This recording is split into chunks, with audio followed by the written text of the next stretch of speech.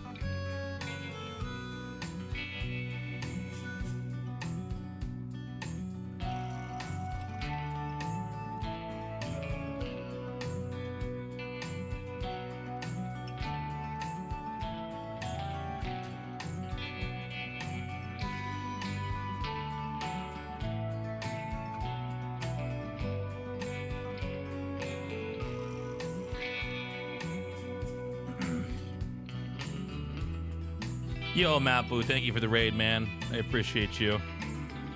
Oh, I actually got a couple raids in here. No, I don't. I just have one. Thank you, Mapu. How are we doing, everybody? I need... give me 5 more minutes.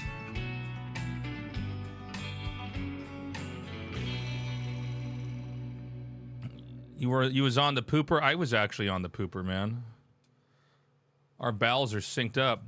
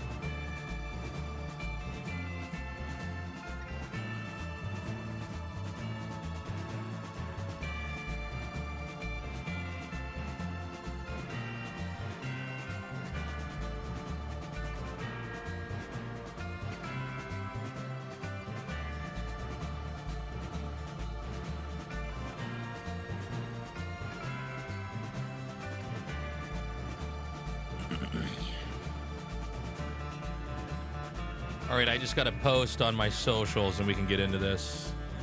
Your videos. Let's get a short we can put onto Twitter and Instagram.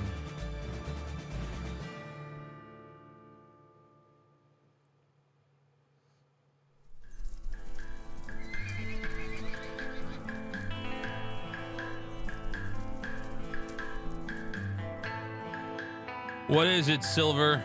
Sorry, I can't read.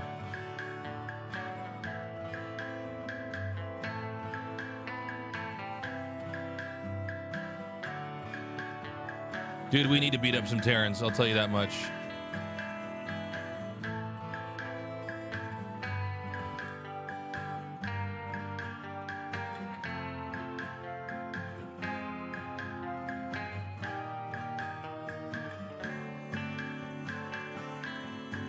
By the way, does anybody still use Threads? I feel like I can't stop using this, but how many more fucking social media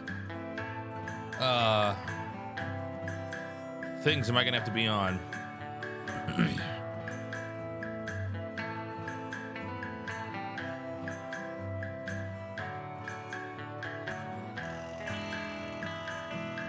Dude, who is this fucking basket? Sliver, you're gonna get banned if you don't shut the fuck up.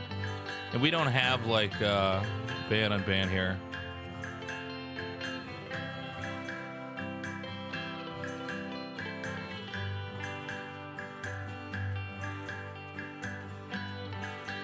All right, made that call easy.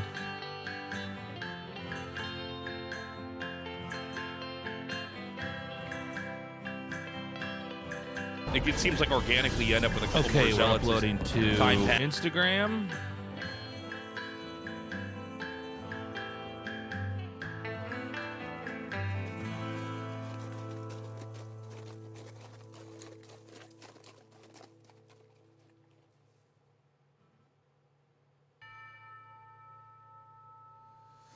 We're gonna look for pro replays.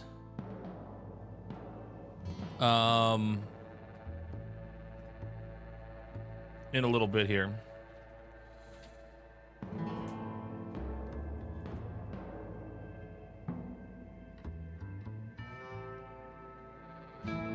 Yo, are you guys hearing music, by the way? Oh, I know what I'm doing wrong. Duh.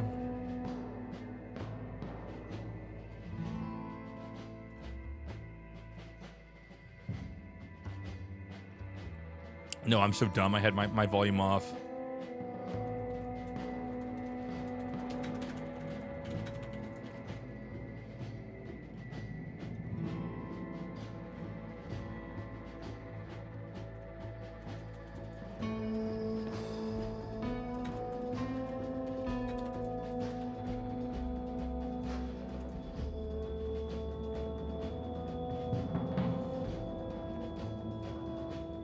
Yeah, we'll do some commentary today. I'm just uploading to my socials. I was bad about that last time, so.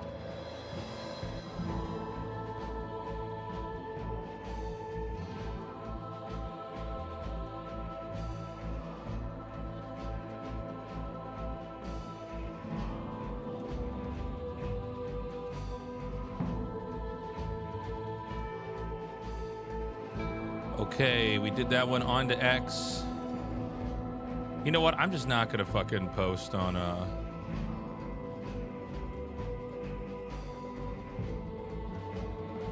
I'm not gonna bother fucking with threads today.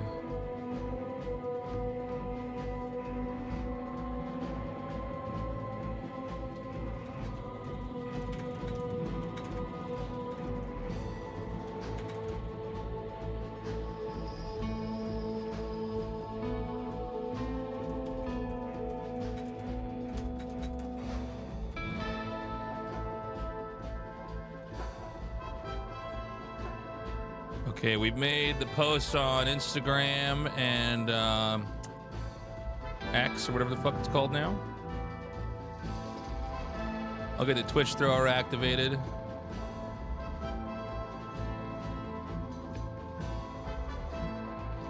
By the way, guys, my barber's been out of town. I should actually check when he gets back in. I need a haircut so fucking bad. It's crazy.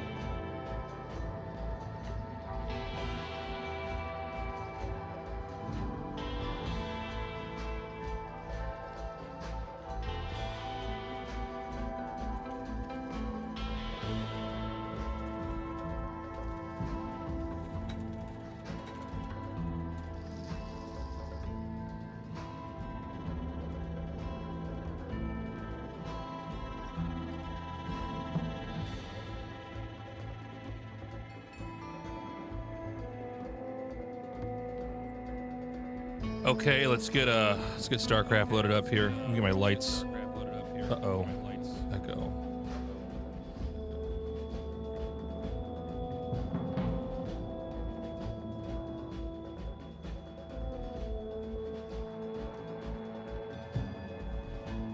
Yeah, we're almost there, Andrew. Okay, let me turn these lights down. Make it a little bit cozier in here. There we go.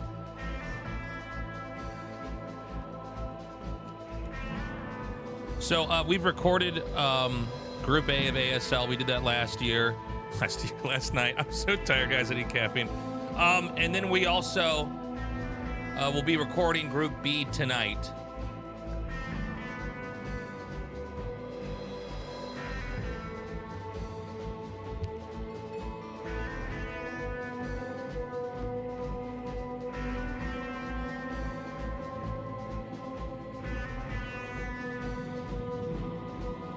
No music? You're not hearing the music?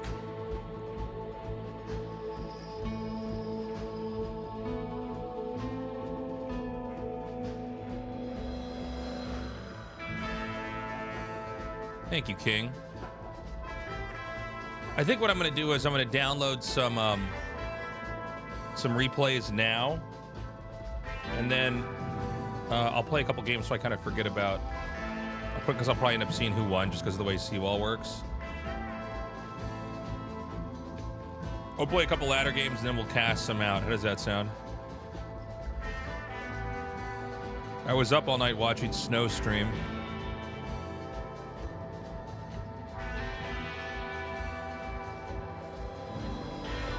Snow was murdering everybody last night. It was crazy.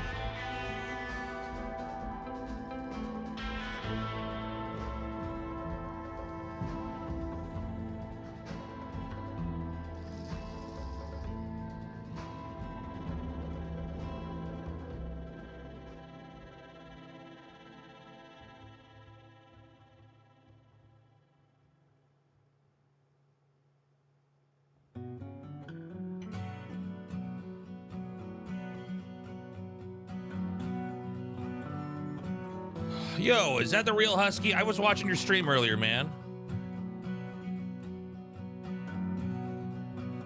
It's been forever, man.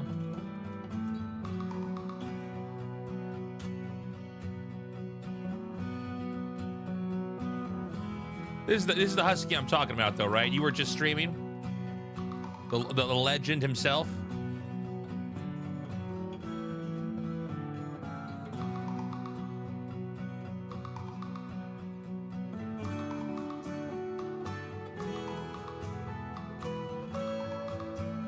All right, seawall.gg.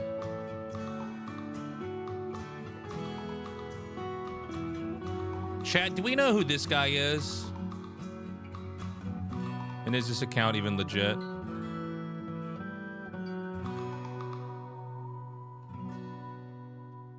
It's a hacker.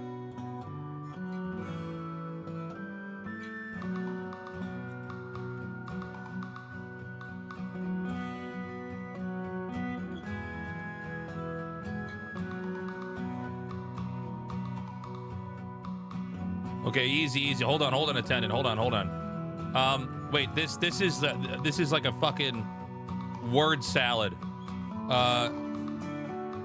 Is there anybody? So I see Sins is in here. What about for the Zergs and the Terrans? Do we have anybody who is like ASL, an ASL player? Like, who's this? Nothing but barcodes. We don't know who that is.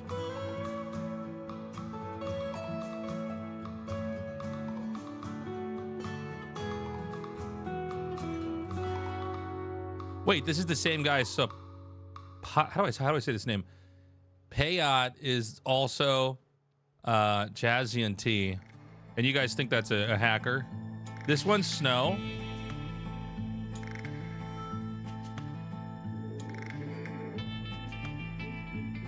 Who's this?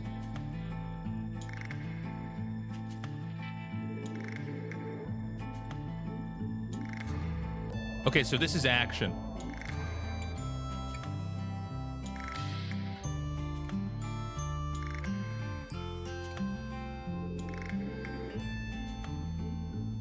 You guys need me to zoom in on this more so you can see it? I just realized, like, this might look good for me on my overlay, but you can't read it. Who's Mad Yellow?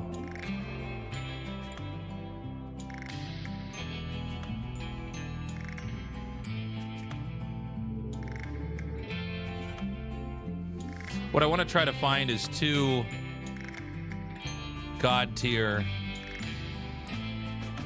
players that we actually know of.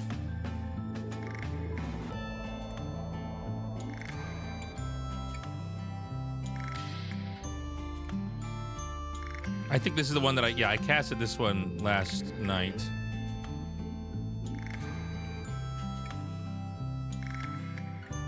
No other handles. Be Hope. Keep going down to the Tempest one.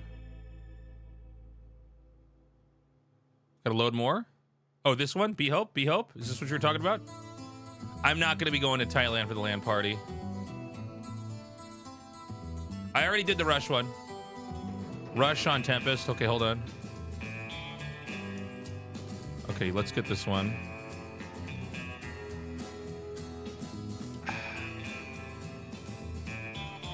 We get the replay folder open here.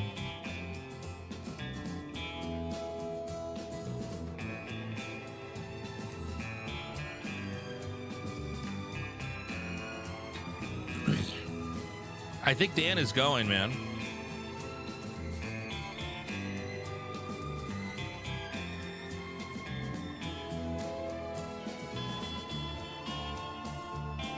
All right, so we've got action versus rush. They actually have a couple games of him versus rush. I want to see if I can get a different player now. Who's this? No. Yeah, Thailand's nice, man. That might be like the best country. All right, load more.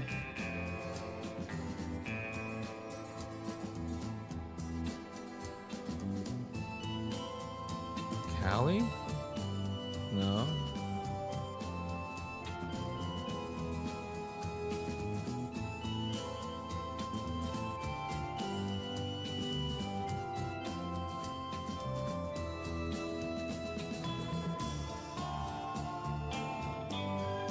Let's see here.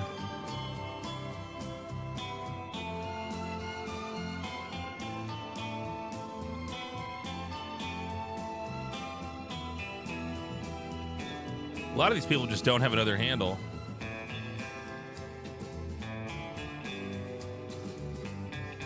What about this? I wonder, you know what would be nice is if we could bookmark IDs on here.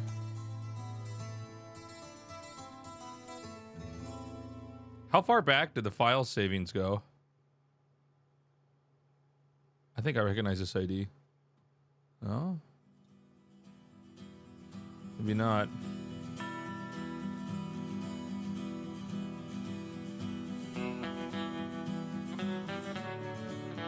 Oh, I'm sorry, I wasn't even reading what you were typing in.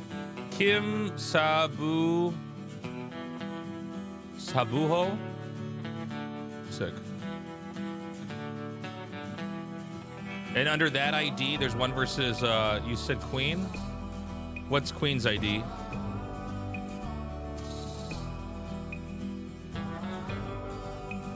Could it be this one? Queen? I don't think that's him. That can't be him. That's Queen?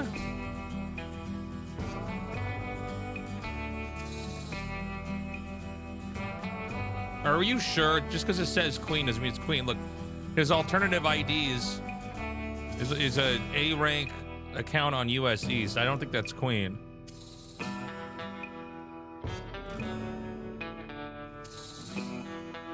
What about this one?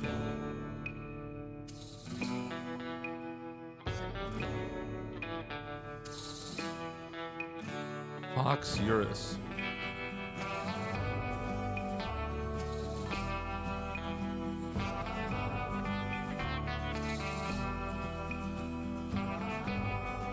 Are we sure? All right, if it's one with Queen, man, they have a couple games, or we could just do this one. This is fine. So we got two.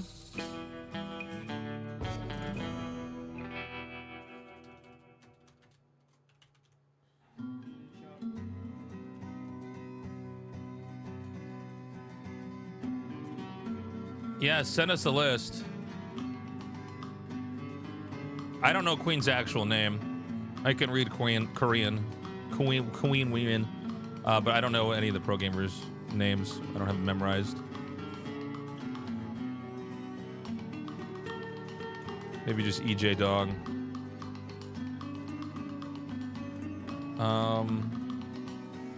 This one. I wouldn't mind a PVZ here. All right, look at this.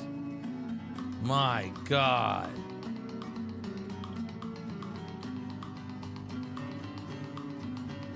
We've just struck gold, guys.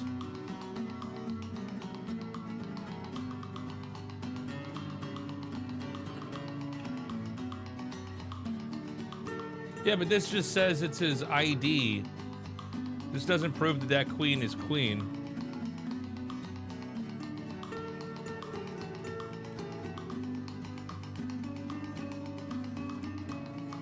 His real name is Kim Jong-un. Okay, people see his... All right, I believe you. I believe you. Sorry, man. This happens sometimes where somebody plays somebody that has a pro gamer ID and they're like, I think I just played that guy.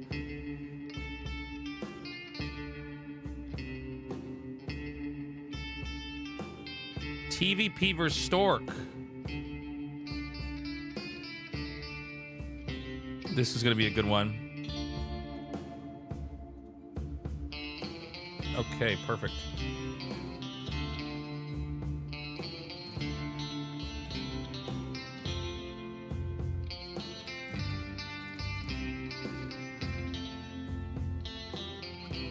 Okay, let's get oh, this is the here we go. We did it.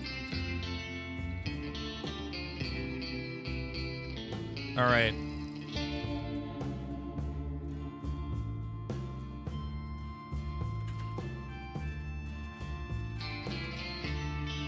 All right, snow versus light. Perfect.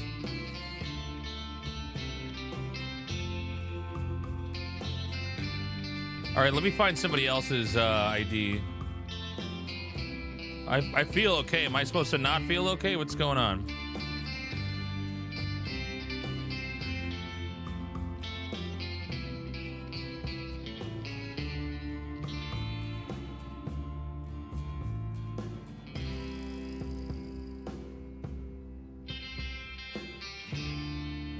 Yeah, Vaults. Are you okay deep inside, Tasteless? You know what, guys? I'm not. No, I'm obsessed with this website now.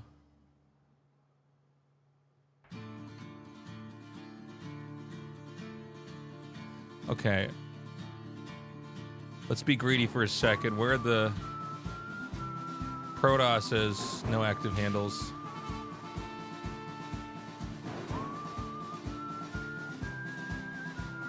Keep losing games while relearning. You might want to spend a little bit of time just practicing against a computer where you get all you hit all your beats with the build order.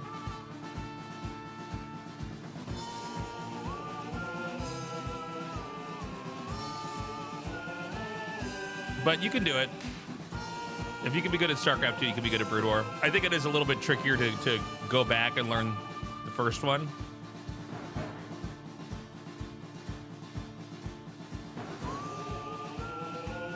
Damn, thank you, handstand man.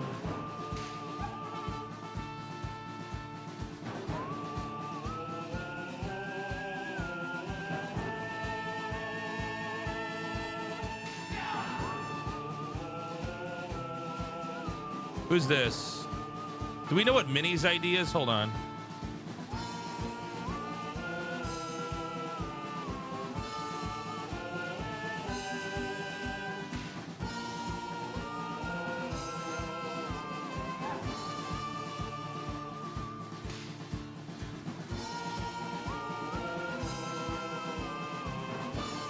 Oh, I know, Nima. We're going to blow my YouTube up with this.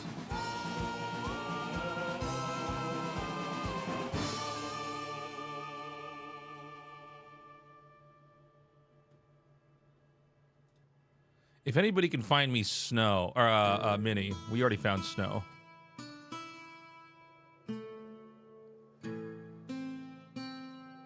This is literally just Tyson, right? Damn, Sins is laddering a lot.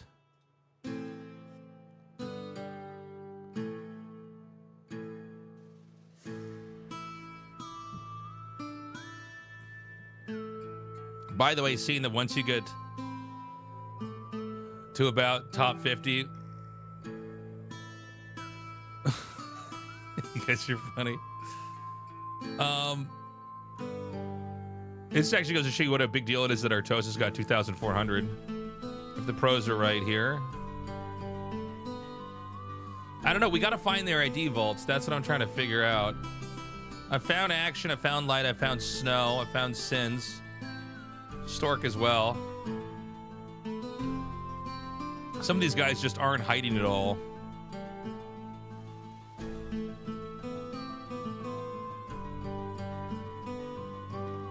DP best? All right, let's take a look.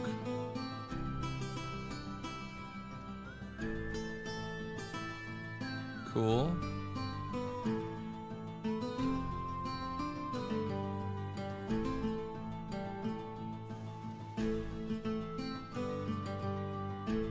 Now I just gotta find somebody. Hey, thank you for the raid.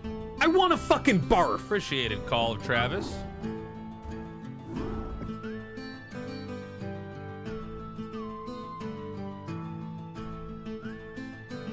The problem with finding best now is I don't have somebody. Oh, here we go. Best first rush. Thank you very much. This is so sick. We're gonna get so fucking good. There we go. Best first rush. I can't believe this fucking site exists. All right, let's try to find the Bisu one.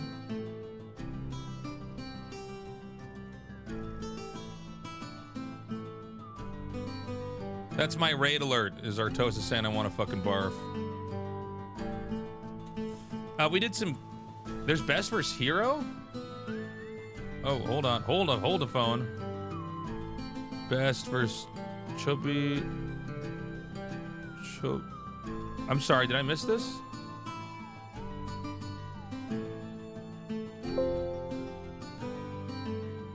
Oh, load more, sorry.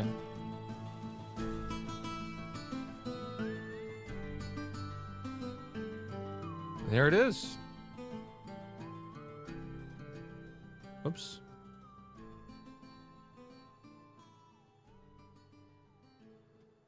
Okay.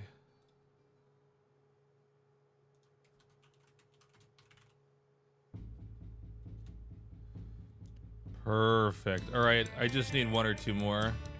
I'm gonna scroll back up, cut, paste, Bisu's search ID. Oh, I guess I had it in here already. I'll just do it again, whatever.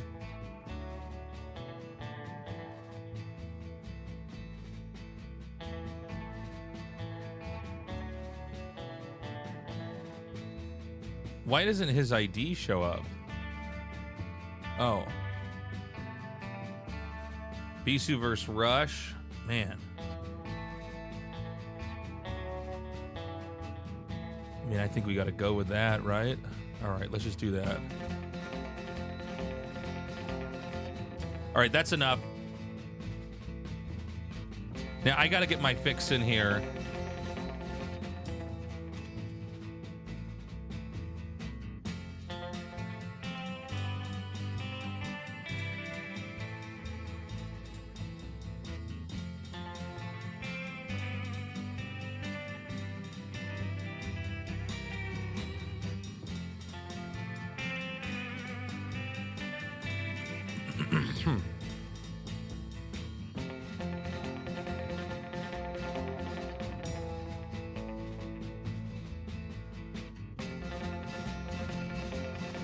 Okay. On to StarCraft.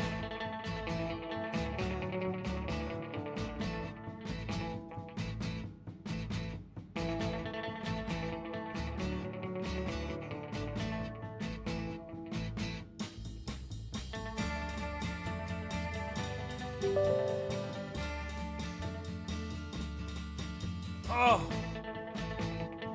Oh my God.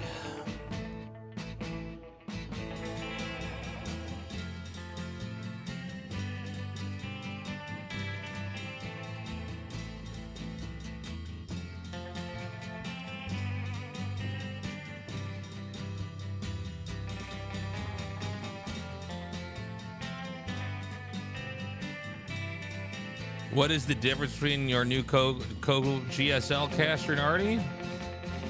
There's a couple things for sure. But I think State's doing a good job. He's got some big shoes to fill. But I'm happy with him.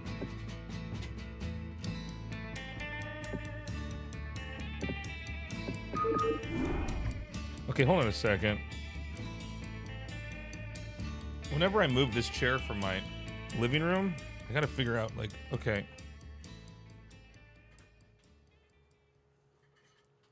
Where are my armrests supposed to be at?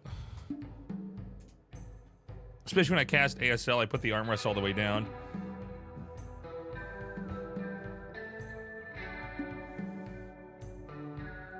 All right, I think we're ready to go. Should we hop on ladder? So we actually tanked this account.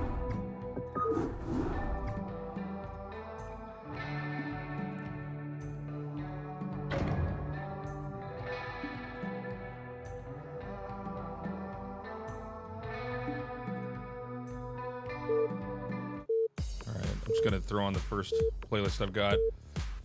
We listened to this one the other day too. I can put on a new one if we want after this.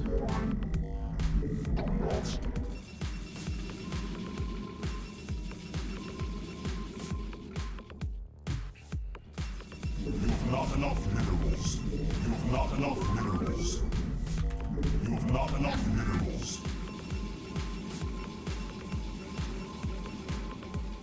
You've not enough Real gaming chair? This is a Herman Miller, man. This is as good as they come. I've had this chair for like 5 years. And I swear by it until a gaming chair sponsors me. And then that's the one you should buy.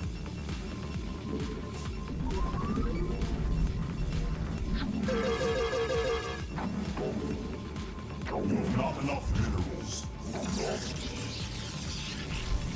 You've not enough minerals. How's the volume, by the way? Minerals. Volume balance is okay. I've had to do a little bit more tweaking when we're not live. You must construct additional pylons.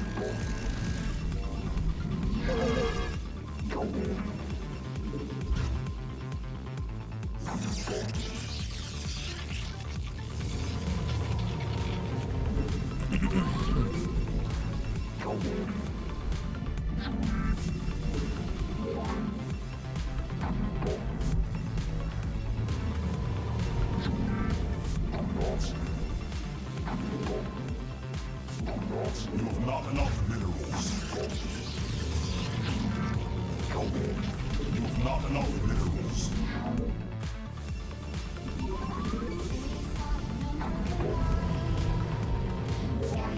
Okay, we get to actually practice our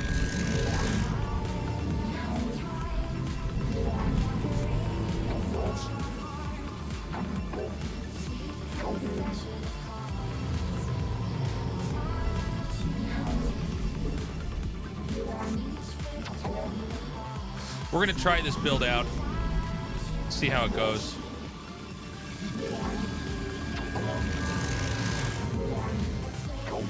The idea is that I'm gonna go Nexus, Zealot, Pylon, Zealot, Zealot.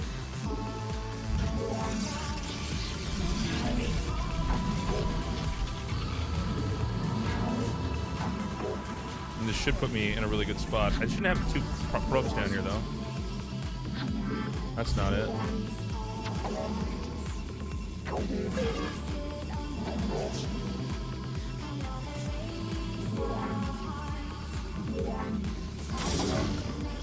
We are under attack. Construct additional pylons.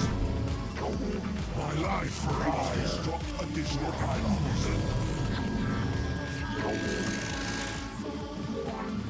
Cheers. I love the combat. Your warriors have engaged the enemy. What now calls Doragoon.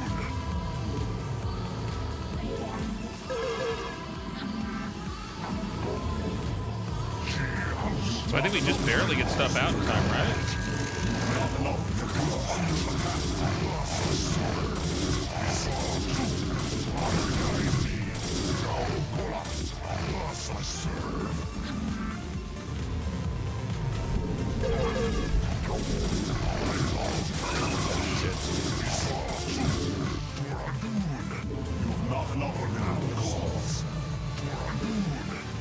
My life for I have engaged the enemy.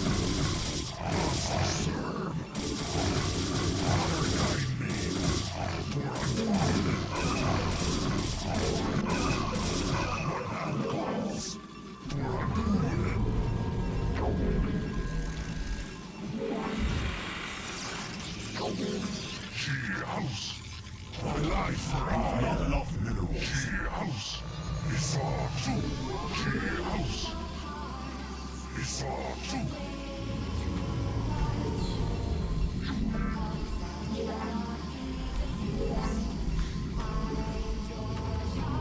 I long for combat. For a duel. I long for combat. It's all true.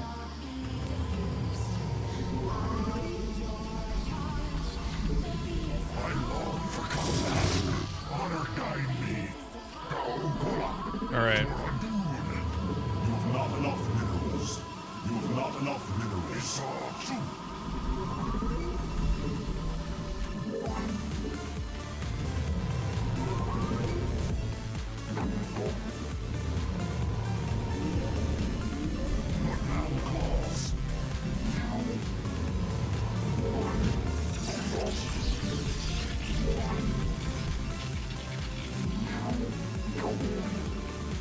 You've not enough minerals. You've not enough minerals. You've not enough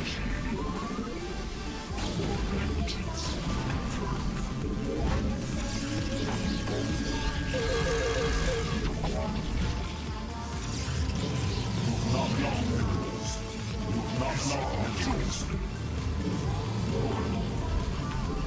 You've not enough minerals.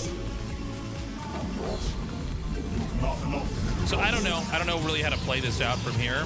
I feel like since we've got zealots already, we might as well get charged.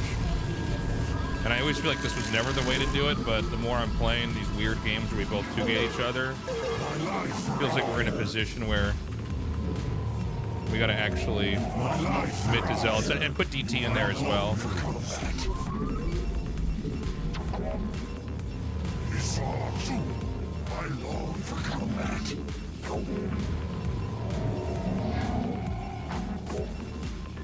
You've not enough minerals. You've not enough minerals. My life for hire. Loss I serve. Honor guide. You've not enough minerals. I long for combat. For a duel. I long for combat. It's all true. It's all true.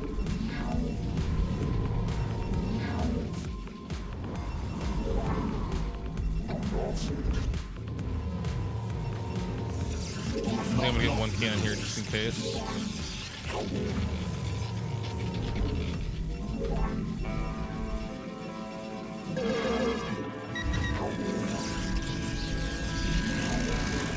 We forgot to get attacked.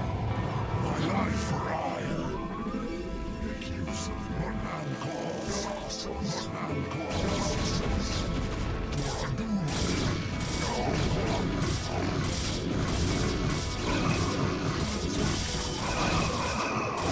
Warriors have engaged the enemy. It's all truth. For a duel. Loss I serve. Upgrade complete. It's all true. Loss I serve. Loss I serve. Honor guide me. For a duel. Loss I serve. I long for combat. For a duel. Your warriors have engaged the enemy. Jesus.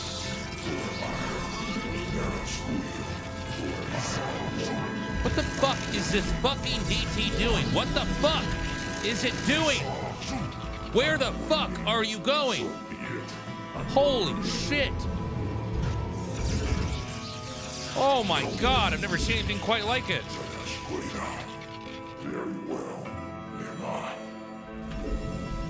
Wasn't like it was the most important thing we had to do in this game, just to get that guy by there. Very well. So be it. Alright, whatever. Yes. Dude, and now this guy's not moving? God damn, this infuriates me. Yes. So be it. Am I? So be it. Very well. So be it. Your warriors have engaged the enemy.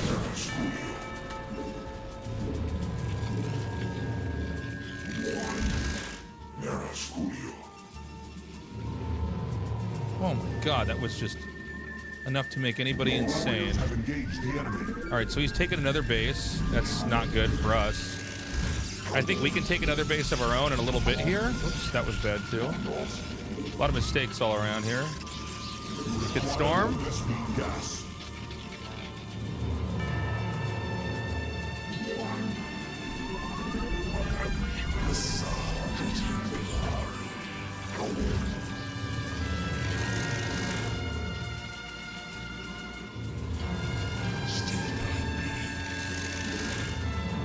So he went into Dragoon Observer. He was getting Zealous with Charge.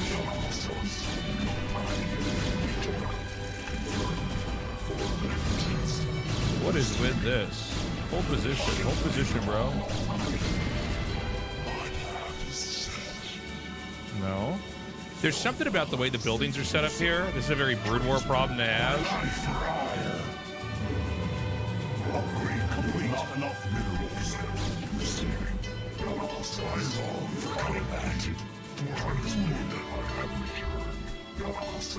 Awaiting instructions. Your warriors have engaged the enemy. All right. We need Storm to be done. My life for hire. Research complete. Not enough minerals.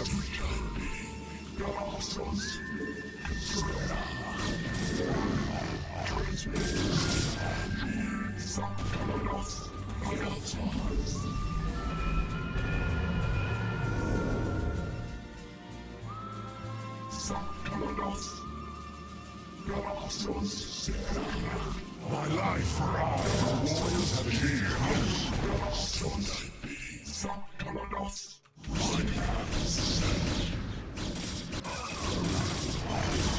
Very bad placement by him.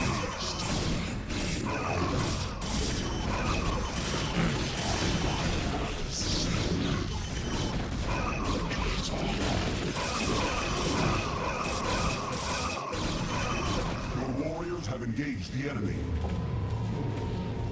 Awaiting instructions. Initiated. I am needed. I think we're in some deep shit here, boys.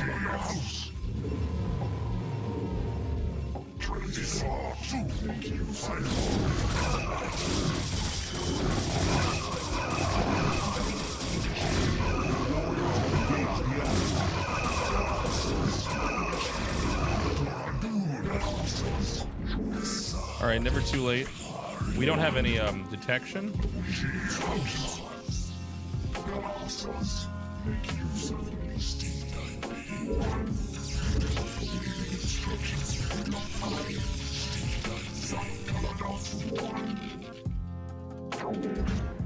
My life for hire.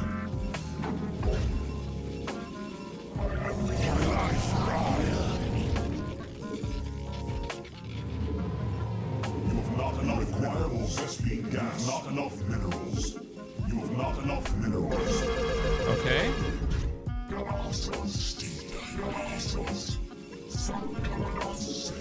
We just got to make sure we don't lose anything to a DT. I think this game is still manageable.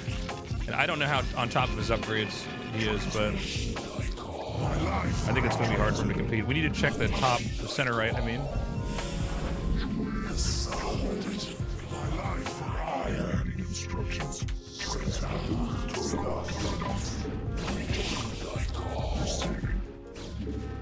Upgrade complete. You have not enough minerals.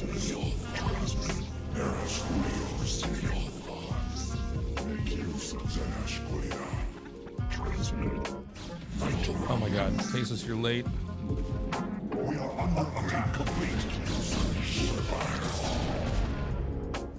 Alright, we have the 1-1 upgrade advantage. That just finished. You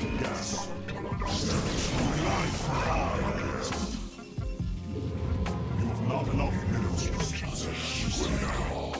Transmitting. Awaiting instructions. We are under attack.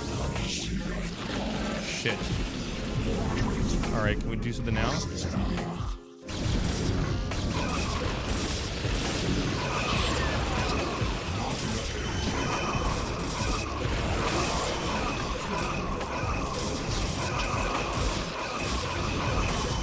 Oh, we fucked this up.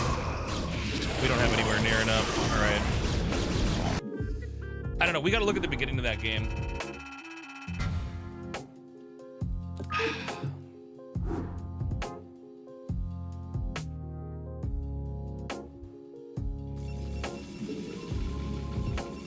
Well, we should have storm dropped earlier ourselves. Especially in that position, it's so tempting for him to storm drop me. So I think there was a mistake made here by me.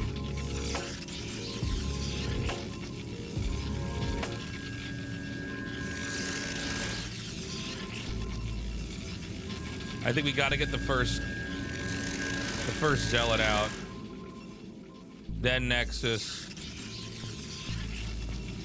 then Pylon Zealot.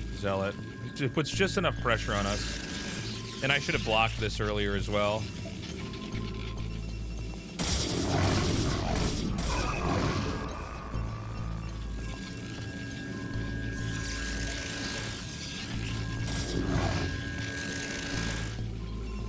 Well, the DT's getting stuck definitely hurt, right? Because then he can put this Dragoon pressure on me, and I can't do a whole lot about it.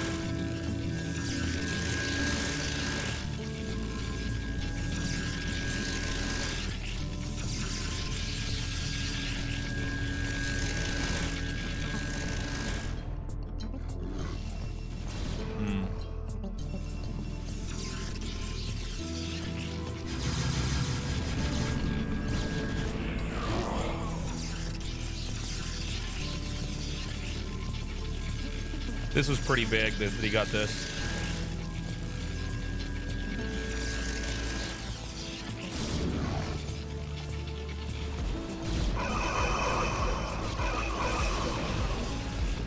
I probably pushed too far there.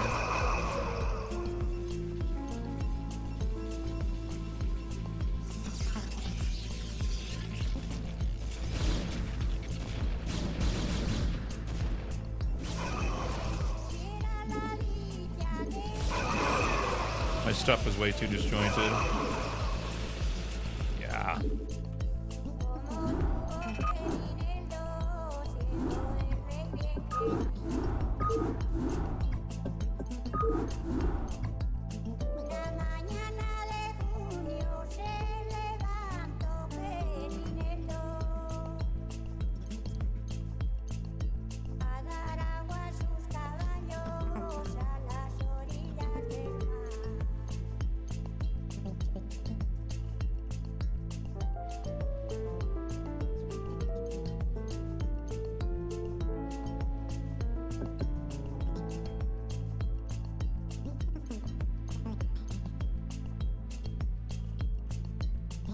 You missed our 10-year anniversary, man. I think it's 10 years ago I was streaming Battletoads on here.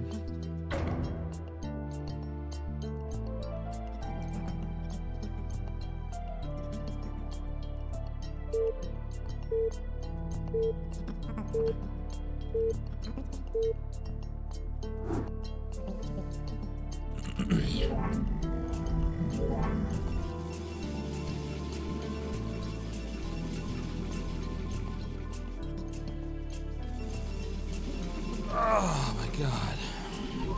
You have not enough minerals. You have not enough minerals. You have not enough minerals. You have not enough minerals. You have not enough minerals.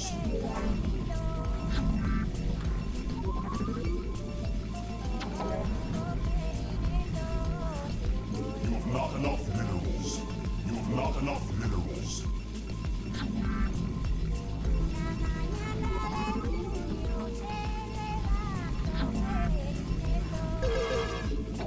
have not enough minerals.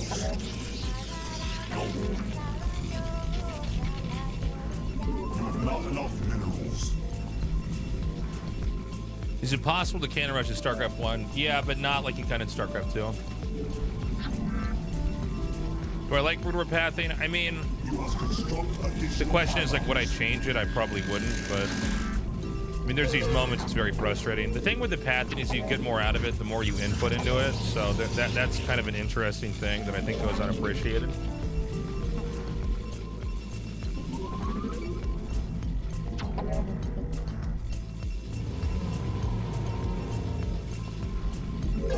Haven't seen me stream in a while. Oh, I was in the Middle East for 2 weeks for Gamers 8, and then I went to Dubai.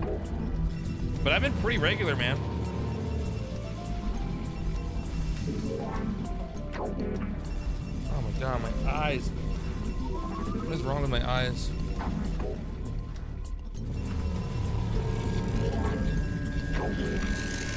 Not enough minerals.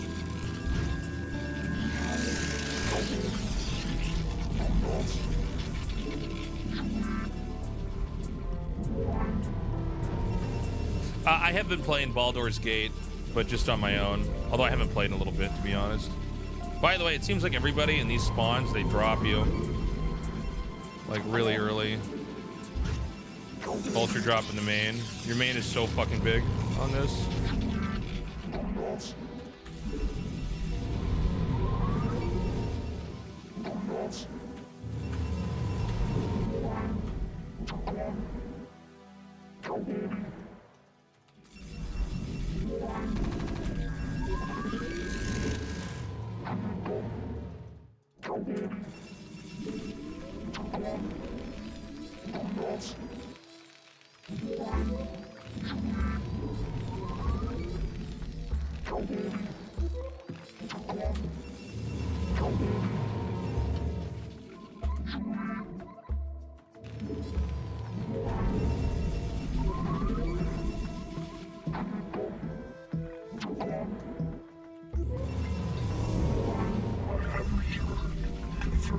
There's no SCV hide in my base, right?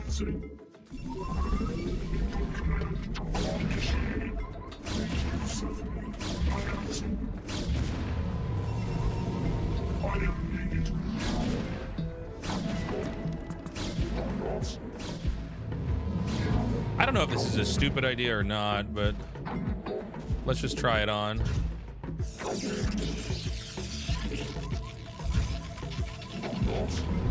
Not enough minerals. I am needed commencing. Your warriors have engaged the enemy. Transmit initiated. Input command. Locktie. Mitora. Receiving. Make use of me. Confirmed. Commencing. Nagatsu. Receiving. I have returned. Transmit. Locktie. For vengeance. Confirmed. Transmit. I am needed. Initiating. Upgrade complete. Mitora.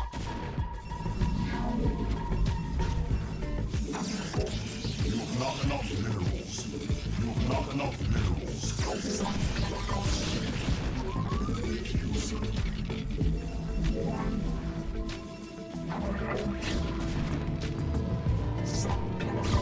Commencing. Initiated. Receiving. Confirmed. Locktie. Receiving.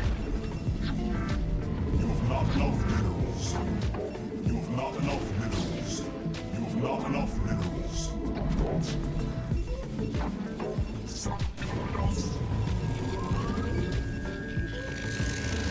Your warriors have engaged the enemy. For vengeance. Make use of it. You have not enough minerals. I am needed. Mitora. Commencing. Awaiting instructions. For vengeance.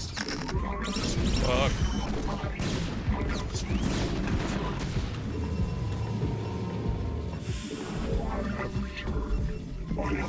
Coming for me? Is he backing up? He is. You must construct additional pylons. You must construct additional pylons. Transmit. For vengeance. Confirmed. Initiating. Confirmed. Vengeance. Confirmed. Transmit. Transmit. I have returned. Commencing. Confirmed. Should have fired. Tasteles. You must construct additional pylons.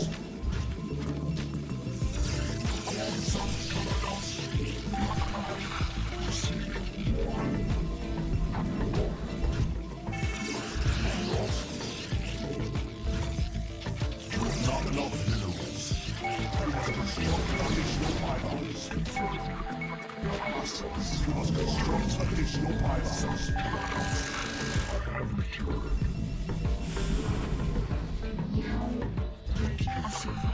Make use of me. Make use of me. I have made it.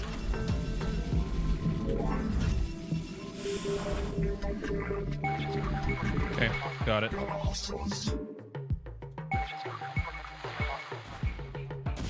Receiving.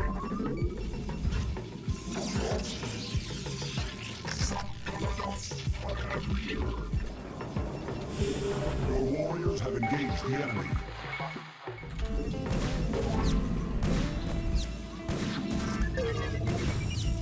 I have defeated. Receiving. Initiating. For vengeance. Initiating. Your warriors have engaged. All right, we gotta stop doing everything else. Gas. Because he is just all in me. Receiving. Instructions. Oh boy. For vengeance.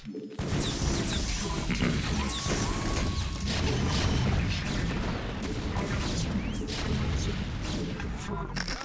For vengeance. For vengeance.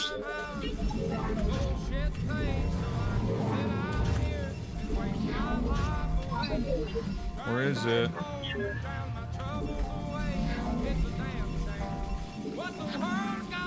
You've not enough minerals.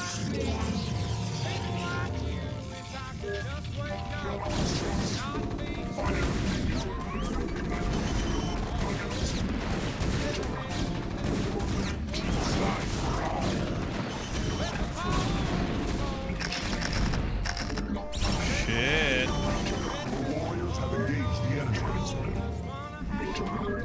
Receiving.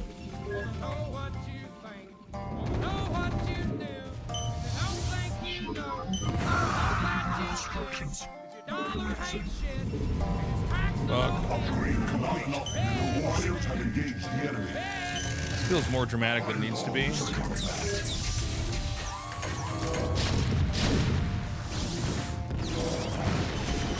warriors have engaged the enemy.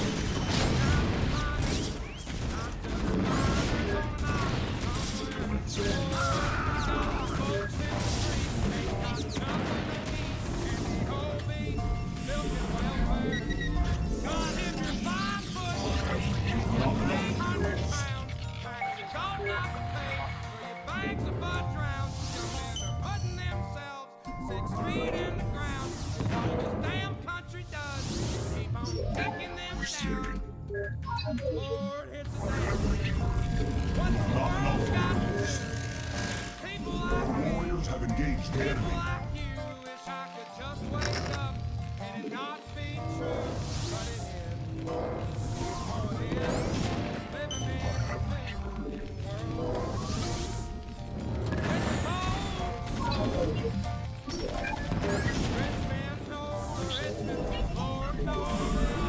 My life for hire.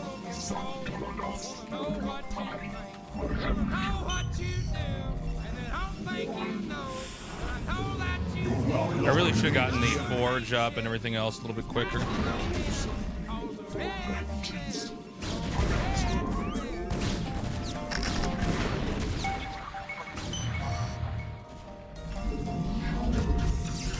know, honestly, I'm not doing myself any favors by not having a pylon infrastructure out here.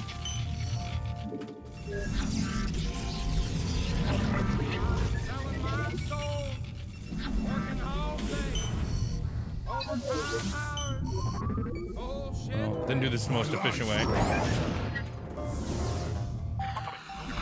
have not enough minerals.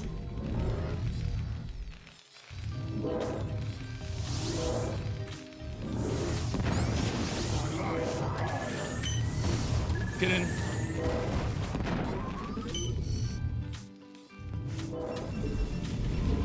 have not enough minerals. You know, I gotta just make more observers here.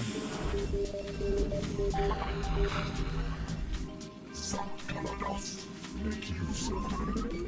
I have returned.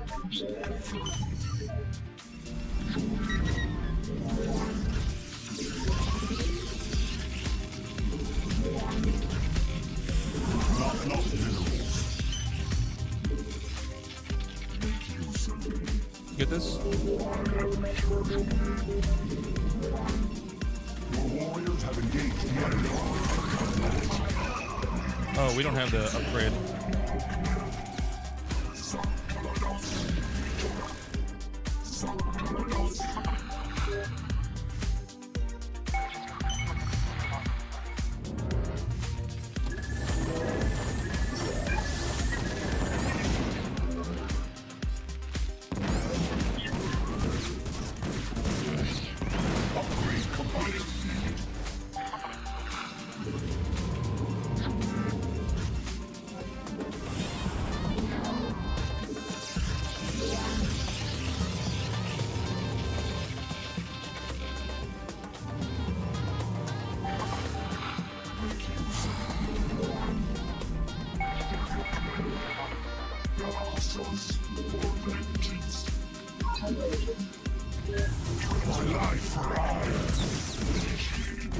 What is this? What the fuck is this?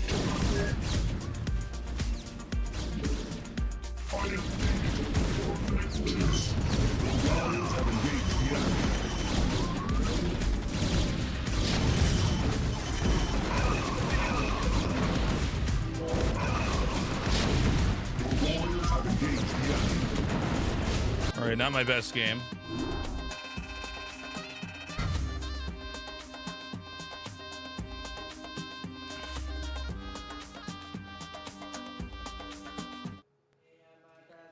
I gotta get a little bit better.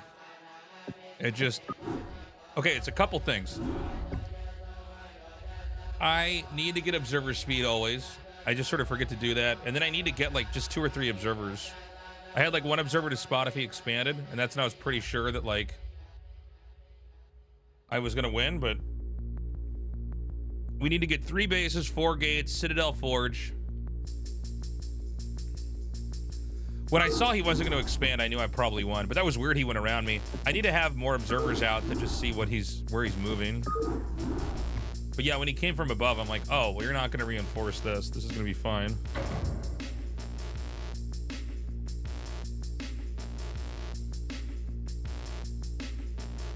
Yeah, it's actually not a bad idea.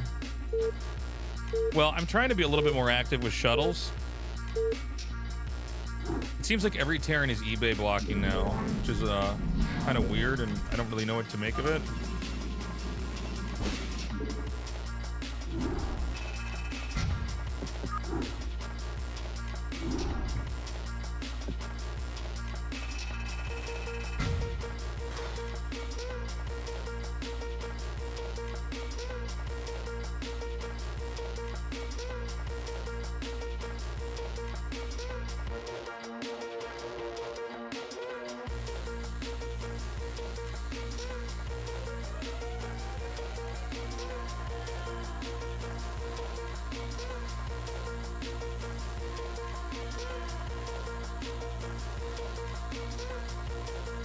Yeah, I mean, you might be right, Drip, but I mean, here's the other thing to keep in mind. First of all, I'm not against playing Street Fighter 6 again. I'm just trying to get back into the rhythm of doing some Brood War because I'm out of shape. Baldur's Gate's going to take like 40 to 60 hours to beat. I'm not going to spend 40 to 60 hours streaming a game so that I maybe get rated.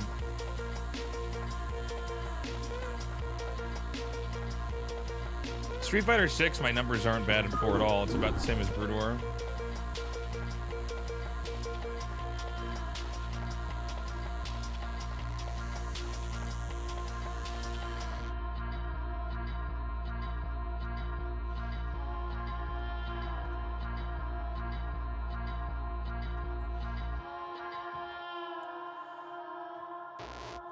Yeah, definitely. Well, the thing is with that, like specifically with Baldur's Gate, Jesus does a sprinkly pores. I don't want to get people into it and then be like, yeah, I'm not doing that anymore. I'm going to beat it without you guys. This is one of the safe things about doing multiplayer games. You can kind of share the experience. I think what I'm going to do for Street Fighter 6 is I'm going to ping Wolfgang and see if he can teach me.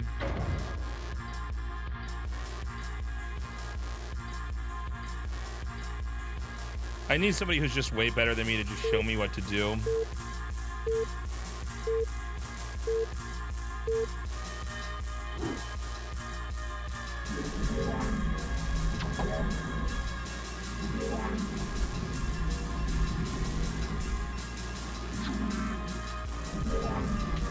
Not enough minerals. You've not enough minerals. You've not enough minerals. You've not enough minerals. You've not enough minerals. You've not enough minerals. You've not enough minerals. You've not enough minerals. What race is this guy? Random. Okay. You've not enough minerals. You've not enough minerals.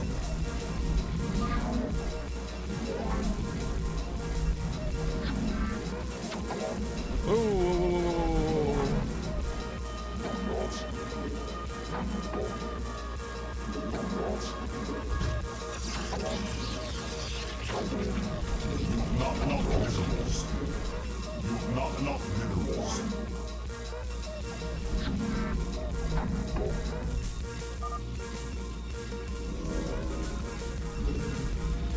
You must construct additional pylons.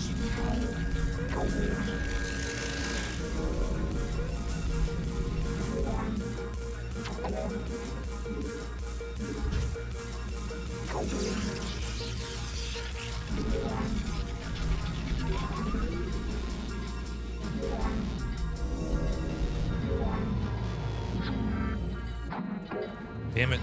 It's not here.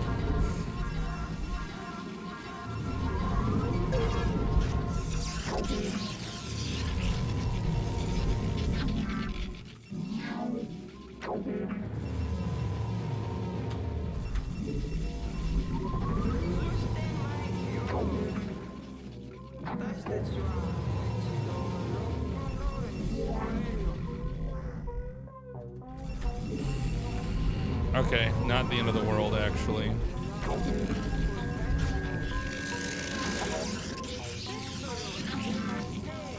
This is weird movement with the,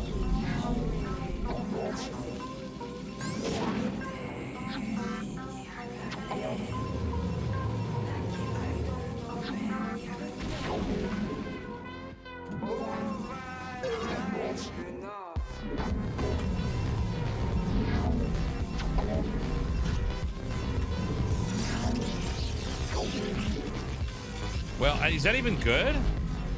What he just did?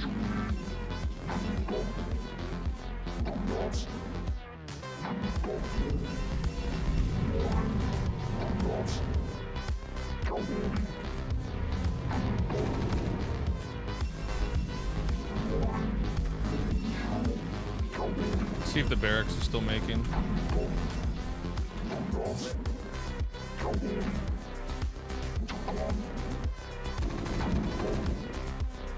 The warriors have engaged the enemy.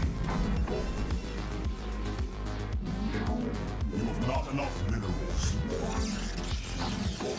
What rank am I in Street Fighter 6?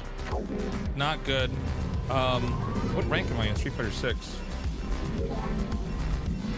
What master, and then 2 down from that, I think. With Blanca. Okay, so I think I'm getting 2 facts, so this is really fucking bad. I've never done this build quite like this, but my second pylon was late. I can't remember if I'm plat or not.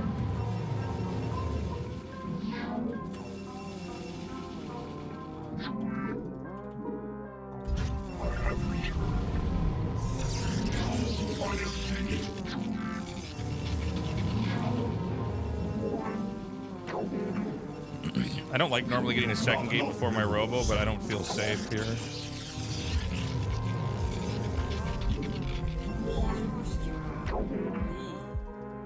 So this is almost certainly 2-fac.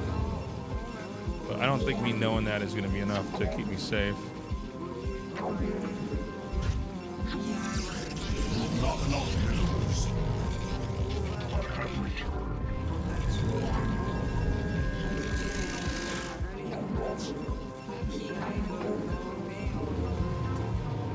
Make use of me.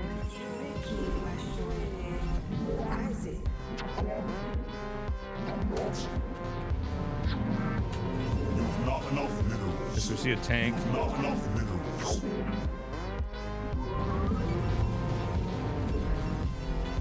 Instructions. You've not enough minerals.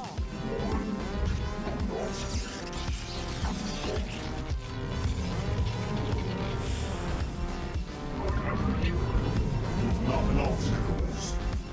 You've not enough minerals.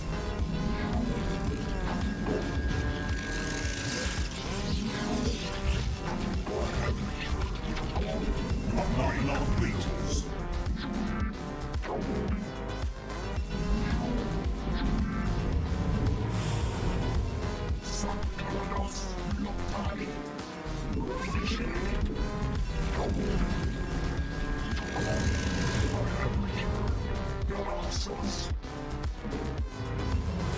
This is insane. What is he doing?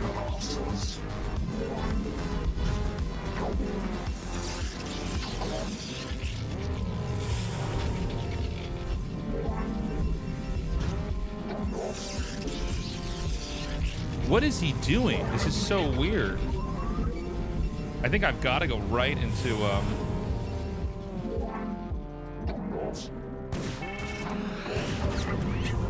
okay, that answers that. A really, really delayed drop.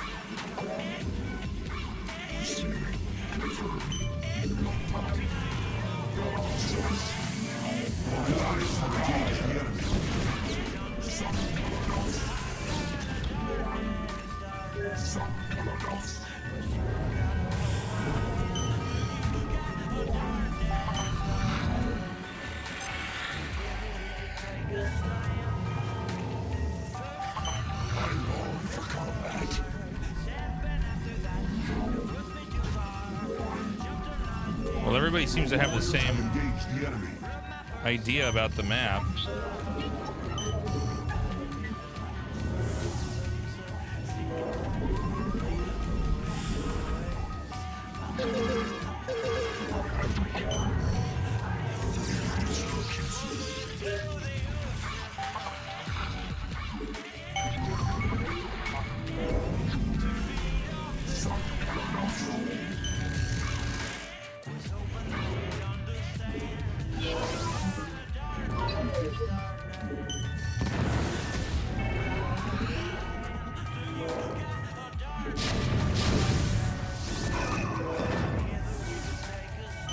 Oh, he's got more back there than I realized. All right, we're just gonna turn around.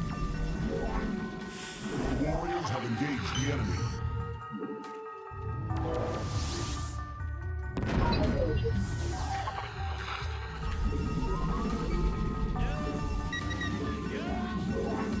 Oh my god. This fucking game makes me insane. Dude. Oh.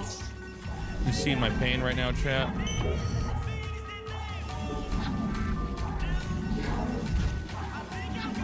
Alright, whatever. 2 cannons is the way to go.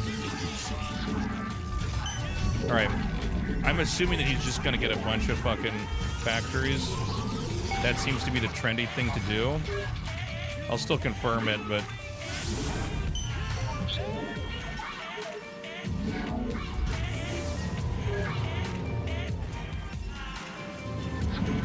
Can we do this?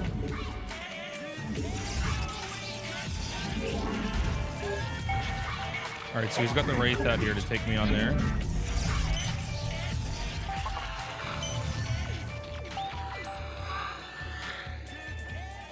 And once again, I forget the speed upgrade. You must construct additional pylons.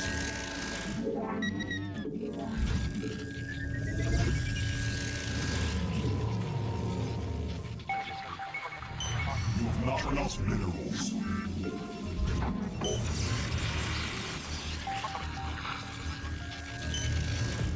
Transmitting, receiving. Make use of me. Make use of my life for hire.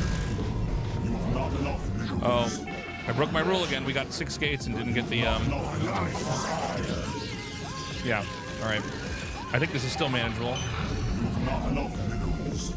Although we gotta have probes here.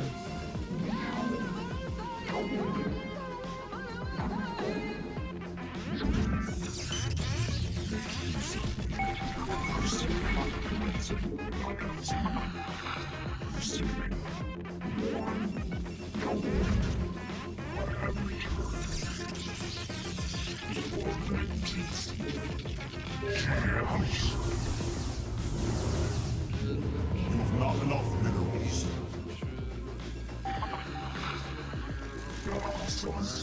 Item needed. Commencing. Upgrade complete.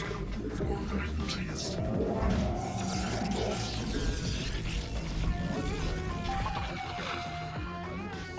Make use of me.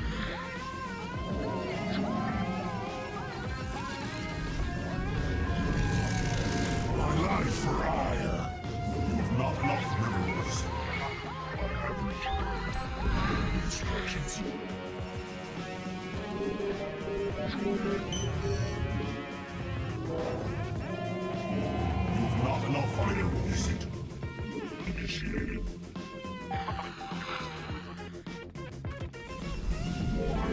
My life for hire. You have not enough minerals.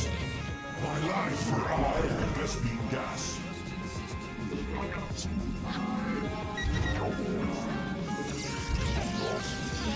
My life for hire.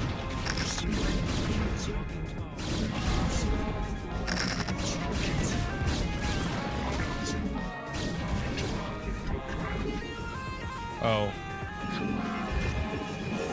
My life for hire. You must construct additional pylons. You have not enough minerals. You have not enough minerals.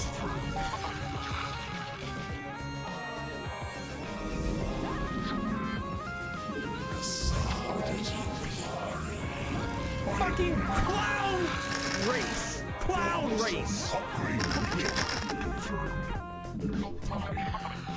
My life for hire.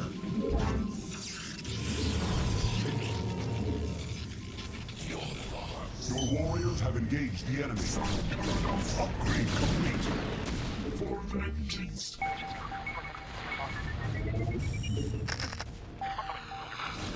Reset complete. Commencing.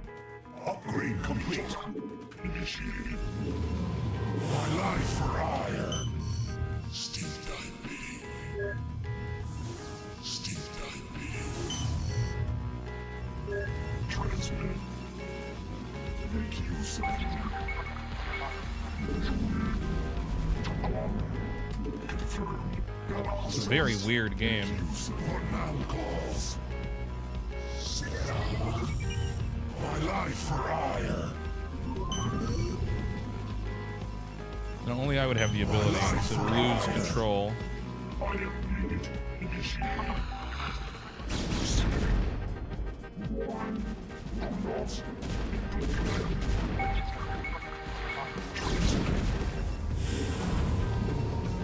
You must construct Fuck. additional pylons. Pylons, fucking shit.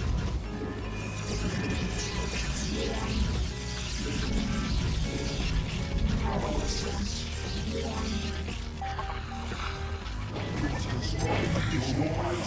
Engage the enemy. Make use of it. My life for hire.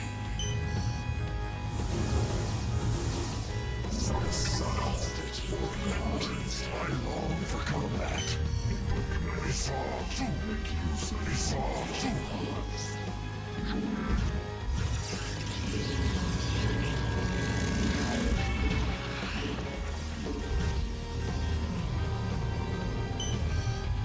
Oh my lord. I'm literally using a shuttle instead of an observer to spot here. upgrade complete.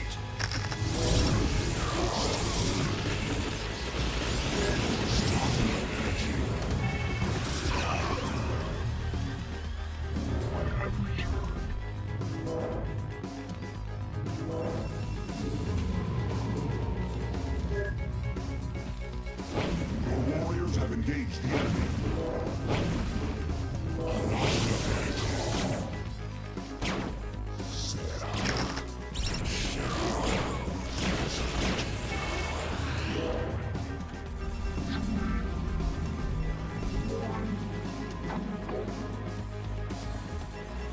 My life for hire. I am needed.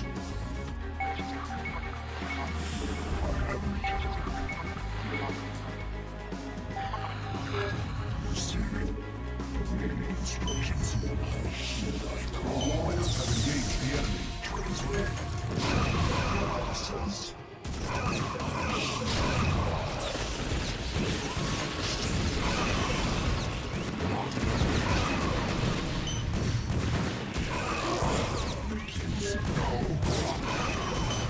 Your warriors have engaged the enemy. Transmit.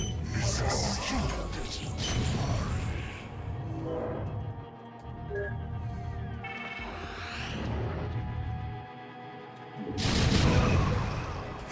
Fuck.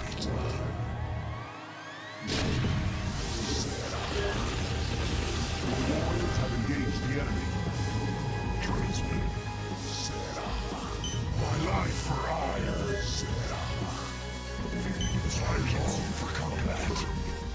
Your warriors have engaged the enemy.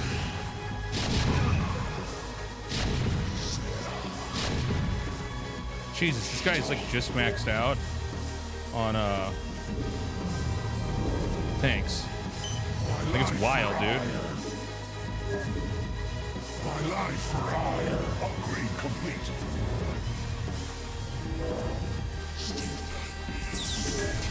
My life for hire.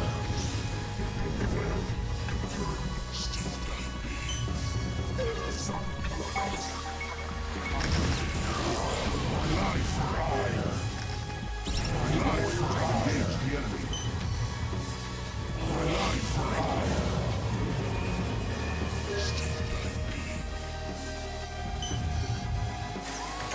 My life for hire. Receiving. I am needed. My life have engaged the enemy. My life for hire. My life for hire.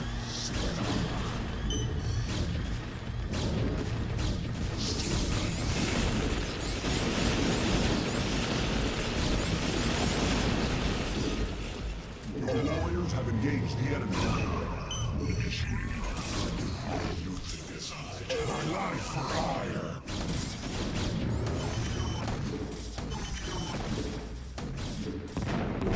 Your warriors have engaged the enemy.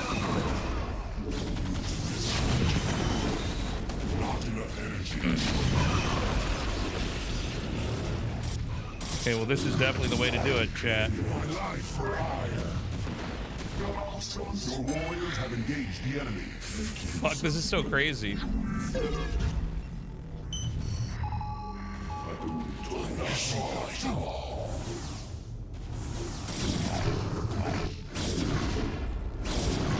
warriors have engaged the enemy.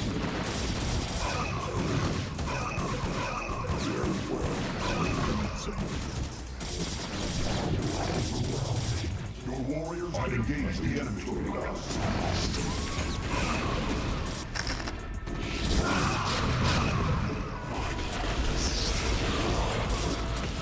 love the storm style, man.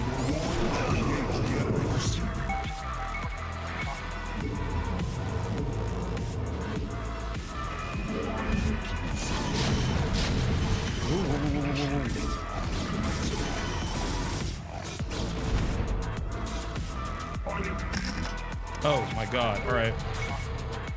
That could always be a thing for sure.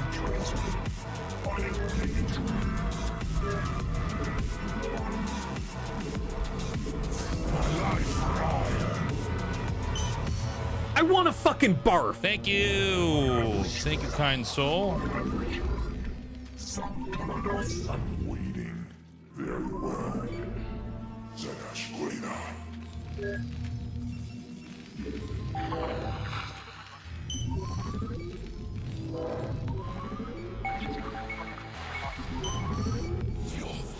My life for ire.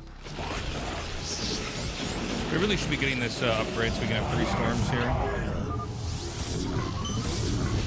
Appreciate it, Horse Speed. How was your stream?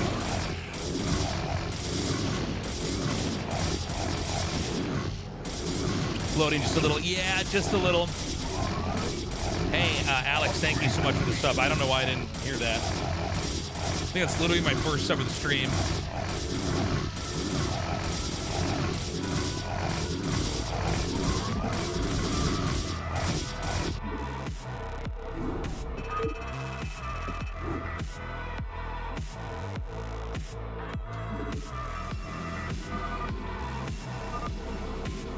It just seems like the trick is to just not engage him until you can get a storm off and then just, you know, play keep away.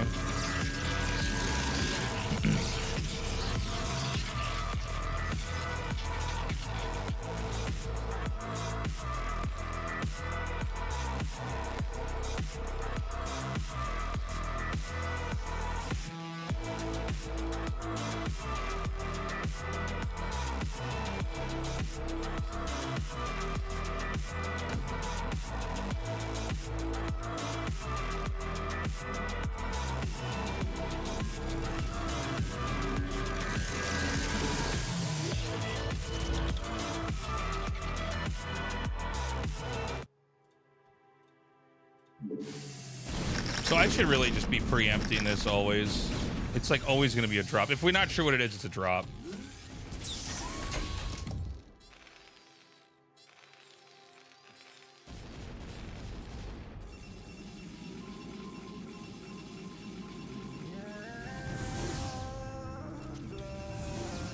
So this was a little bit scary. We lost a lot of probes with the drop, but we were still ahead. That was a little bit dumb of me to do this. The thing is, if they go dropship, they'll always make a wraith if they see a Reaver. But it seems like everybody that goes for dropship doesn't try to take a third fast. They just try to turtle and then have a push that comes in and kills you. So here's my mistake I made. 3 gates. I need to not go into 6 or 7. I need to go into Forge and Citadel first. If we see dropships, we get a cannon at each base. I gotta have a pylon that actually I can make like a cannon like right here.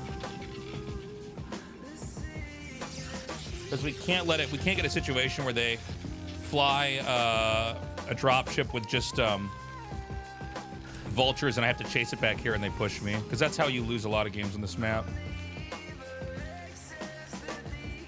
Did he get an armory?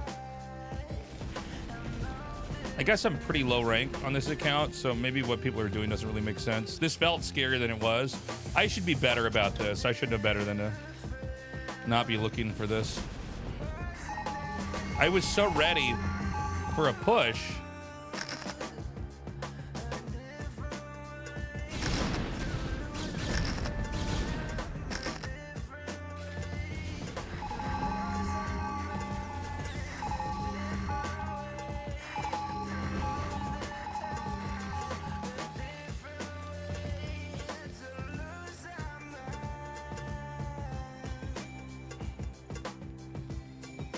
Jesus, he's almost maxed out. I wish I had spotted this, but I gotta start doing the storm drops sooner too, by the way. There's a point where it's like just worth it to fly in their base and storm their SCVs.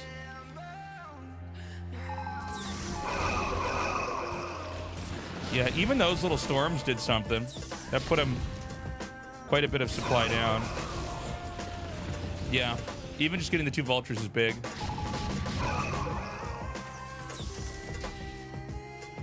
I should have realized I can run around this sooner. This was me not being smart. We always want to just run around and make him chase me.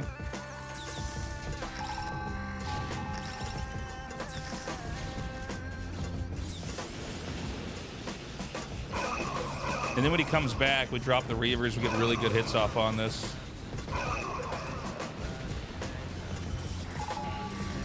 And the other thing we can do is we can kill his scanners so that he doesn't have detection.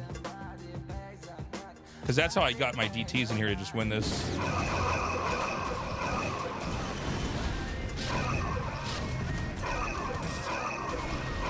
Yeah, if he's not given the opportunity to come in there with precision, he just dies.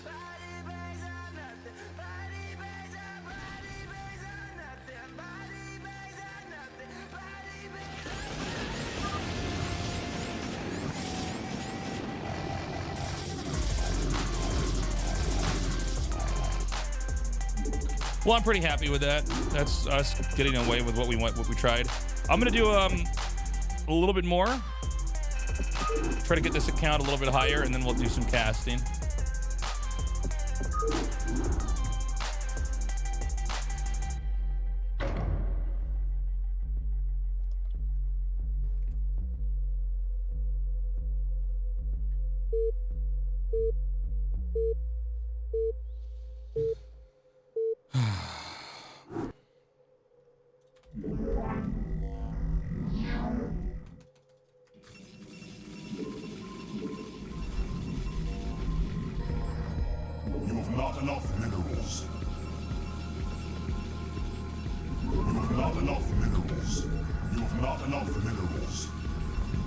Okay, so this is on Invader, I think. You have not enough minerals. I guess we'll Forge Expand here.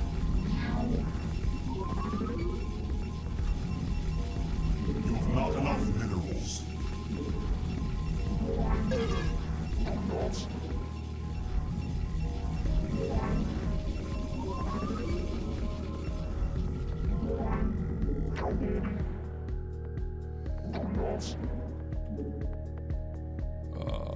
I don't know how to wall it on this fucking map.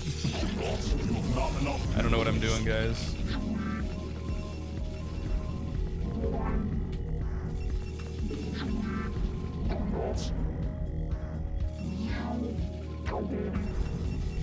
You must construct additional pylons.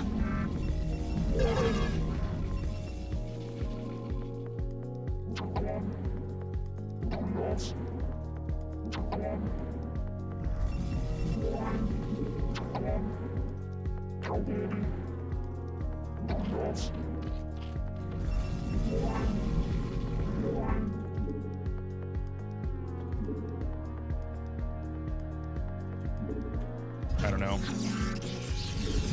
I don't know.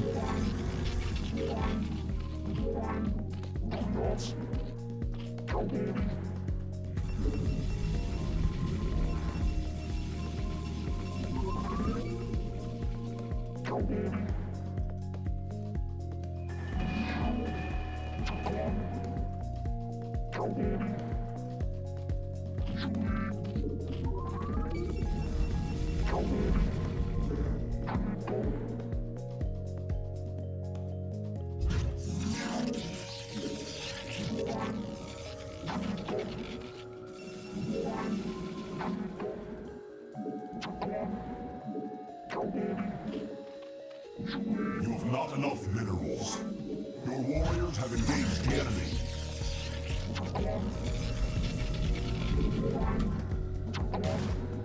Or?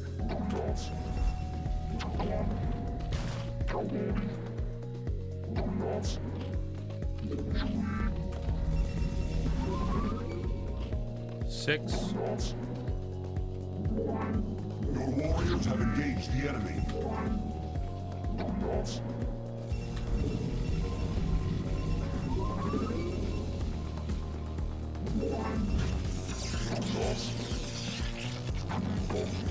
Seems like he's got something to hide. You've not enough minerals. You've not enough minerals. Oh boy.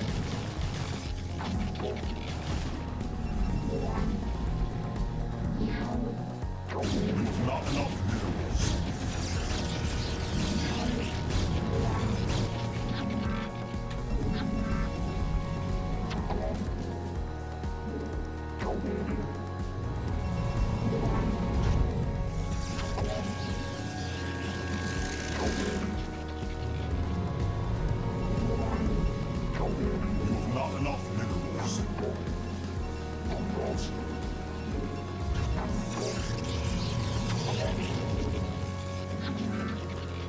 You've not enough minerals. You've not enough minerals.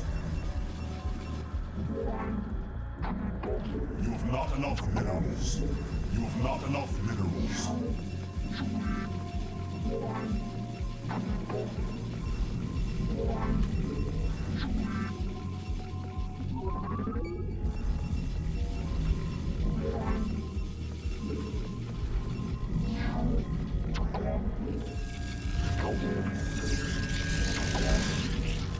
You've not enough minerals. The warriors have engaged the enemy.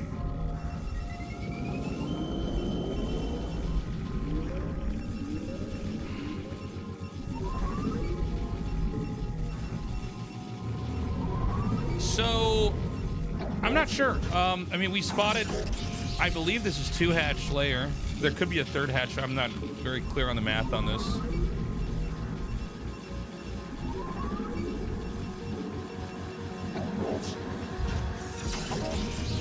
But I think what we want to do is just make 2 stargates.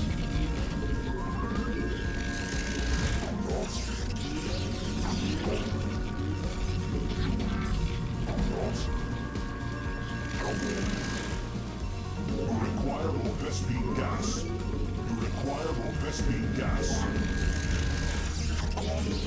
And hide the other stargate.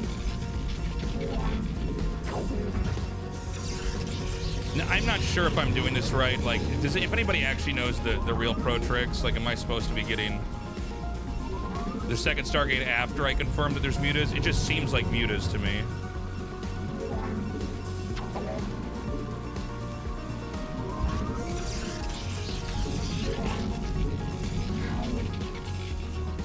Think it's gonna be lurkers? It could be lurkers. It really could be.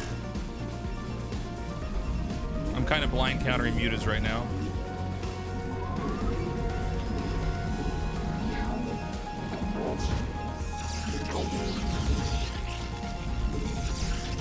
You've not enough minerals. You've not enough minerals. You've not enough minerals. You've not enough minerals. You've not enough minerals.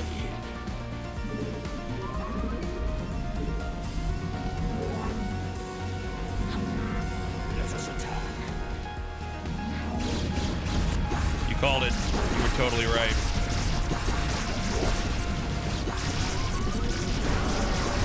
Yeah, I guess I can't do that. Fuck. It's a hard entrance to deal with. Yeah, I guess when you look at the map, I mean, why would you go mutas if you have 2 ramps you can run up?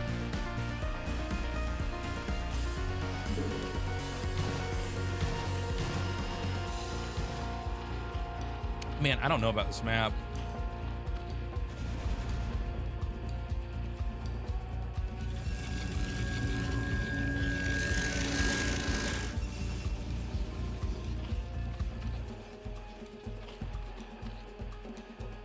What can I do about that? Maybe we go for a robo with a reaver, but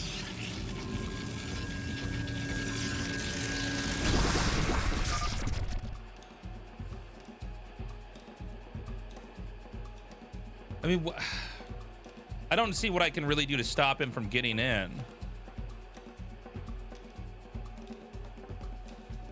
Is there a website that shows how to wall in this position?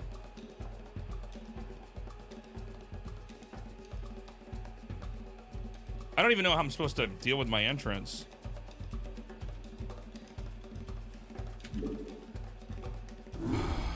and maybe 10 cannons. But then if he doesn't do that, then we're fucked. Lurker busts are actually pretty good. Thing is, it's like, that's always the alternative choice, right? I mean, there could be like a shitty lurker drop, but...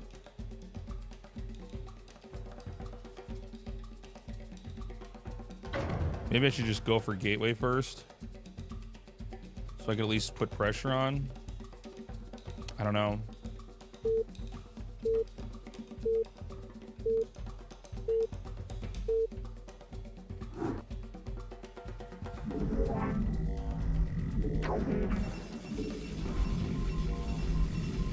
Well, the issue with fast Corsairs, that gets there as the Corsairs coming out. I mean, that's by design. You have not enough minerals. You have not enough minerals. I think that the Forge first, I mean, these are the limitations of going Forge first. It's really tempting on maps where you can cannon rush, like back here, like this. But it doesn't create, I mean, I think this is why the gateway first opening was invented, was because you can actually get over there and see what's going on. You have not enough minerals.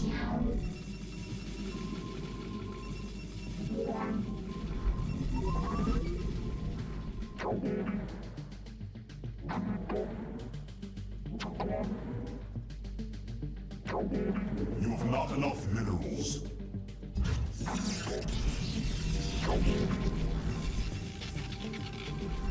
You have not enough minerals. You have not enough minerals.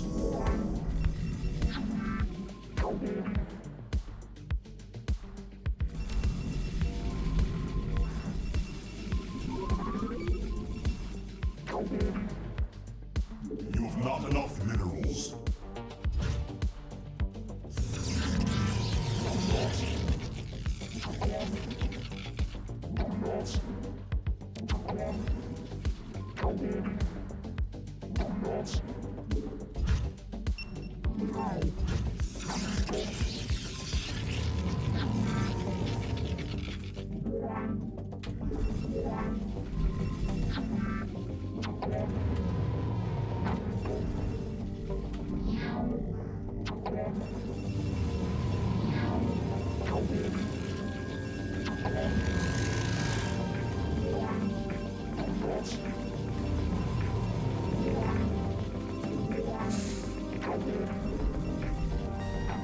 Jesus, he's a fucking madman.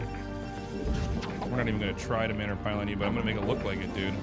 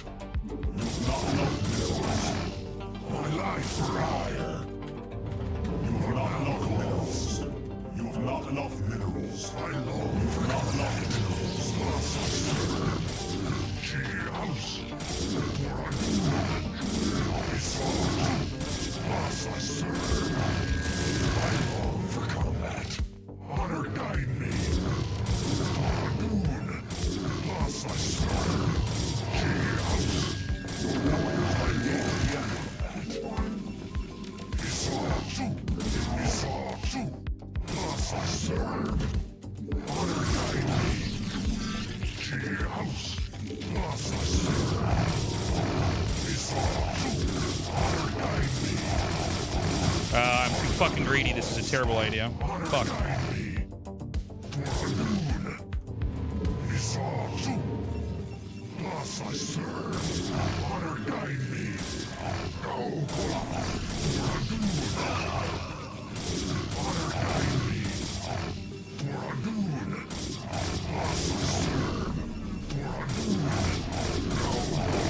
That's a bad play by me. It's just way too fucking greedy. I also didn't rally correctly, so I didn't have the right number of units up here. I long for combat. He saw too.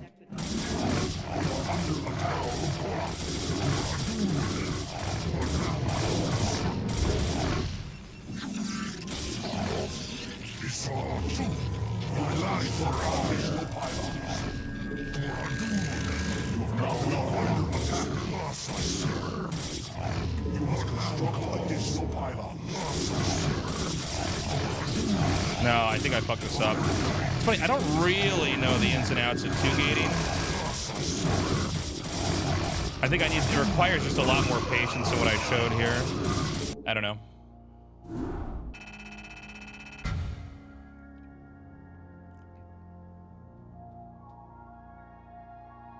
You have to trust that the dots will somehow connect in your future.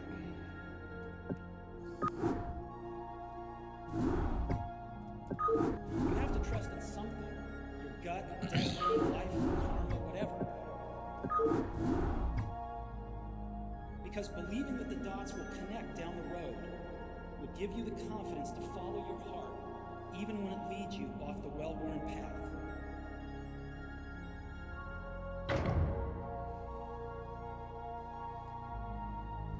You've got to find what you love, and that is as true for work. What is this music?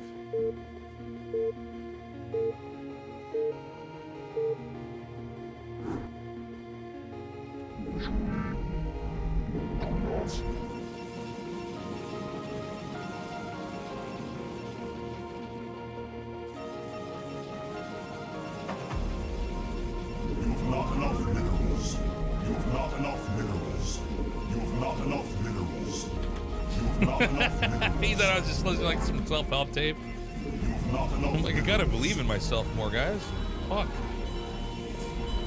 No, I don't know where the Spotify algorithm's taking us, but this is kind of some weird territory. I don't know about Invader, guys. Maybe I should veto that map. I'm not sure. I'm not sure if this is a map that's gonna be worth me trying to learn with all the other maps we've got on here. Maybe I should tick it back on the list once we get, I don't know, Apocalypse and some of these other maps that are a little bit trickier sorted out. Oh, fucking go. You have not enough minerals.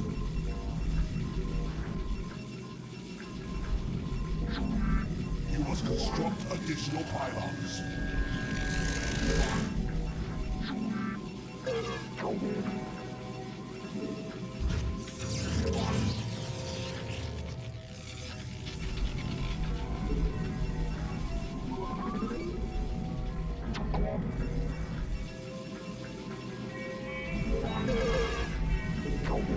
You have not enough minerals. You have not enough minerals. You have not enough minerals.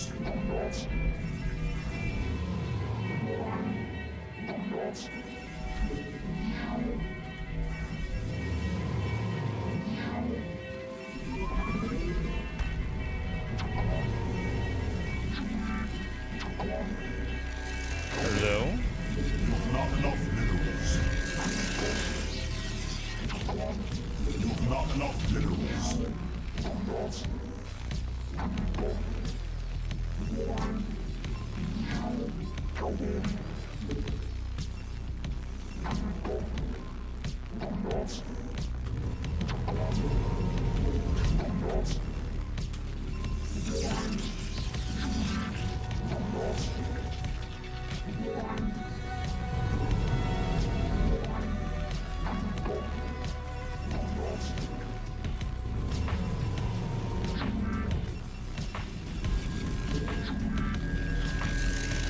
You must construct additional pylons.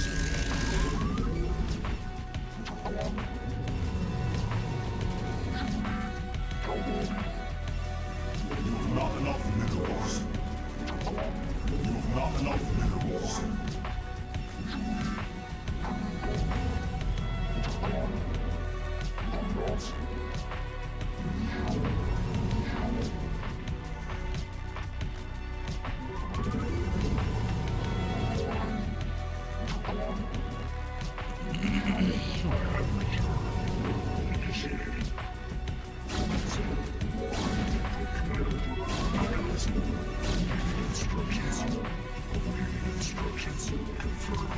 Oh, please shoot.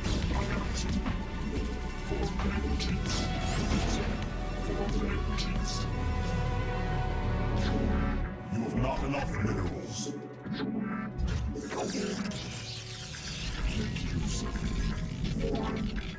You have not enough minerals. You have not enough minerals. You have not enough minerals. Control 9. Ship 3. We never confirmed if there's a command center here or not. Does he have a bunker? You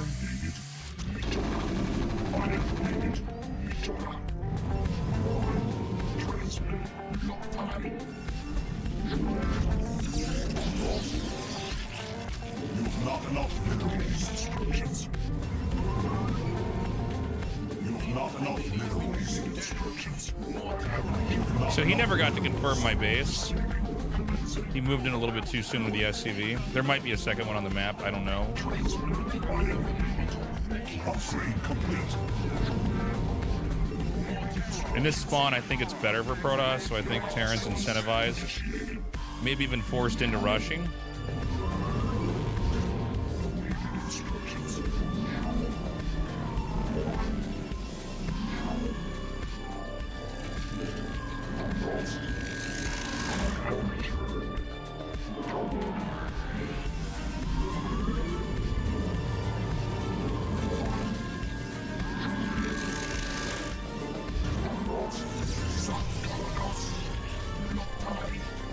Push out yet. Sometimes they'll do an attack around then.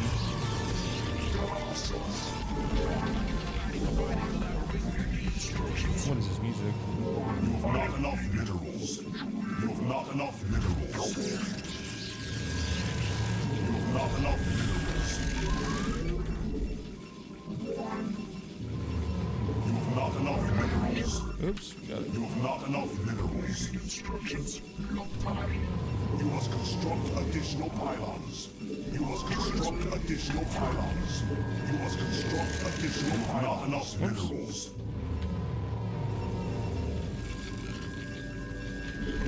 Instructions. You have not enough minerals. Instructions. I have made it. Confirmed. Mitola. Locktie. Initiated. Confirmed. South Kaladas. Awaiting instructions.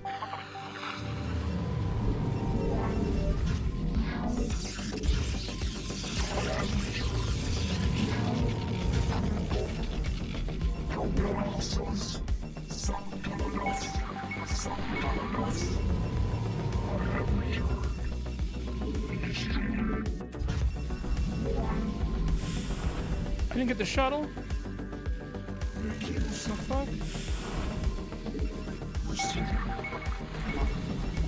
Not enough minerals. All right.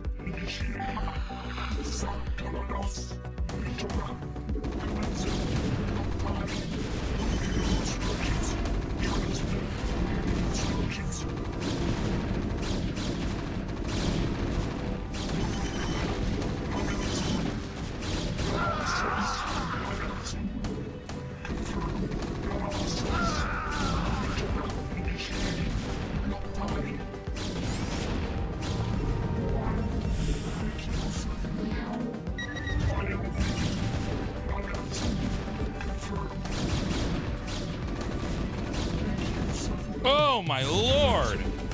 The damage we're doing is fucking crazy.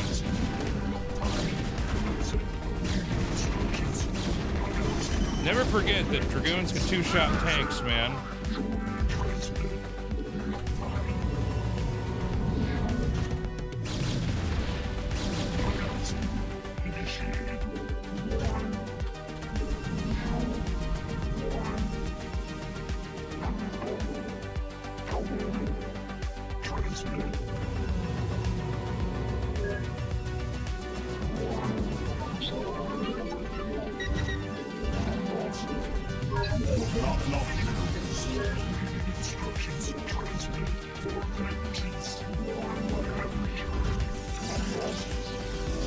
And I'm telling you guys,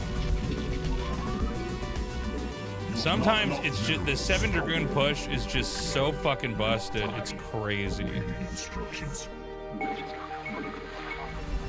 You know this kid is like losing his mind, spilling Mountain Dew in his keyboard right now. You have not enough minerals. You have not enough minerals. You have not enough minerals. You have not enough minerals. Awaiting instructions.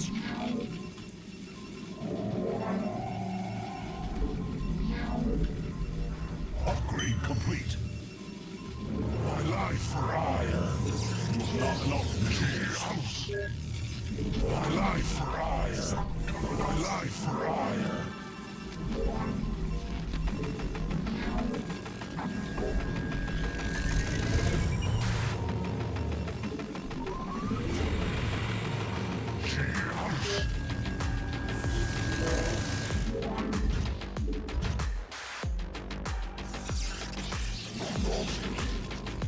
My life for hire.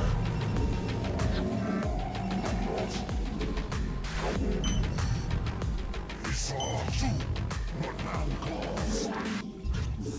My life for hire. He saw too. Honor guide me.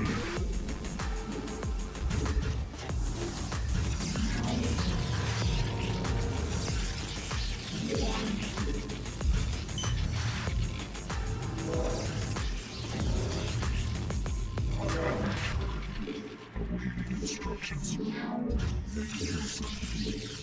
My life for hire. You have not enough minerals. I am receiving. Upgrade complete.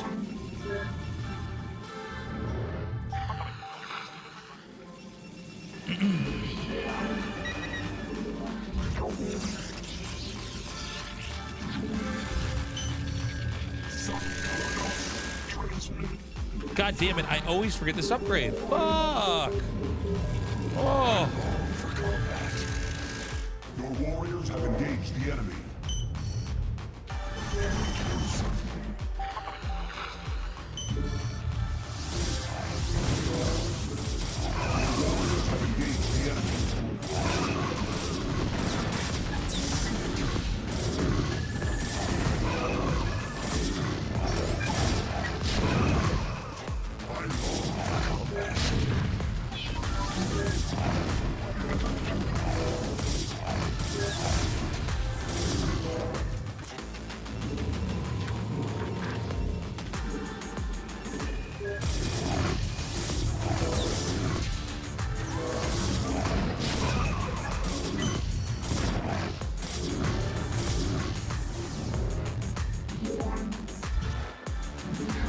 It's crazy how quick another main makes when I'm doing like micro like this.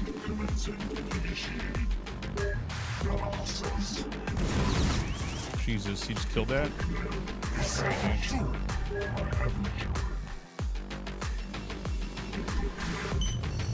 I long for combat.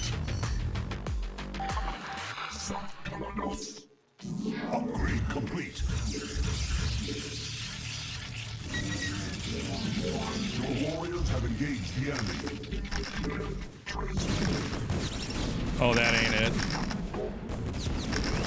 That's the other thing. I keep not making out of my observers. Shit. Instructions. I have returned.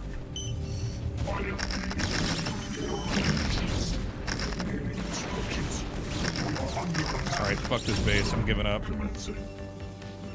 Oh my god, it's so annoying. Instructions. Instructions. Transmitted. Commencing. This is where I really gotta clean up my play style. Engage the enemy. Transmitted. Receiving. We are under attack. Engines. Commencing. My life for eyes. Transmitted. Command. Warriors have engaged the enemy. Upgrade complete.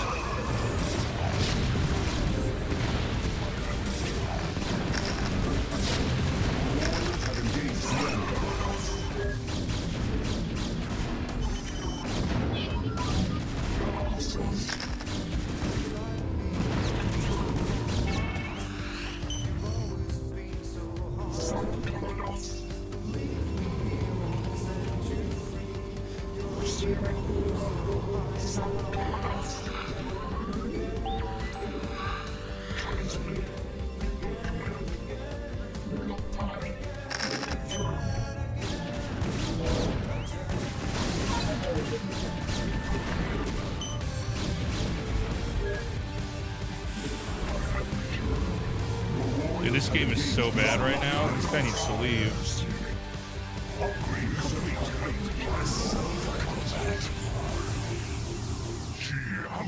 Make use of me. You've not enough minerals. TASTELESS. We are under attack. My life for hire. I am needed. My life for hire. My life for hire.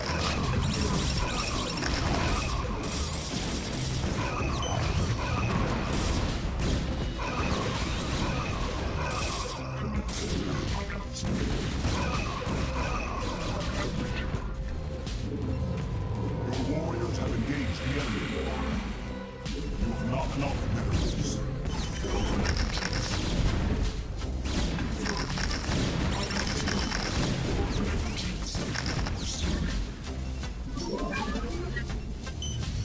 House. You have not enough minerals. Dude, this game is so bad. This is like my problem against Terran is I can't finish these fucking kids off.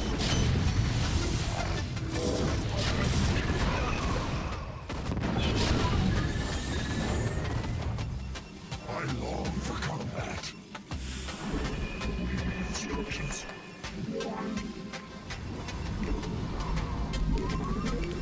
Instructions commencing.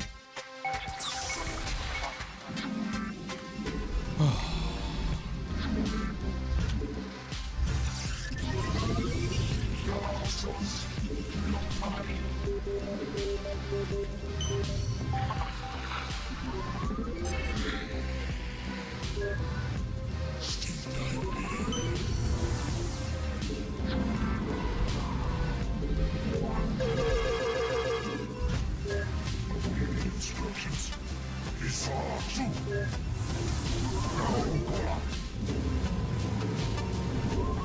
You require more Vestige gas.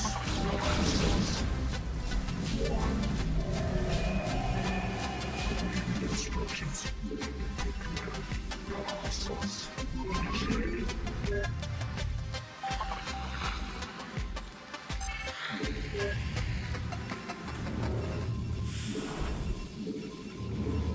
My life for hire. You must construct additional pylons.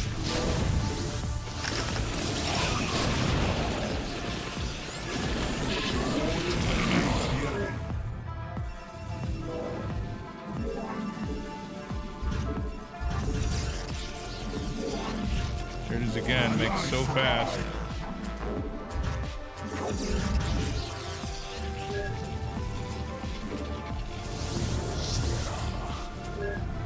Upgrade my life for hire.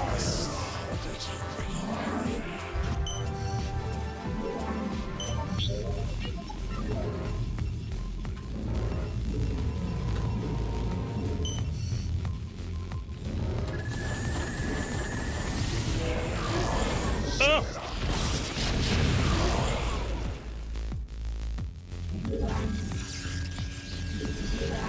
My life for hire. Upgrade complete.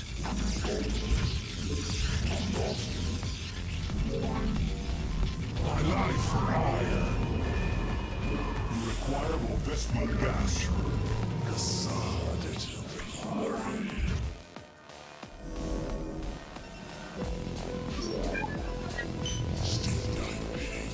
What now calls?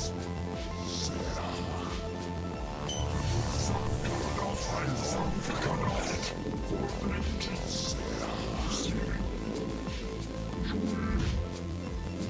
warriors have engaged the enemy.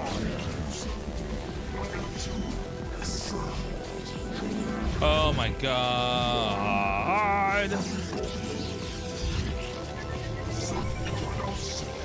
Upgrade complete.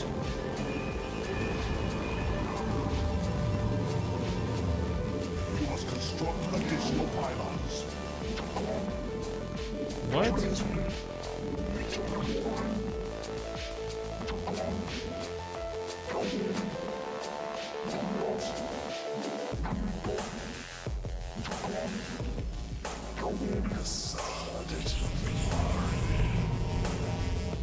My life for hire.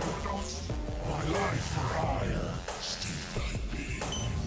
I long for combat. I am needed. Transmit.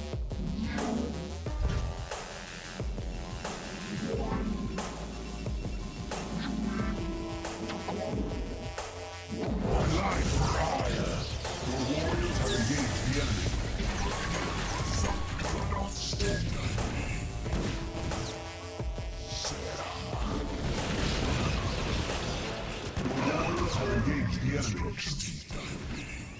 What's crazy is I've been crushing face this whole game, but this is like a point of the game I could possibly lose.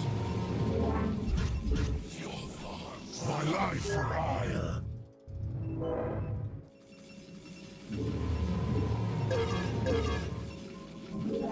I long for combat.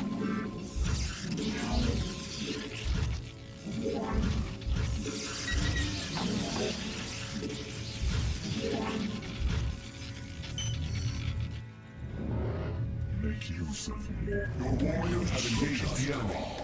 Cheers. Upgrade complete.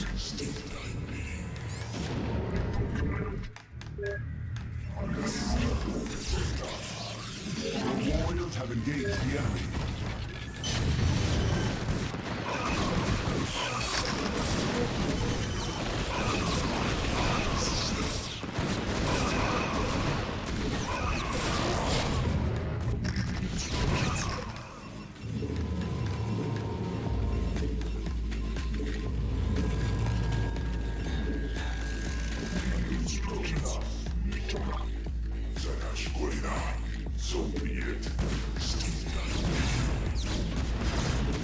I'm gonna lose this fucking game. This is crazy to me.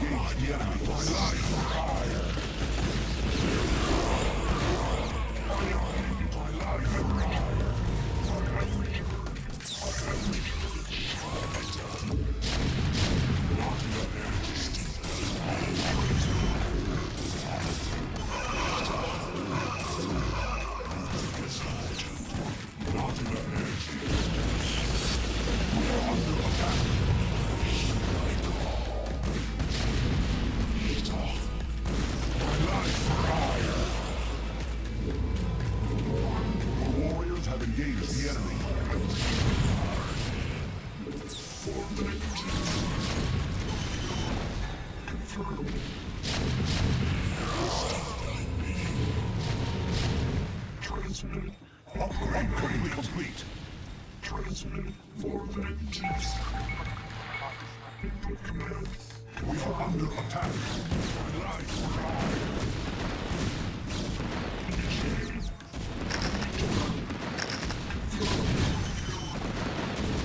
we are under attack.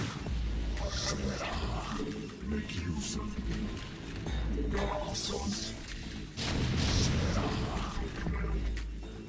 We are under attack. I long for combat. But now calls. The warriors have engaged the enemy.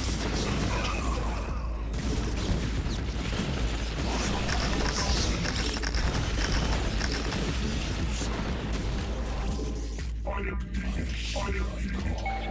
Make use of me.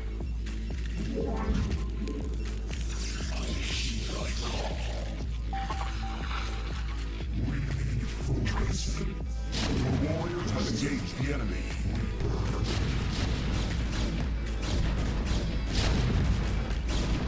Thus I serve. Your warriors have engaged the enemy.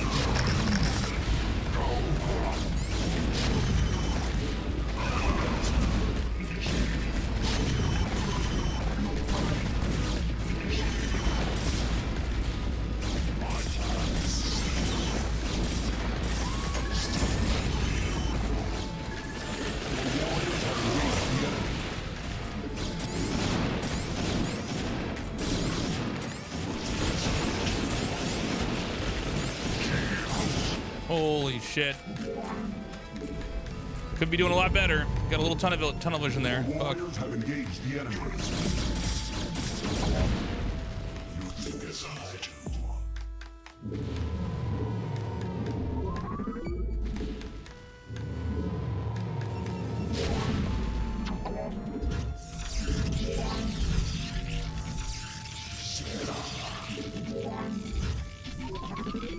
We are under attack. My life pride.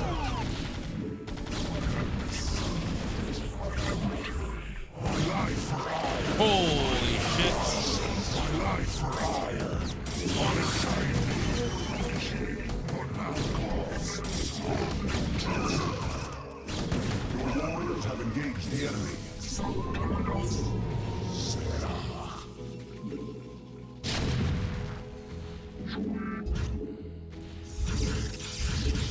My life pride under attack.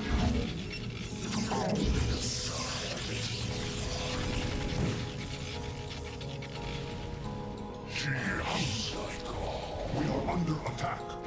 I long for combat. My life pride. All right, I think I got this. I mean, you know, we could definitely have done a lot better, but we're here. My life pride.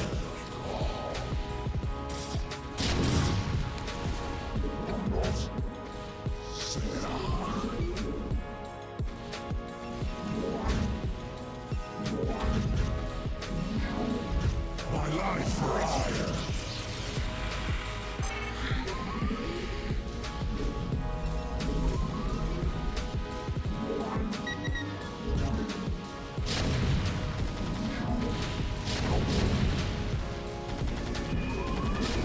We are under attack. The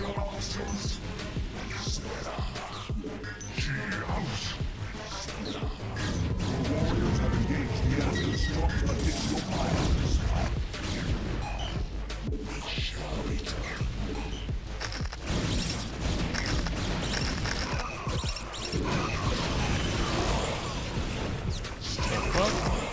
What the fuck? He's got all his shit out here? Oh, we can actually still lose this game. Don't worry. Losing this game is still entirely fucking possible. The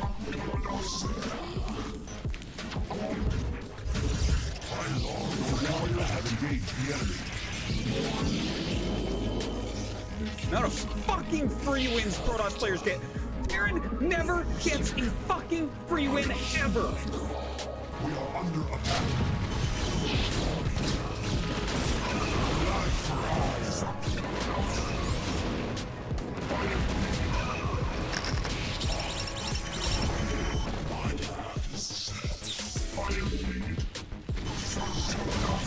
Jesus Christ. Terran can't be killed. Fuck me, man. It's insane. You seeing this shit?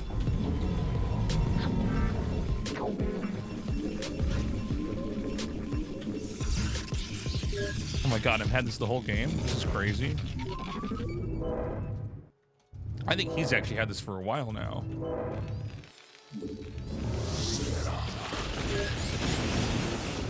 Your warriors have engaged the enemy. Life rise.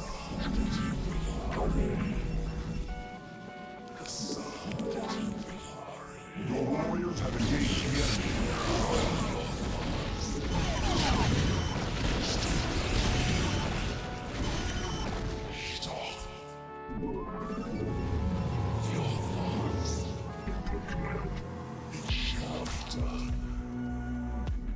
My life pride.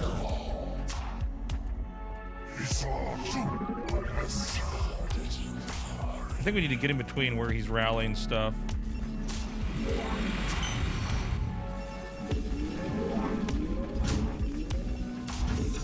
This might not be the way to do it, but we're gonna try this out anyways.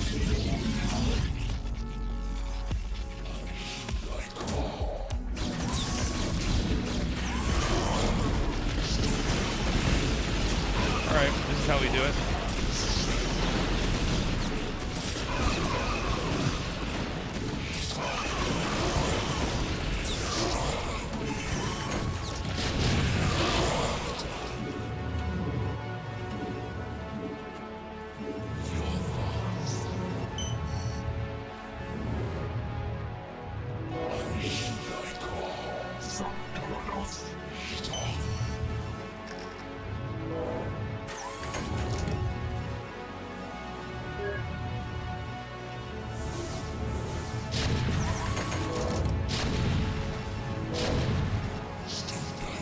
Under my eye for ire. It's all true.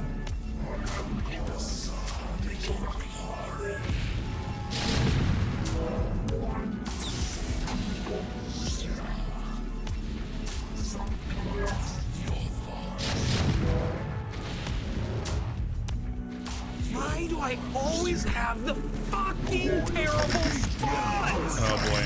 Can I have hook right one time? I can't believe he's almost mined this out. This is wild to me. What the fuck?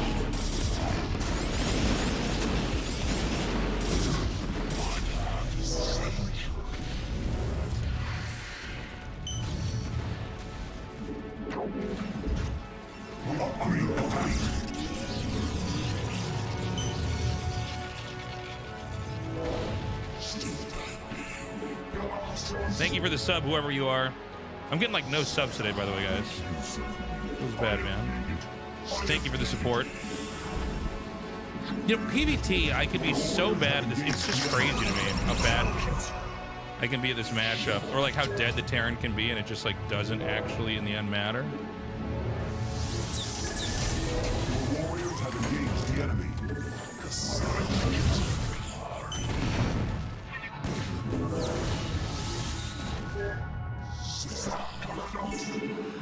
You must construct additional Oh, pylons. fucking good lord.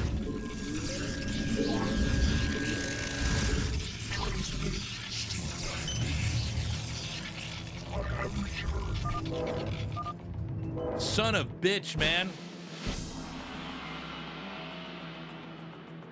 That guy was so dead for a million years. I mean, I can't even believe how dead he was. That map's insane. Oh. You don't need anything to live in this fucking matchup. It's crazy. And his early game was so fucking bad, man. Jesus Christ.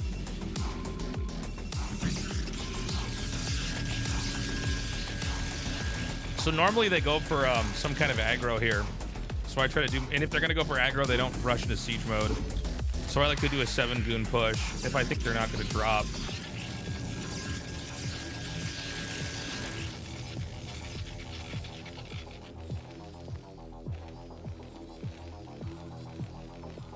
So I come up here, I know Brood War Pathing's a bitch, so I target this one, but get all that. I think we got every tank here.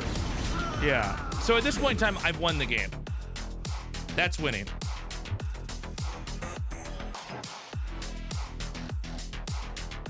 I think truly I should just tech into carriers just because in these spawns specifically and not going to Templars with Storm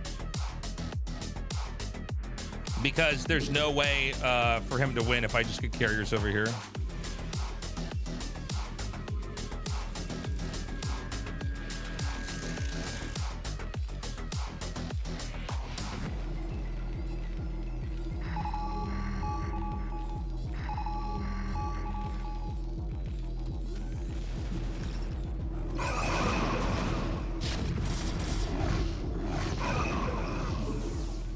I mean, he's so fucked here. It's crazy. I need to get better about having Dragoons control this position here. Fucking go write in a journal about what you think you know about Brood War and then light it on fire. Because you don't know anything. Bone Candy, what's up, dude? Thank you so much for the Prime, man. You're making my day over here.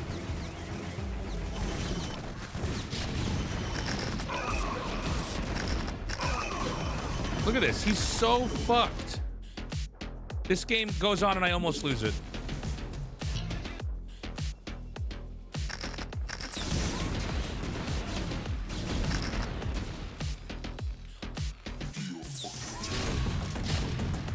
Now somewhere in here I got too gung-ho to try to end the game. I mean, here we killed the command. Oh, we didn't kill the command center. All right. Is it burned down? No, he saves it.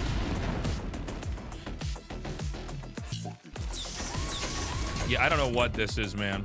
I have no idea. I don't think he knows either. Also, let's just say that we were to stay with Storm here, like we did. I should actually just be storm dropping here. I should be storm dropping here. I mean, there's no reason we can't do that.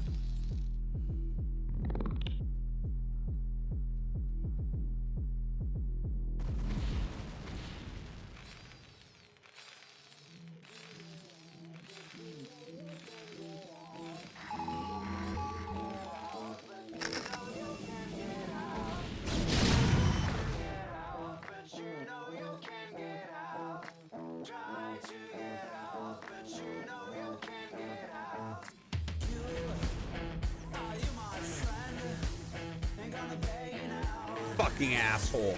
I can't wait for him to just rally units at me! Thank you, Aeon. Felix_ just subscribed.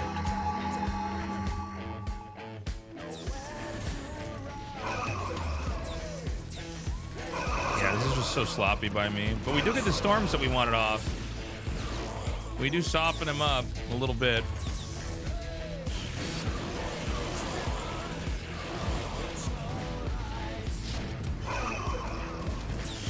That's all we gotta do is keep storming that, breaking off little pieces.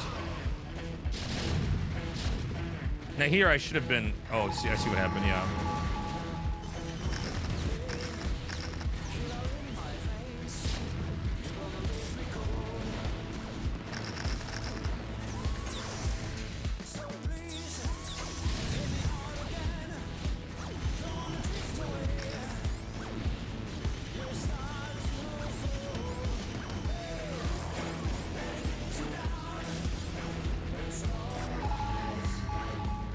I mean, it's just crazy to me that this game went on as long as it did. No, he's not mined that out. He mined this out. Did he lift this command center? Now, see, how did I miss this?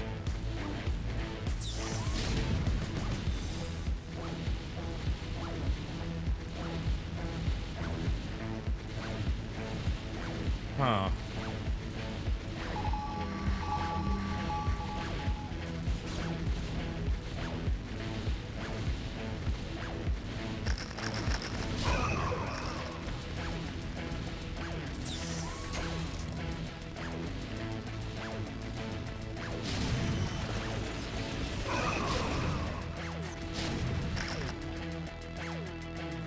Is there really just not that many minerals here? How much does this actually start with? I never actually count the mineral patches here. Yeah, I guess it's random, right? Yeah, okay.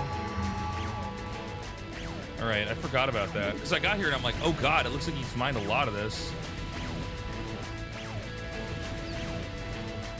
He sent all of his workers here? What the fuck?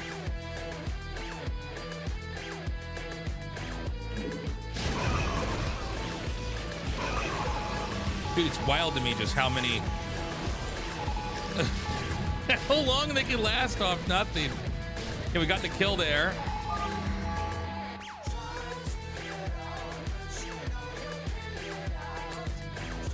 Guys, I'm gonna piss. I'll be back.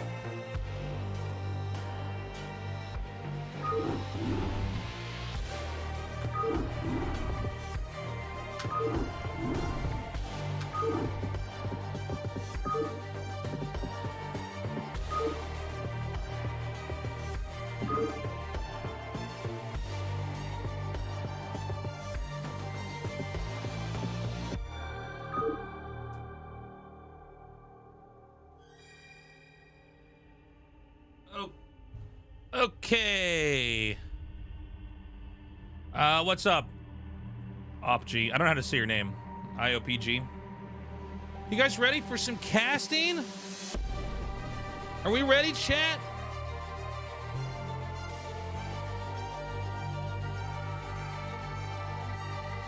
Can I get any reaction, chat? Thank you, Aeon. There we go. That's more like it. Now we're talking. How do I pause alerts on here? I think that Stream Elements is broken with OBS right now. Or I can't pause alerts. Let me try.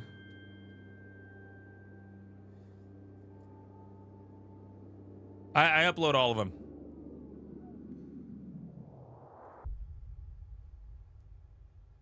All right, guys, if you're going to sub, just do it now. You don't have to sub, but if you're going to do it now, because otherwise it's going to pop up in the cast. All right, cover your eyes. Actually, here's what I'll do so you guys don't see the length of the games. 1 second.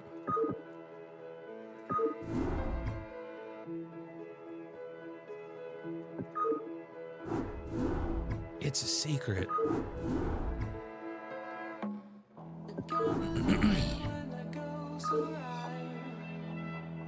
No worries, Nima.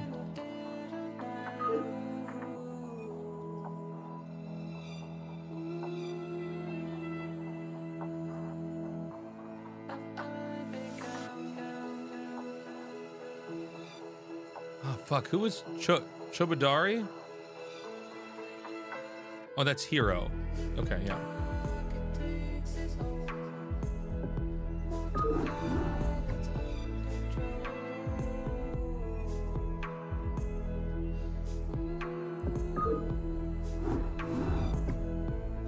All right, I have not forgotten to turn on my overlay. Just give me a second, guys.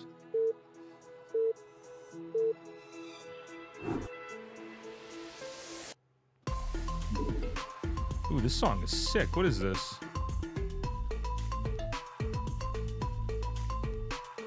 This is, I'll put the song up here so you can see it. That's Ghosts by OBLYX.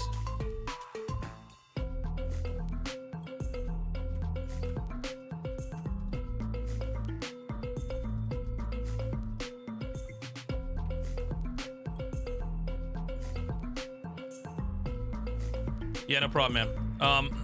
All right.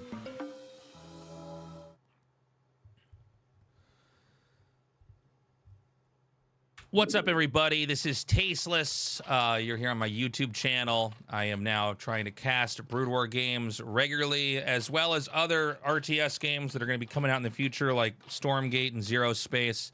If you like content like this, please subscribe to the channel. There's going to be a lot more cool stuff like this on the way.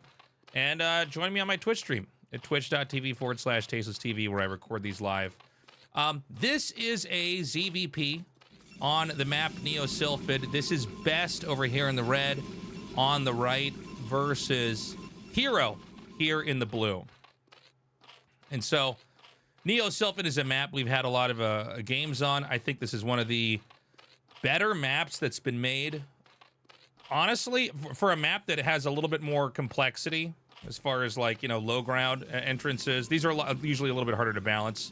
I think it's turned out to be a really fun, fair map that's made for some really interesting games. And I'm kind of glad to see, after several years of ASL experimenting with pretty wacky maps, that they brought maps like this in. ASL this season, by the way, is going on season 16, so do check that out. Excuse me. We've got the Gateway Expand opener here. This is Gateway on 9. Best is going to scout. This is intended, by the way, to intercept the Overlord if the Zerg is going to scout normally. So he does do that immediately. This causes a bit of a dilemma for the Zerg. Immediately, the hatchery is going to go down. This will be scouted, but luckily for the Zerg, it can't be denied. I don't know if this is a reaction just to the fact that this is scouted or not. I would be interested to get some insight here from a Zerg perspective, because it seems like this is kind of a safe way to just get your base up and then get a spawning pool immediately after that. So we've got the probe doing a little bit of harassment. We've talked a little bit about this opener over the last couple of years. This was an opener that nobody used back when I played Brood War before StarCraft 2. And when Remastered came out and Korea started doing StarCraft 1 tournaments, I did not know what was going on with this build. It looks very different. Historically, we had the 2-gate opener, and you would put pressure on with that. But basically, players have gotten so good, they can pressure with 1 Zealot and then immediately fall back, create a wall in with, you know, a Forge or even a Core, and defend. It's probably one of the harder builds to pull off. If you're somebody who's trying to get back into the game, I would not recommend this. You're going to have a lot of problems. By the way, a little mini game here.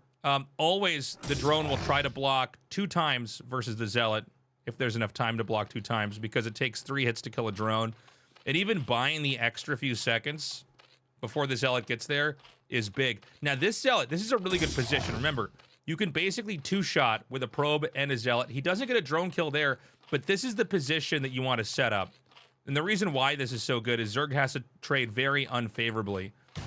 And in case you're wondering what happens if they don't engage with this, the probe can actually fire through the mineral patches here and here and end up killing drones. So the Zerg is actually forced to do that.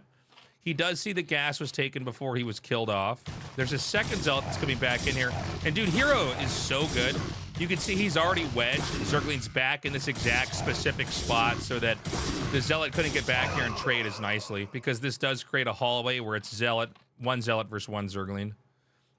Back at home, this is the safer of the responses to get the Forge out here. It looks like the Forge was actually made a little bit before the gas. That's usually the way to do it if you're going to kamikaze a couple Zealots in there. We've seen some players like Mini experiment with getting Core up even before Forge. But it seems like Zergs have responded to that meta-wise by being a little bit more aggressive. Hero's going for a layer, and if you look at the mini-map, he's fanning Zerglings out everywhere. And that's because players like Bisu got very good at hiding Zealots, you know, around these areas on the map. So that if the Zerglings tried to come in here and pressure and attack him, you'd have one more chance for a Zealot to run in and kill drones, like we see over here. So the cannon is coming along. The core was made before the cannon, so you could see there is a little bit of corner cutting here from Best. And from now, you know, there's a couple of choices here for the Zerg, but I think the most obvious one is probably just going to be a Spire to try to counter Corsairs that might come out. And teching accordingly. So, the 4 Zealots, sometimes you'll see this done without the rush at the start, but the 4 Zealots is a number the Protoss can basically push out with. And the reason why you want to do this, because a lot of times you'll see the Zealots, you know, get killed and they don't do a whole lot. It's like, okay, well, why is this even happening? You would spot a Hydra bust when you come out with this. Now, Best is guessing. He doesn't know where the 3rd base is. He thinks it's here. It's not. It's over here where this extra hatchery is being made. But I think that Hero's actually going to come in here, depending on the micro, and basically win this fight. And there's not going to be much scouting done. Damn, Best's micro is actually crazy, dude. What? What? What? And now he sees there's no base here. He's confirming with the Zealot. That is sick. He has another Zealot to come in and check over here. And obviously by now you know there's no Hydras coming, but he is getting some scouting off. Let's see what's happening back here. So positionally, this is, I think it was actually Bisu who made this setup popular. But getting the second gateway here instead of in your main here, the reason why this is a thing at all is that if you're forced to make an Archon because they go for mass mutas, your Templar can't get sniped. So he comes through here. There should be Scourge coming. This is actually such a a very, very fine timing to come through. So he's going to just confirm, okay, this is where the third hatch is. There's always the possibility it's up here. And he's going to get air weapons, get the cannon, get the Zealot charge upgrade, and be on the defense. But this is the +1 air attack, Zealot charge, eventually into Templar Archives, possibly into an Archon, depending on how the Zerg behaves air tech-wise. And when you get the right setup, you're going to have Corsairs with +1 air attack. I think if you get up to 6, they two-shot Scourge. I should know that, but I don't. And, you know, if you win the fight with the Mutas, you can basically dive on top of the Overlords with the Corsairs while the Zealots kill off, you know, whatever they can find on the ground. And so the Mutas have been masked up. It looks like it's 5. Sometimes Zergs stop at 5. 5's also, I find, a hard number for the Protoss to get a read on, where it's like, are you going to make more than this? You know, when they're clumped up like this, it can be a little bit hard to tell. I don't think that's the rationale for why they get 5 or anything like that. I think 5 you can one-shot probes. Let's see. Well, if they all fire at the same time, I think you do. Now, the danger for the Protoss is he doesn't know if there's a Scourge trap somewhere like here or here that could flank him and kill off the Corsairs. So both sides have to be pretty conservative. And so back at home, we've got the Zerg just making you know, all the upgrades that they need for the time being. And basically just, you know, staying back. The Protoss gets that +1 upgrade. Here comes the DT with that, by the way. And so the idea is that the combination of the Corsairs, the Zealots, and then the DT, I mean, if you can actually kill, you know, any of the Overlords here and slip a DT, and that's huge too. So this is a very technical attack that, you know, it's pretty normalized now, but it is always impressive to see kind of at work here. Nothing really able to get done over here. Zergs have gotten so good at turtling that a lot of times this is almost more of a skill check than a true attempt to deny like a third base. If the early game goes very poorly, basically you can confirm, okay, there's no 4th hatchery here. This is why 6 hatchery play like this has become so popular, is because the Zerg can't stop this, but they won't be killed by it if they camp like we're seeing here. So back at home, we've got the armor upgrade. This is one of the funny things is, like, now it seems like a lot of Protosses get +1 attack and then +2 armor to have a stronger push. That was another new idea that wasn't around back in the old days. This matchup had just a lot of revamping in how it was played as time passed. We've got 1, 2, 3, 4, 5, 6, 7, 8 gates coming up here. And a robo probably soon to be made.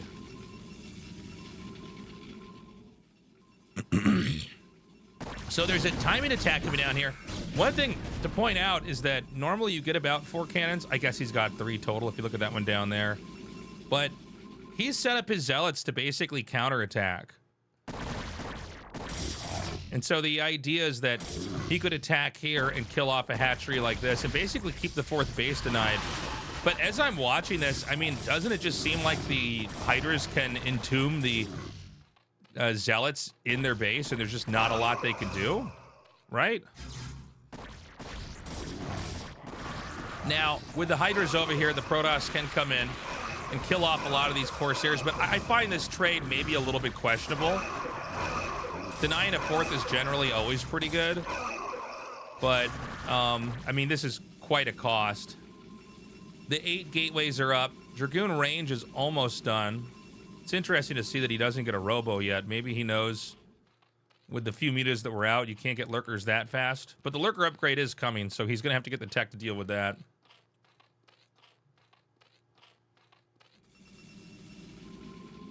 So, sorry about the pauses, guys. I got to drink some water here.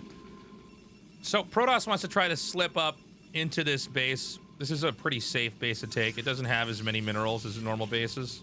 You can also see over the low ground into the high ground. But it's pretty manageable. Now, the push is going to come in. There are enough Zealots, Dragoons, and Templars that you can basically stop this. And Zerg needs to act pretty quickly here, and that's why we're seeing the double expand come down. We getting the armor upgrade? Yeah, there it is. +2 attack. Sorry, +1 attack, +2 armor is... That's how they do it now. The Robo's gonna finish. Do we actually have lurkers out? Wow, this is really timed out nicely here by Best, in that he has just enough time to get the observers out. I assume the observatory is being made somewhere around here. There it is. To have that out before the lurkers could create a real threat. So, for the Zerg, this is not going to be an easy game, but the Protoss doesn't have an easy time pushing in here either. This base is probably the most likely spot to push, but really the entrance is only here, and I mean, this entrance here is not even really a factor just because of how close it is to the Zerg. The Zerg may try to set up what looks like a contain, and the truth is that you can't really contain the Protoss here because they can go out this way, but he has something to spot over on this side for that. And this creates a little mini game where you have the Zerg's lurkers, the Zerg Overlord, and of course the Zerg Hydras out here, and they want to try to go for the Achilles heel of the unit comp, which is the Observer, because if they snipe the Observer, well, I mean, then you're set.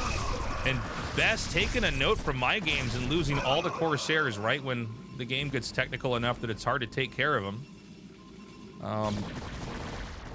Now, Protoss doesn't have to try to break out right now. You can kind of ignore this and take a fourth here. Zergs will have a lot of games where they just try to, like, okay, he's actually going to ditch it. This is probably a good call. You have a lot of games where they try to counterattack here or there. But I think he basically doesn't feel safe. And so we're going to see a Zerg really turtle up. And one thing to just go big picture here, you can see that, like, you know, the upper left side and the lower right side are under the control of each race. The top center is going to be a big factor here for both of these guys if we get into a long enough game. But this is not necessarily easy for either side at this point in time. So the push is going to come out. We've got Sunks being morphed over here. The lurker setup is down here now. The storm's coming.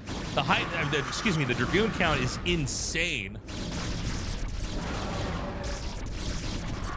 And, I mean, Best is doing a really good job not just hemorrhaging his zealots. The storms come down. The Dragoons are going to be microed back. Really nice storms from Best. And you can see he's back. No, he's not macroing yet. When it comes to Brood War, there's a period where you have to, like, know what you're prioritizing. Are you actually making stuff at home? And there you go. You see he's macroing now. He's not going to have that macro cycle happen, like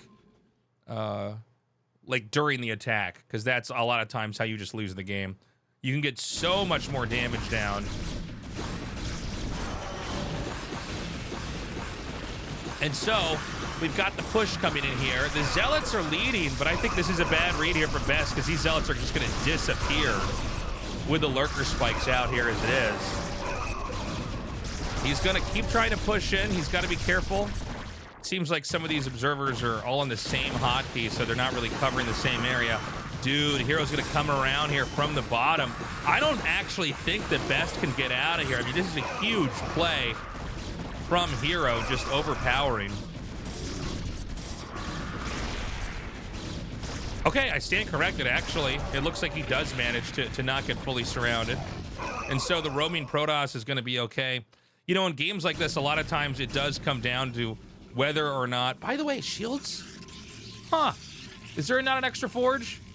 Oh, there is. Okay. Okay. Did not know that the shields play was the way to go.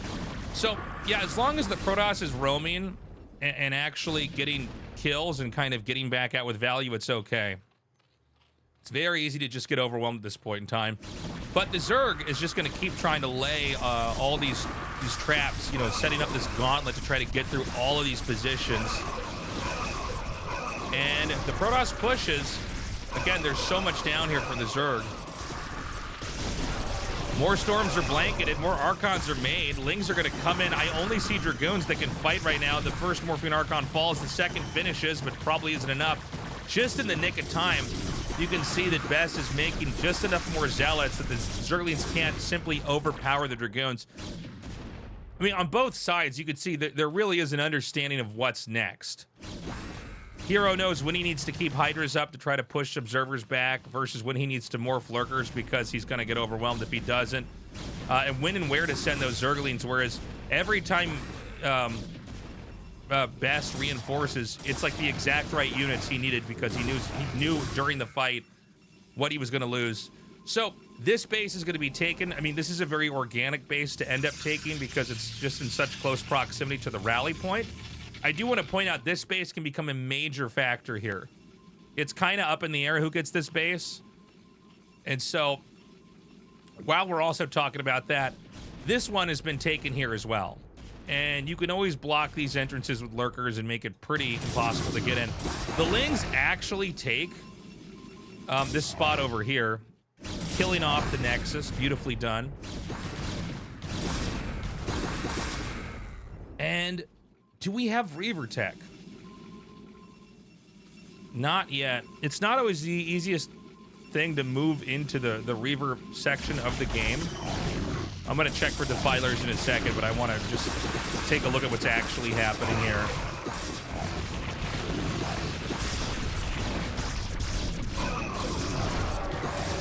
Okay, this is actually huge. I didn't realize this was such a weak point.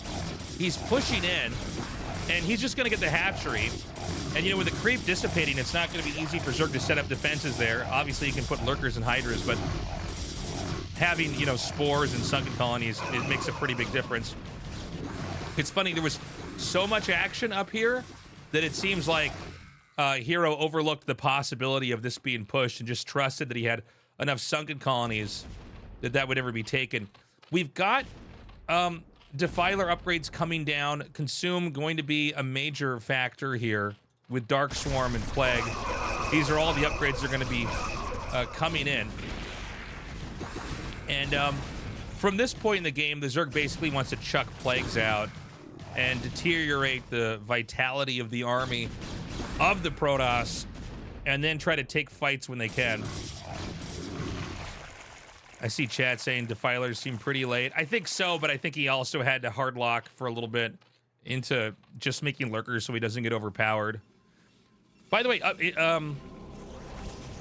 excuse me. The upgrade distribution, we have shields level 2 coming here, as well as attack level 3. So this is kind of interesting for me to see, like, so this is the order you make stuff in for upgrades now. I always thought you just went into 3-3 somehow, but apparently not. So the Observer is going to confirm that these bases are being taken over here. Stray Templar is picked off. I mean, the number of lurkers in this game has to be crazy. I don't actually know the hotkey for checking how many units have been made in a replay. I'm sorry, guys. I only do this for a living. Storms are going to come down. And I gotta say, this is actually a pretty good exchange for the Protoss, but there's a lot more coming here for the Zerg. Pretty good dodges on the Psy Storms. The Archon's a little bit too pulled out here. If the Archons fall, the Dragoons alone are probably not going to be able to do that much more, but Best manages to micro the Archons back. He's still sticking with 4, going up to 5 now. Dark Swarms go down, but it looks like with the Zealots and the damage that was already done, they're able to kind of deal with what's come at them. I believe Archons only do like the splash damage portion of their damage to whatever they're hitting.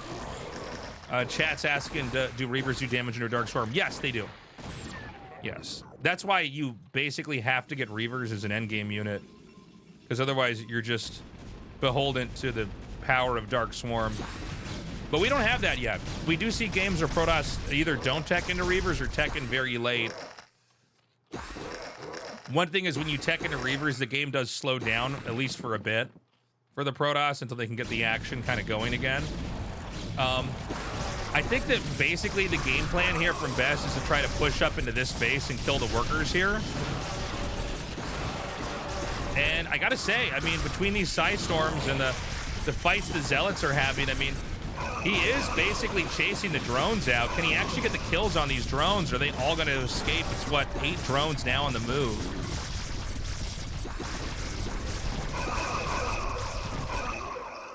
And so, I mean, it almost works. I think these Archons should be cleaned up unless he can tuck it behind the minerals here. So, you know, not a failure, but not a success either. The minerals are mined out here, unsurprisingly. This base is still pretty rich. Obviously, this base is still pretty rich as well. Nobody's taken this spot over here. And for the Zerg, I mean, this is going to go away soon, as is this base. This one is really one of the cash cows, along with the position that we see Best is trying to break in right now.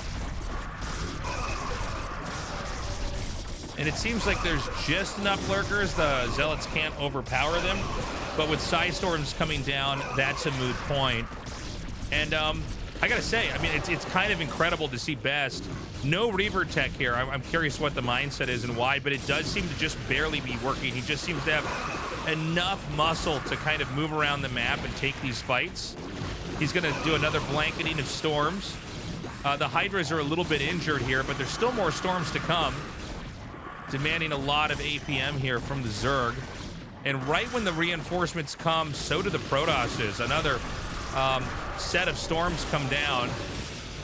What's the armor here on these Zerglings is 2, compared to the +3 attack there from the Zealots. Yeah, I think Protoss actually wins this by taking this position and then ultimately this position as well.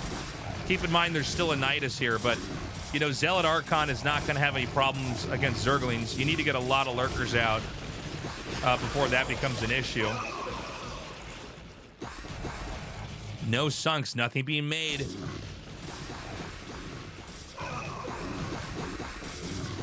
This is a wild game, man. I think we could be on the verge of the end of this. Oh, well, hold on a second. The Zealots are getting stuck back there. Some Hydras are going to come out.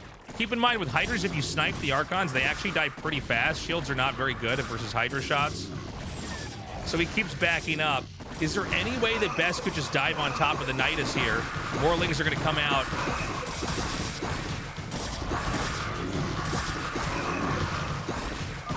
And that's going to be a dude. GG.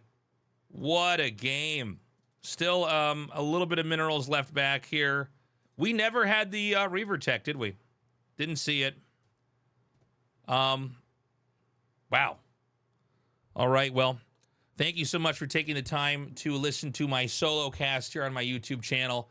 Again, please follow the channel if you enjoy this kind of content. There's going to be a lot more stuff from me coming with that in the future. Check out the Twitch channel, twitch.tv/TastelessTV, and check out my merch shop. We've got cool shirts like this Gosu shirt with the Korean Hangul matching it, and a lot of other cool either Korean-themed stuff, gaming-themed stuff, RTS-themed stuff, even a little bit of fighting game-themed stuff on there. So, yeah, do that, and I hope to see you in another future cast. Thank you so much for watching.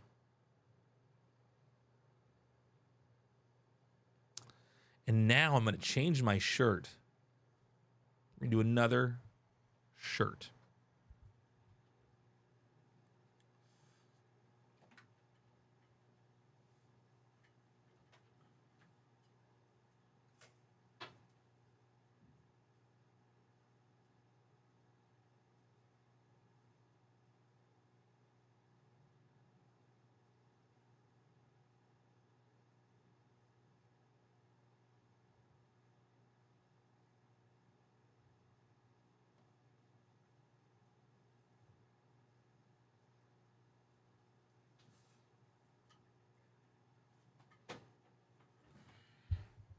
I think we need to put the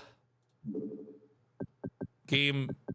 I don't like the StarCraft music because I can't listen to the same song forever, but I think we should have the in-game songs up.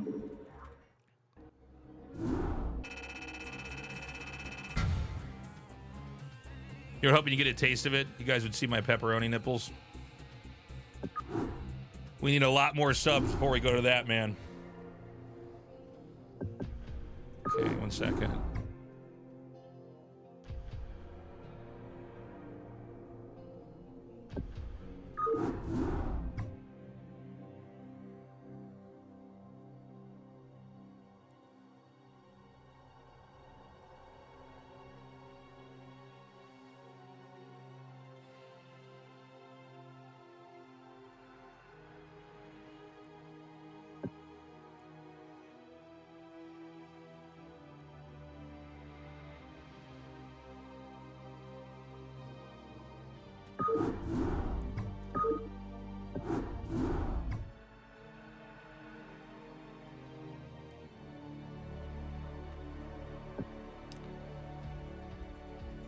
sorry, who the fuck's playing this game? I didn't even look at who. Let's replay. I loaded up. Hold on. BSU versus Rush. All right. All right, we ready? Editor. What's up, everybody? This is Tasteless here. We're going to go into a match between Bisu, the Protoss legend, versus Rush, one of the new Terran gods here. It's going to be on the map Invader, one of the new maps in the ASL, as well as the new ladder season on the StarCraft ladder. Whoops. Live production. All right, so in the upper left here, in the red, we've got Rush. In the bottom right, we do have Bisu. And before I go into this one-on-one map, do me a favor and sub to the channel and be ready for new content like this to be coming out. Not just with old school stuff like StarCraft, but with new school stuff like the many new RTSs that are going to be coming out in the next couple of years, such as Stormgate and Zero Space. Now,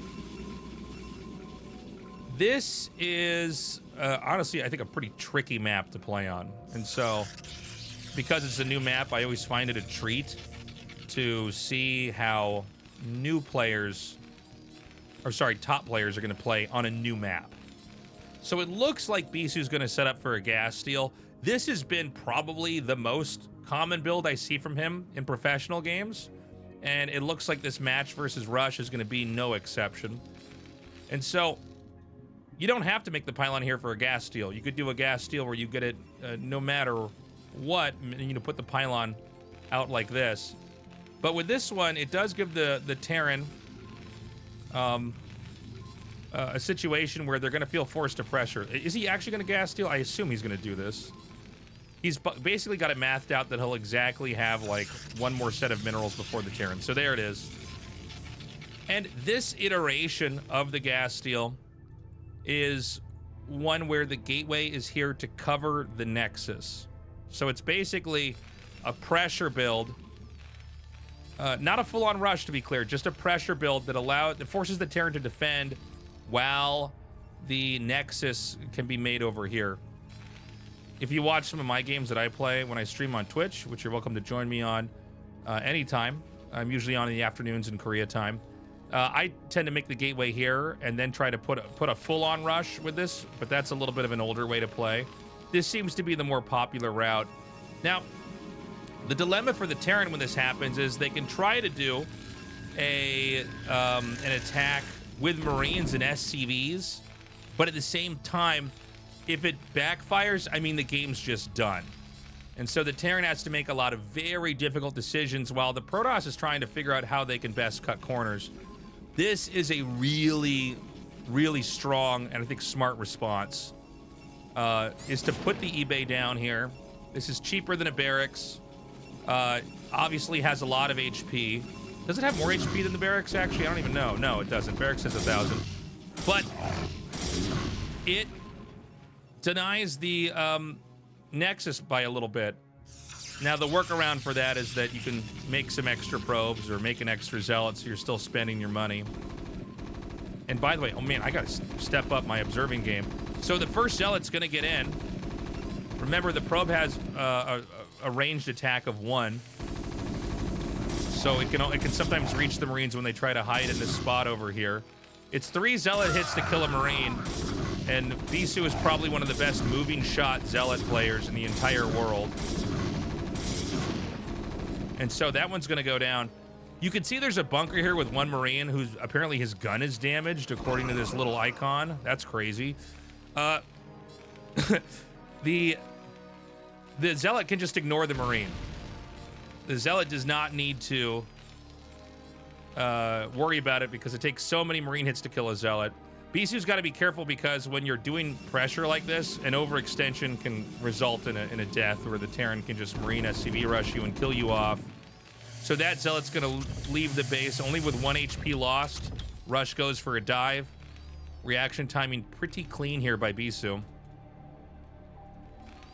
And so here we go. Probe transfer. Macro game basically kicking up. It doesn't seem like either side can get each other for a little bit. But we got to see what exactly is the tech going to be here from Bisu. There's no one rule as far as tech goes. I mean, it's what makes Protoss so fun to play. Is, you know, probably going to cost Artosis 10 years of his life from playing against. But it is what it makes it, you know, kind of a tricky race to play against in all seriousness when you're trying to figure out the tech that they're going to go for. You could go for DTs, you could go for Reaver, you could just get Dragoons and Observers and expand. And so we've got the Robo coming. We don't have Dragoon range yet, but a lot of times when you go for a quick Nexus like this, because the Robo is so late, you want to get the Robo before Dragoon range. There it is now. Because you need to get Observers, because you also don't know what Terran's doing. Some Terrans is an example, and it's not going to happen this game, but they'll make like 5 barracks and go, you know, Marine stim with 1 factory, and push you and just kill you, and you're maybe you're the guy that just went for a couple of Dragoons with range, trying to prepare for a drop. So that's why we see the rush towards this. He's gonna get a shuttle. Let's see, does he get the Robo Bay or the Observatory? Okay, he goes right into a Robo. Interesting. I guess the truth is you can probably scout and get an idea of what they're doing along with dropping them. 3 factories here from Rush. So just to be clear, there's 2 entrances on this map. You might have already seen that, or you might just know because you played some games or seen some games on the map. But they go out into very different directions. One snakes out around here and moves through the bottom.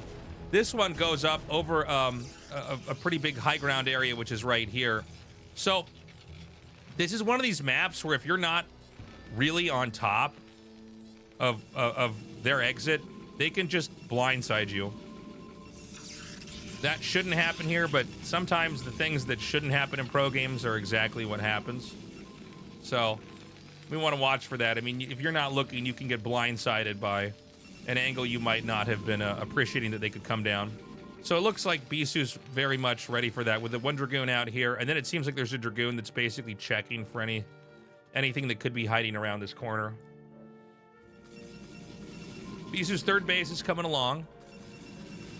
2 observers after that. Shuttle speed, no observer upgrades. More gates. I'm sorry, did he do this on 1 gate? This man is so greedy. This is wild. So he'll probably get a 4th gate here. But the 3 factory push is coming, guys. He's got 3 tanks out already. He's getting more. And he's getting the missile upgrade. And one of the things about this missile upgrade is it makes it almost like you just can't even toy with them with the shuttle and Reaver. So this is, again, another newer idea in the game. You would never normally get this upgrade unless you saw them going for carriers, but now you get it because shuttle play is the core meta. And when I say shuttle play, I don't mean just making the shuttle and flying around like this. I mean, a lot of times you'll see more than 1 shuttle made, sometimes en masse. Okay, here we go. He's going to try to come in here and drop. Now, sometimes, and by the way, I've actually got a lot to say about this. Let me just play by play what's going to happen. Ooh! Or make sounds. He gets only 1 SCV. Good targeting. And he's going to try to go right back out again. He fires another shot, nicks the Goliath, and he gets away. So this is something that I've noticed everybody's doing, and I maybe this is more interesting to me than it is to you, but I'm going to mention it anyways. A lot of people always said if it was risky to send the shuttle in, you shouldn't do it. It seems like now everybody always sends the shuttle in to get damage. I guess because if you can control it well enough, you can either A, get it back out, or B, ensure that you're going to get enough damage that it probably pays for itself. I guess a shuttle, 2 zealots, that's going to be 400 minerals, a Reaver, so that's 600 minerals plus Reaver's 100 gas plus Scarabs. I don't know why I'm doing this to myself and trying to do a big math equation to you guys, but I guess if you could get, you know, enough SCVs and some vultures, it probably pays for itself. Just a thought there. Back here, we've got the Forge coming along, more observers, and the rest of the gateways are coming down. By the way, we should note that Bisu's style does seem to be a little bit more traditional Like, it does look a little bit more like a pre-StarCraft 2 style, and that's not bad or anything, but it's just worth pointing out. Like, he's very good at what he's doing. He's probably the best in the world at this approach. Now, he is getting the Storm, and this was an idea that was, as far as late game tech, a little bit more toyed around with and didn't have anywhere near as much success as it has now. But the idea is that you have, I'm sorry guys, worst observing in the world. He did try to come in there with another drop. Clearly he got the shuttle with the Reavers back out. Very important to do that. The idea with the Storm is that you blanket any push that's moving too fast with Storm, and if they're sieging up, you just don't deal with them. So you're really making Terran do the legwork to move out on the map. Ooh, okay, close move there. He's going to use the Reavers back here, and notice he's targeting the Goliaths because that's what can actually target the shuttle, and then he just backs up. He wants to force siege out. This idea is not new. This is one of the oldest ideas to delay a Terran push, is to force this leapfrogging of tanks and buy yourself time.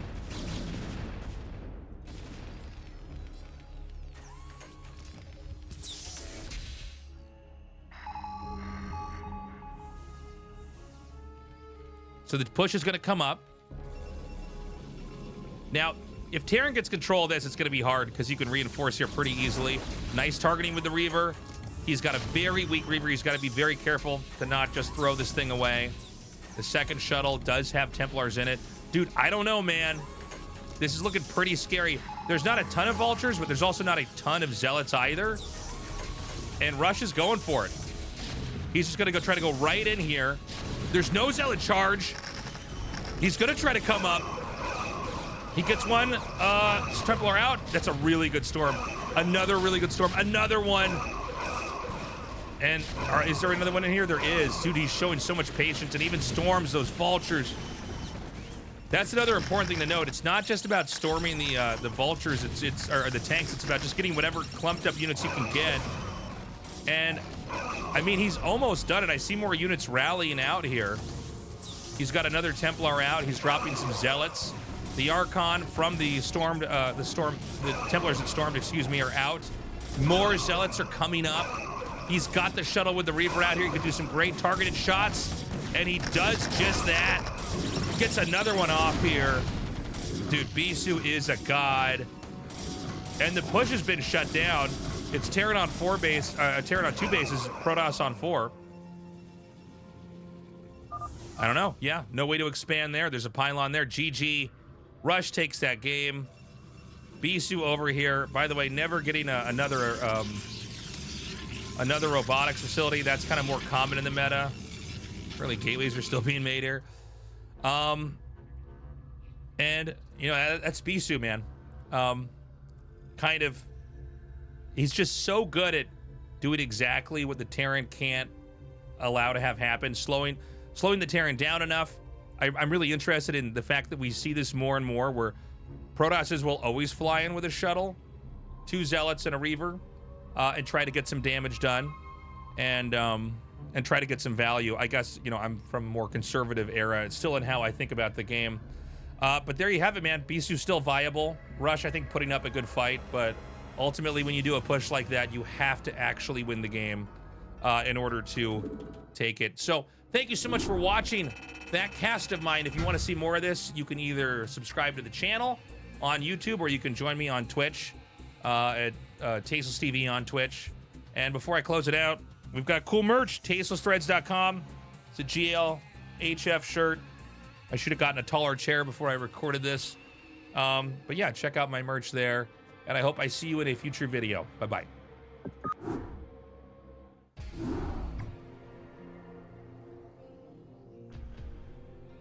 Did I say Rush takes that game?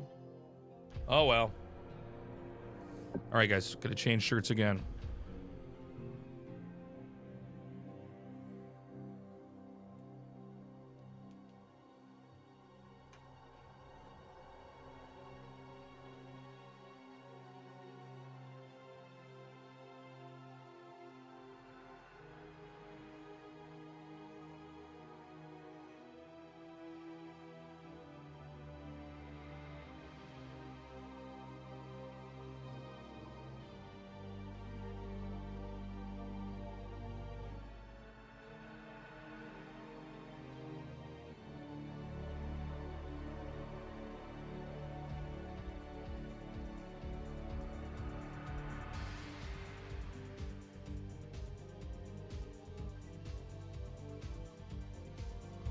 Oh, we changed shirts, my friend.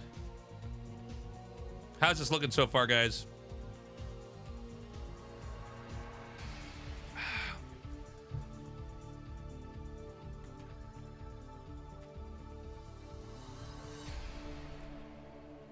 You guys told me I was too professional last time. I'm trying to have a little bit more fun.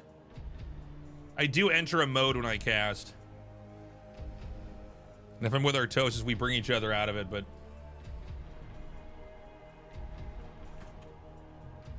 Did you guys, did you guys change your shirts too? Okay. How many more of these do we have?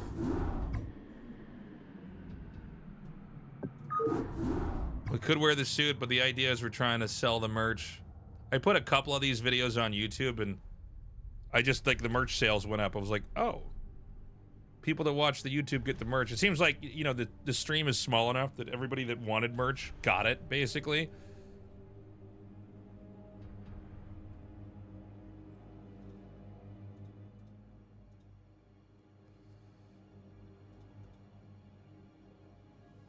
Sorry, guys, give me 1 second.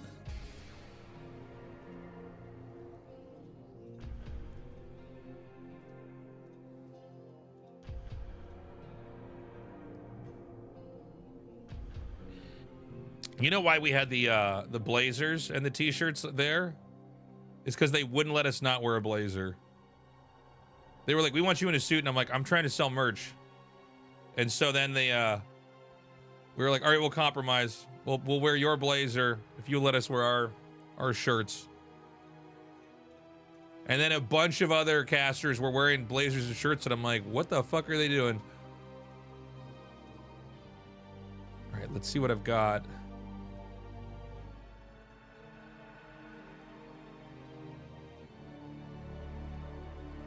I just did best hero. Oh, they would buy my clothing for GSL.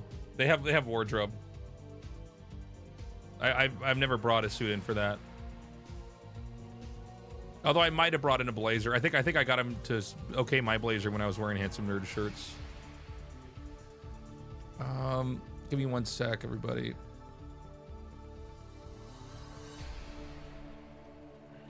I have another Action Rush game, but that's going to be uploaded soon, so I'm going to hold off on that. We just did BC Rush, excuse me. Best Rush is available.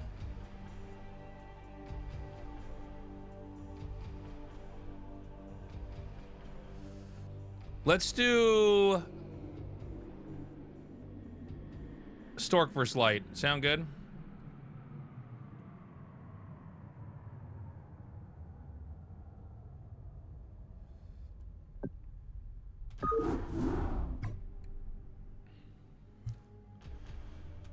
No!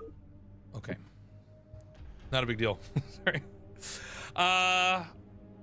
Hello, everybody. No, not hello, everybody.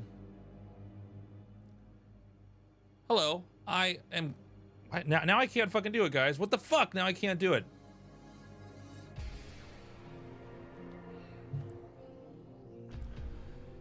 Thank you for popping by my YouTube channel. We're about to cast a game of Stork versus Light. This was a game played today on September 6th. I'm gonna... Actually, hold on 1 second. Oh, we got subs. Hold on, I'll get over here. Sub alert. It's so bad! This is, you can lose to players because they're bad! I prove it! Thank you, Sponge. I'll just start over. Clown race! Start over after the subs. Clown race! Citizen_Sane just subscribed. Sponge gifted a tier 1 sub to Citizen_Sane. Fucking clown race! Clown race! Will Stork cast a shadow on Light, or will Light illuminate his way to victory? All right, guys.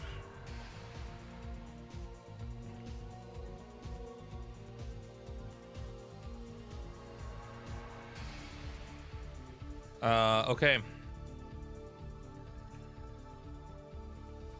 Hey, how's it going? Welcome to my channel. This is Tasteless here, and I'm going to be casting a game for you that was played on the 6th of September today, when I'm recording it on my Twitch channel live with my chat. This is Stork versus Light. Two players that are both currently in the top 20 on the StarCraft ladder in the new season. And look, man, I'm very excited to see these two play. I do think Light is a league above. By the way, Light in the bottom right and Stork in the bottom left here. The map is Neo-Sylphid. To what I was saying before, yeah, Light... Excuse me. I just sped the game up. God damn it. Fuck. I just like went into I went into replay mode.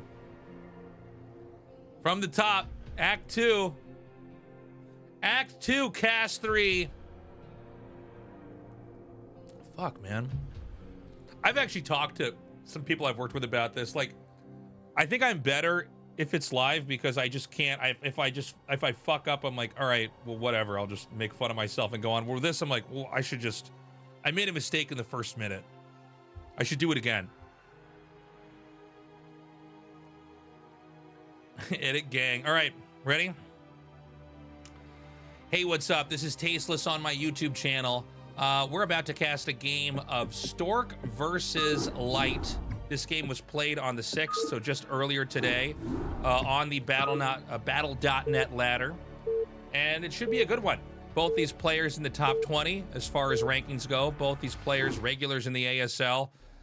With Light's case, a champion of the ASL in the past here.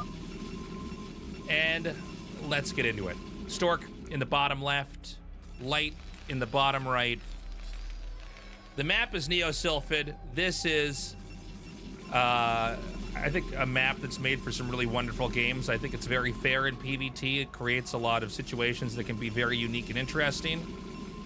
Stork, as a player, although in some ways these legendary players, they take up a lot of oxygen when people talk about Brood War, I would say Stork is a considerably weaker player than Light. Light's been good for a long time, but right now he's very much at the forefront of Terran. And so it's going to be interesting to see how Stork plays this. I'm a guy that regularly watches Stork's stream. He does stream on multiple channels at once if you want to check him out. But your usual suspects, you know, Freaka TV, Twitch occasionally. I think he streams on his YouTube as well. I don't know if it's going to happen this game, but me and Artosis are talking about it now every time we cast any major match with Stork in it, because it's happened so many times, is he does seem to default into these carrier plays, whether it's, you know, very standard carrier tech that's safe or crazy carrier tech that's rushed. So I do wonder if he's going to do anything like that this time around. As far as Light goes, I mean, he's pretty good at the whole thing. He doesn't seem to have any weak points. I think he's probably one of the better players to actually study if you want to improve on the race overall, as I think he's got a much better, more straightforward approach than somebody like, let's say, Flash or even Royal. Royal, I think, is really smart, but I think a little bit harder to emulate. So in this game, we have a scout after gas from Light, whereas we don't have a scout yet from Stork. And Stork was one of the very first players to really affirm that you don't have to scout with a probe in the matchup at all if you don't want to. Even for players like me, and I know that I would say I'm not bad at StarCraft. Obviously, I'm pretty bad compared to the best players in the whole world. I find this a pretty tough way to play, but the extra probe does go, you know, the extra mile for you. When you get it, everything comes out a little bit quicker. And the reality is, whether the Terran went for 2 factory and is rushing you, or the Terran went for a command center right away out here with a barracks and a depot, there is a way to play from it. You just have to really know the ins and outs of the game. So, watching Stork do this, if you're someone who's trying to get better, I would say, unless you're really, really good, don't try this, because I do find that players that are worse at RTS have a much harder time operating with no intel at all. mean, keep in mind, you could even have a game where the Terran made 2 barracks here and is rushing you, so there's a lot of stuff that can happen. So the first Dragoon's out. Range is not on the way. This is a modern variation of PvT, where you do try to get the Nexus out as quickly as possible, get the 3rd pylon a little bit later, and then go into Dragoon range. Terran is going to go ahead and expand. That expansion is going to be starting the same time as this. I guess he does send a probe to scout here just because he has to have the Dragoon chase down the SCV. Looks like the final shot will take that out. And when you watch Terrans do this, they basically have 2 choices. They can either make a tank right away or make 1 vulture. And then the song and dance with this is they'll try to run into your main, or at least check. It's like an honesty check, basically. And if they see the Dragoon, they turn around, just like this. One of these moments where you can kind of see, almost like, you know, opening moves in a chess game, how each player is kind of running a couple protocols at the start of the game as the game begins to expand and blossom out into whatever unique game of StarCraft it's going to be. But so far, pretty standard play on both sides. Spider Mines is going to be upgraded.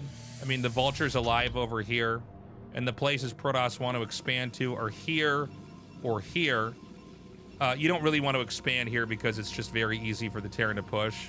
I guess you could do it, but you need to have a very specific play style where you're ready for an attack. And so you can see that Vulture's out. And the mini game continues on over here where the Dragoon wants to try to chase out the Vulture so that eventually a probe can be escorted out across and into a safe spot. So, as is in line with the current meta, we've got the shuttle before the observer and the Reaver tech before the observer as well. And obviously Reavers have been around since, you know, before Brood War was out. They were always one of the best units, but it seems like now it's a really necessary tool, not just to drop and to get kills, but to prevent pushes, to control what Terran could otherwise do on the map. And shuttle speed early is also pretty typical. We'll see if it's actually upgraded here. I'll check on that in a second. And back at home, tanks are going to increment out 1 by 1. The Vulture speed upgrade is being taken. By the way, whenever you see the siege mode not upgraded early, you can always think of it as it's a little bit greedy. Terran really want to get siege up as late as possible because there's more you can do with Vulture speed. Oh, this is important to see. And it looks like it's probably going to be a Vulture drop. So Terran's trying to generate the imagery of threats when in fact there's going to be a drop. Now here's the funny thing. He's doing this. There's no observer to even spot inside the main. So it's, you know, you're always playing an odds game on, you know, what you hide and what that actually does for you. So the shuttle's out. It is spotted by a mine that's huge. And Terran's up with, like, I mean, there's nothing in the main other than Vultures. So this is, like, pretty scary. Terran, in a kind of a chaotic moment, decides to dive onto the Dragoons. Can this bait the shuttle back? The shuttle's going to come through here. It looks like it's going to be in range of 2 turrets, or just barely not, excuse me. And he's just going to go for it. Oh, my God. So the Terran's going to be trying to push in here.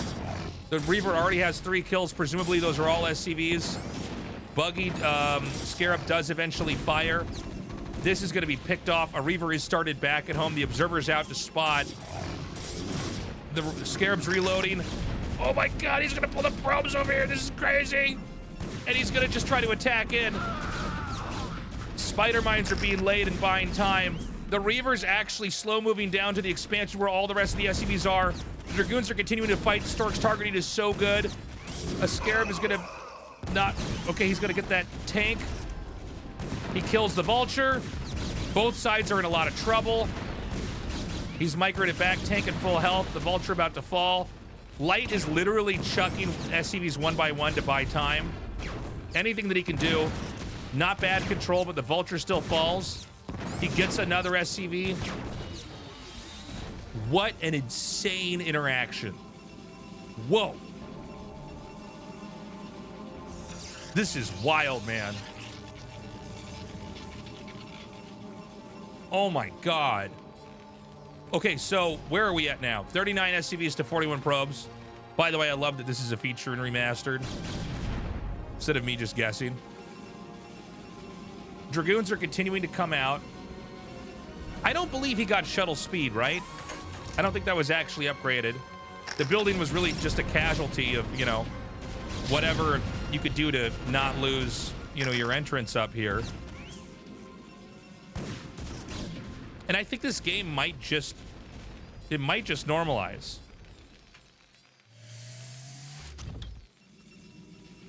The cannon's coming down here. Probably a smart idea. Especially when you see there was a Wraith out here earlier. I don't think he actually saw a dropship, but the Wraith that was out earlier, that would tell you that you need to be worried about drops. So in case you're wondering, like, doesn't this seem a little bit early to have cannons here? Well, that's why. When you see a Wraith, you have to also think dropship. At the same time, you got to be careful about this. Well, I was going to say, you know, you can lose this. Big connections here. Oh my God, can he get one more? Oh, and he goes for the SCVs. He gets one more, just not in the direction I thought he was going to go. You know, this is such a funny fight because basically Stork is trying to force down more damage, keep the tank count low, keep the SCVs killed wherever he can. The Robo Bay's been remade, so we're right back to where we were before. The Citadel comes down as well.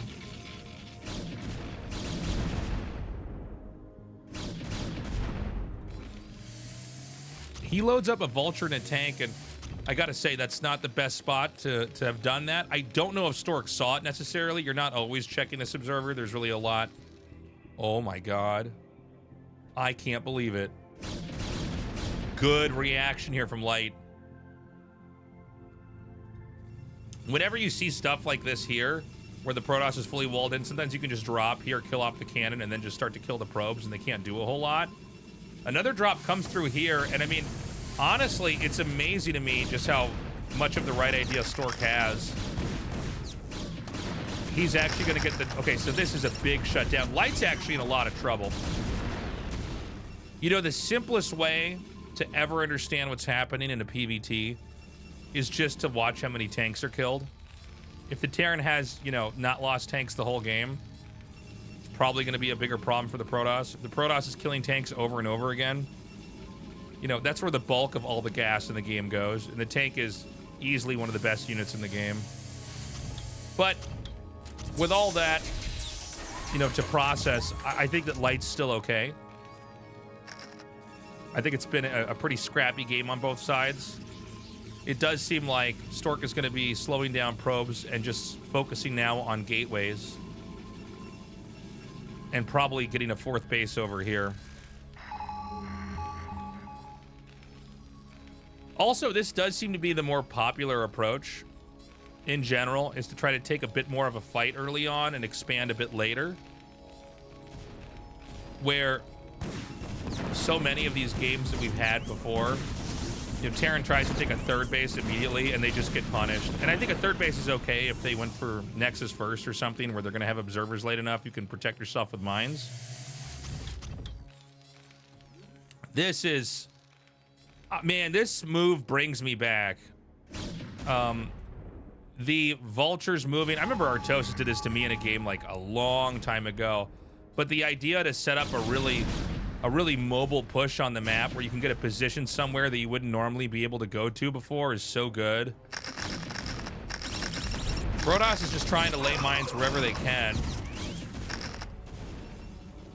And it looks like he's going to drop back here. Now, I mean, look, when you put the spider mines down like this, it's suddenly a lot harder for the Dragoons to actually get through here. But does he even care about that? It seems like he said, okay, man, you've done this with too many units. I'm going to just run through here with my army and kill all of your tanks.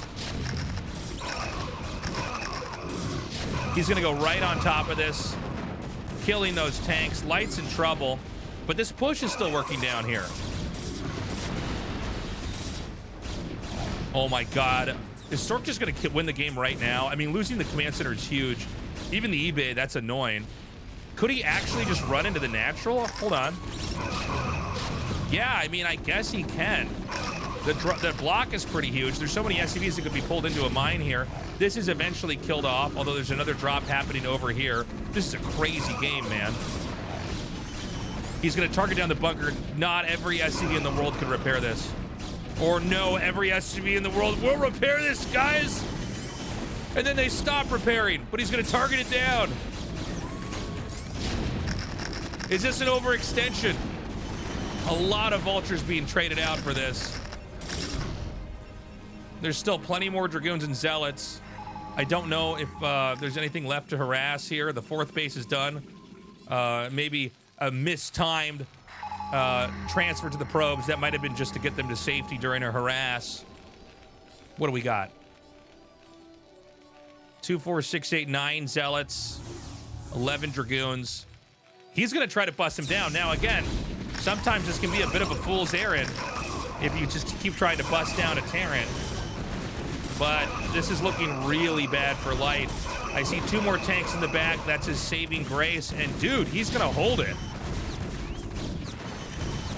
That was Stork taking a playbook from the Tasteless plays there. Damn, that was a pretty bad overextension.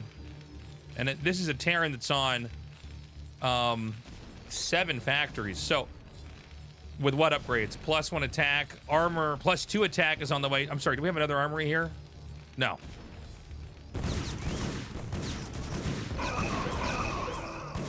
You got to be careful at moments like this when you're Stork. I don't know if there's another Reaver out here. I certainly don't see it. I don't know if Psystorm's done or if there are any Templars. Dude, that overextension may have just cost him the game. I mean, this is looking really scary right now. There's so many Vultures out here that even with a small number of tanks, you can kind of just body block like you're seeing here. He should have a D-Matrix, but it looks like at least one tank is going to fall first. He's going for the next tank, and it almost looks like, you know, at a moment the Light might have had this. Light went a little bit too far as well, but dude, there are so many Vultures.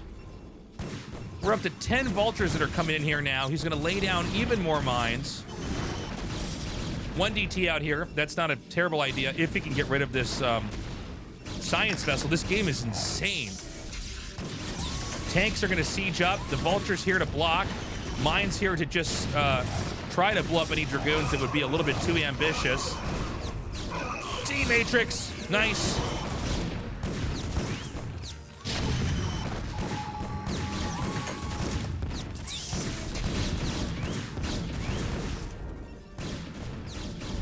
And I mean, at this point in time,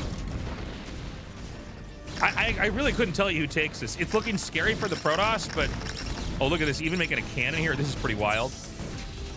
I'll tell you what, D-Matrix is one of the best moves you can do in a mid-game like this to just basically force the Dragoons to have to overextend into you.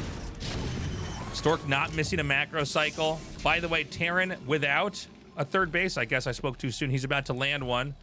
Protoss still at a healthy amount on 4 for now, but all the Terran has to do is encase the Protoss in this position, and he's almost doing it.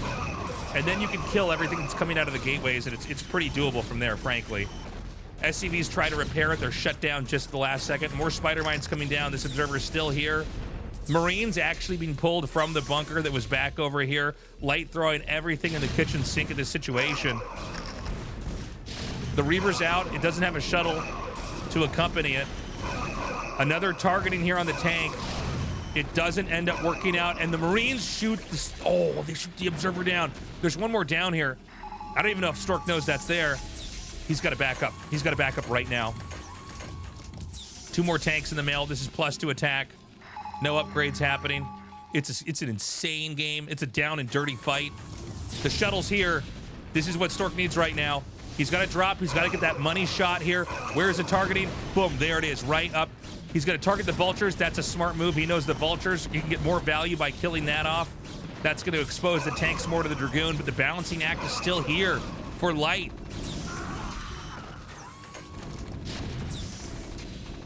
I mean, this is insane, man. Is there another Reaver coming? There is. Where's the shuttle? It's over here. Terran is now in a position where these pylons are no longer helpful for the Protoss. In fact, it's kind of a headache. He does drag a mine in there. Dude. And with a one punch man Zealot just kills that off. The DT comes down. Again, there's an observer here. DTs do a lot of damage, though. Can he actually... He cracks the armor there.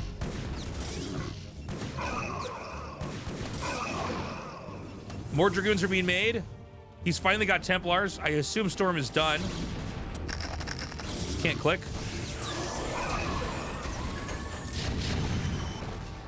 No Storms yet. He sees the third base is here.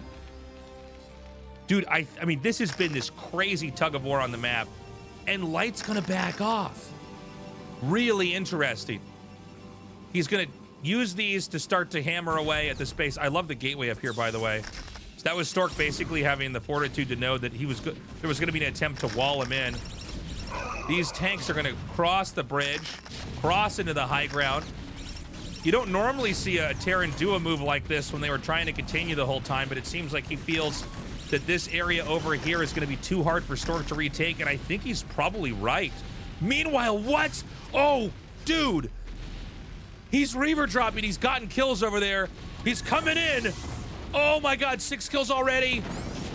And I can't read how many more kills are there, but it's going to be a lot more. And the Reaver can even fight the Vultures if he wants. And that's exactly what he's doing. He's targeting the perfect right Vulture to optimize the damage, but the Nexus is falling, and then this base is gonna fall. There's a DT in these SCVs. It gets scanned and killed. There's no vessel there to spot. The Reaver can go right by the bunker because there are no Marines inside. The Protoss is gonna try to come out now. Can he get a shot off? I don't know if it's even worth it. He might want to send the Reaver back. The Nexus goes down right before Stork can stop the attack. Oh my God. All right, it's 40 probes and 16 SCVs. A Nexus is being remade. The economy is in shambles. Oh, well, hold on. Maybe the probe count's gonna change right now. Vultures are gonna get through here. And I mean, it's good to get these Vultures, but I mean, how many, I'm sorry, good to get these probes with the Vultures, but how many Vultures are you gonna lose in the process of this? Another, I don't know. Okay, he kills off those Vultures.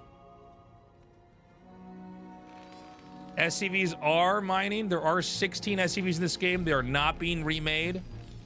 When you get as low as 16 and as low as 25, you can feel it.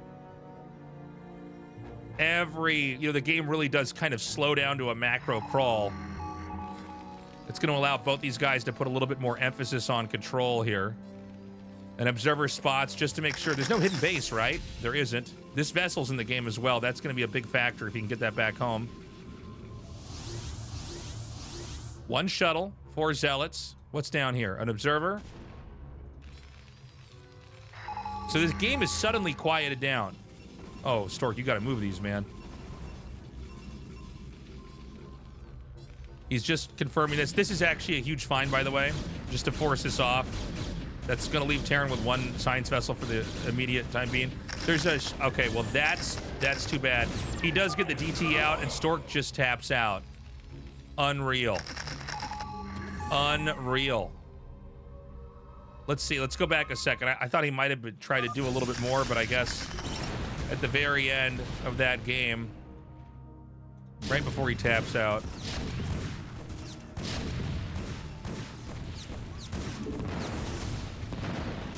I guess in his mind, and it's probably true, you probably need at least 2 functional bases to go up against a Protoss. Against a Terran, excuse me, with 1 functional base.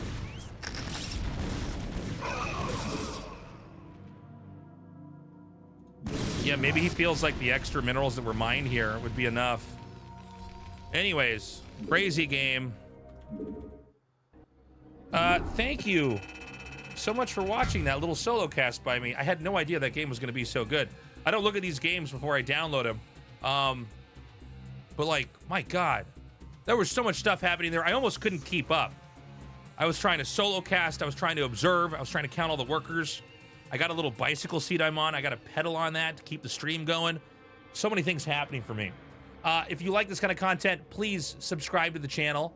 You know, join me on Twitch where I cast these live, as well as try to improve at this game.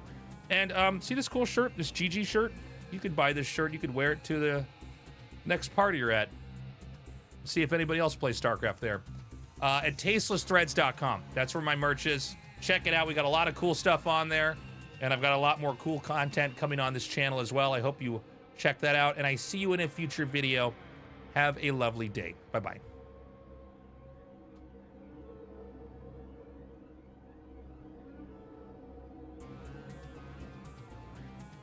Should we do another one?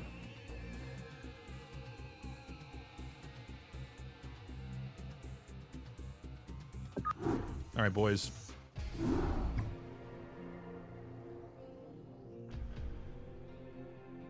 Change shirt. Jesus Christ. Holy shit. All right, I'll be back.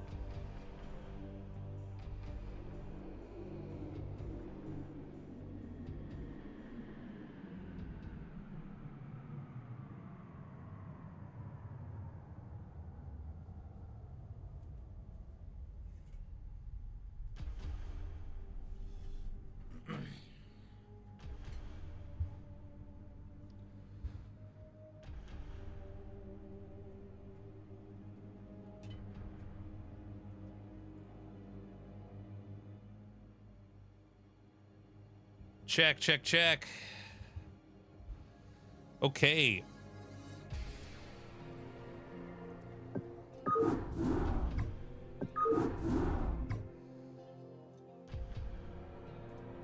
So we just did Stork versus Light, excuse me.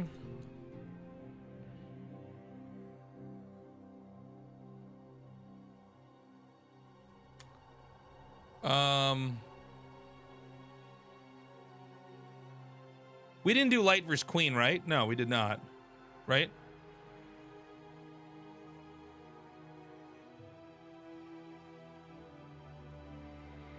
Aussie, if you can find him on seawall.gg, I'll cast him, but...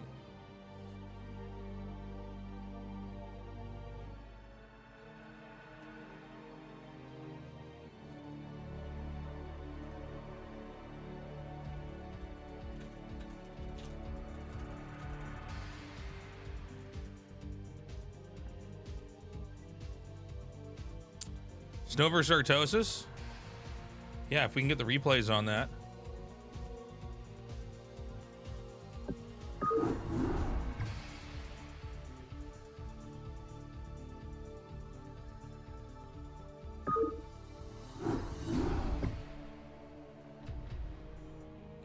All right, guys.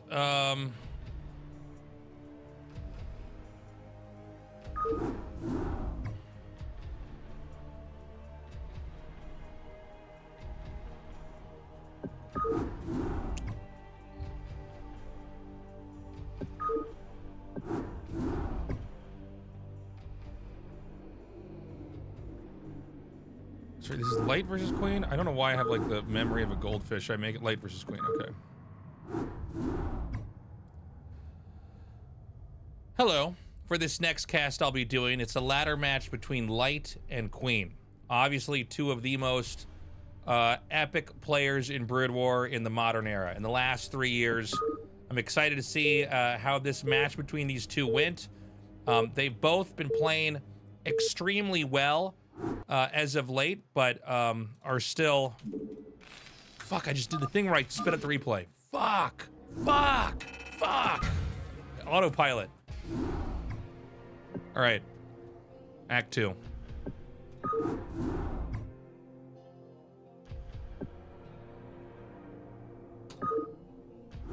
It's so hard to not speed up a replay to times 2.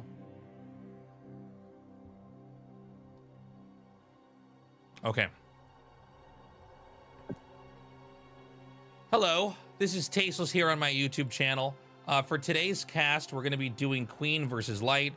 I think these are two players that need almost no introduction. If you've been following ASL for the last couple of years, these are two of the strongest players in their respective races. It's going to be on the map Retro. It should be a very interesting match, and we're going to go ahead and hop right into it. Of course, if you like content like this, please do subscribe to the YouTube channel. You can always join me on my Twitch stream. It's usually streamed in the afternoons, Korea time, where I record these with the boys. We've got Light over here in the top left. In the bottom left, we've got Queen. And this map, Retro, I gotta say, I've actually had a hard time wrapping my head around this map. When I play games on it, it looks a little bit more basic than it actually is. It's got very few expansions, which make for some high-stakes situations. Hiding bases is almost impossible because, you know, there's not that many places you gotta check. To give you some perspective, from Light's position here, you only get 3 bases on his respective corner of the map. As an example, yeah, Queen, base here, an expansion here, and a 3rd base here. After that, you're going into other starting locations. There's also a set of minerals here in the middle of the map. They sometimes become of consequence as the games pick up. Other times, not so much. So, in this game, we are not going to see Light go for any kind of forwarded barracks, although this is a map where we do, and actually, frankly, a matchup nowadays, we do have racks on 8 pretty popular. But it seems like Light, okay, I was going to say, unless he makes a barracks right now, he's going to have to make a command center. So he's going to go for barracks and gas at the same time. So this could be a pretty unusual TVP in that we're not going to see an expansion right away. What kind of gas play is it going to be exactly? I'm not sure. I mean, it could be a rush out into a vulture into maybe starports, but I'm going to give this one a second to just sort of see where exactly he wants to take this match. Queen, on the other hand, I mean, this is pretty ordinary. There's nothing too much to remark on other than that he's expanding and doing his drone scout, as is Light doing his SCV scout.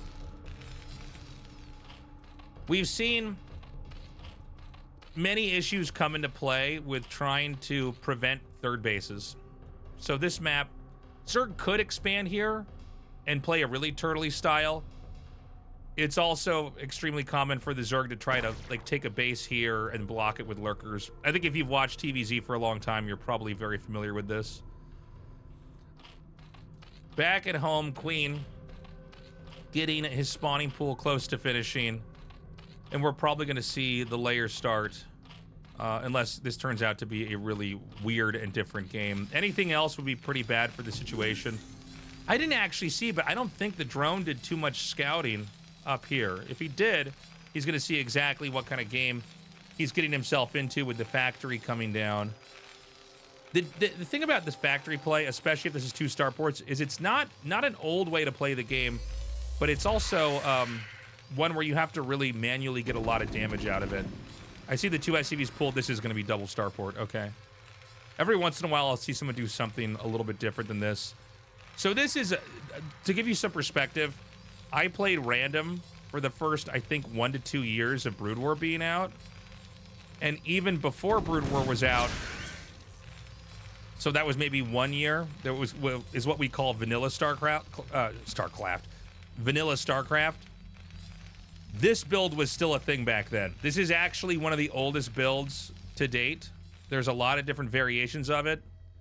If you watch players like Leda play, they do this quite a bit, but pretty much everybody knows this build. Even if you don't main with Terran, if you played for a long time, you can probably do this build. Now, looks like he tried to poke in and see maybe if there was any tech here or a gas. He does kill the SCV off. This game, we have Hydra's speed coming down. Now, you might be saying, well, why Hydra's speed? Well, it's a direct response to this. The Marines are going to comb the map now and try to find any stray overlords. The Vulture is used to pin the Zerg inside of his base until, of course, a Hydra comes out. Then you can kill it. But one Vulture can be microed endlessly against slow Zerglings. If you can imagine what PvZ looks like and the dilemmas that Zerg have to face, it's kind of the same thing here. 2-port Wraith is a problem for your overlords. Wraiths are pretty weak as far as what damage they do to the ground, but they're very strong versus air, especially against things that are totally defenseless like overlords. So the Zerg's response is to make their own Hydras and basically run defense for a little bit. We also see that he's going to get overlord speed so that he can protect his own overlords a little bit more, and also get Hydra speed so he can try to catch up to him a little bit more quickly.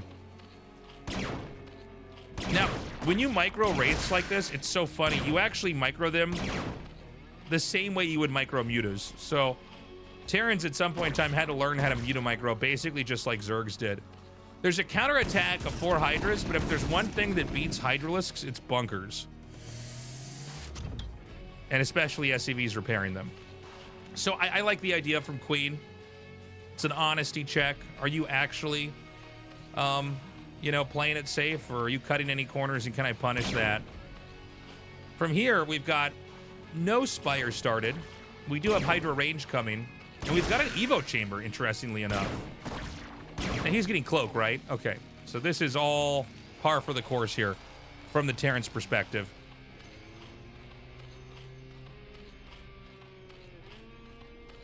Now, we've got Hydras up to the point where it's going to be pretty tough to actually get in here, even with 4 Wraiths. And that can kill Overlords pretty quickly. I think he's just going to make a Spore here to basically make this a spot you can't attack into. By the way, the Spore is the most over-the-top defense structure. Like, you know when you play other really bad RTS games where they just have a building that you can't kill? I mean, Spores are just crazy. So he gets his lumps in before that Spore's done. And back at home, we have an expand. There are variations of this build where you will see people make 3 racks and try to push. But I guess with the distance it takes to travel on this map, he's going to decide to do something else with his time. Dude, great snipes here by Light. Sorry, how do I follow this? Not into the Spore! All right. So, you know, the issue with the Wraiths has always been they are literally so weak and die so fast. And when you lose them, I mean, you know, you don't have anything. Back at home, we've got a bunker starting. I mean, this is a lot of Hydras. I know I said bunkers are good versus Hydras, but we're going to need to see a tank or something else come out here. He's actually going to go for a vessel before the tank, which I find to be pretty, honestly, pretty perplexing. Let's see if we can figure out what the rationale is for that. Don't lose him. Second bunker coming. So, I mean, he sees the Hydras, but I guess he's confident that, you know, SCVs on the bunkers alone can kill it. Hydras take so long to kill SCVs, by the way, that are repairing bunkers. It's just a very difficult thing to deal with. We've got the Lurker tech coming. And keep in mind, like, you don't normally see games that tech up like this ever. And that's one of the reasons why this style is still so popular, is it forces a very different game from the Zerg. And if you're a Terran who's very good at this type of a game, sometimes that's all you need. There are certain matchups where you can have certain plays where it changes the whole way the matchup's operating, and it's like, okay, man, now you're on my turf.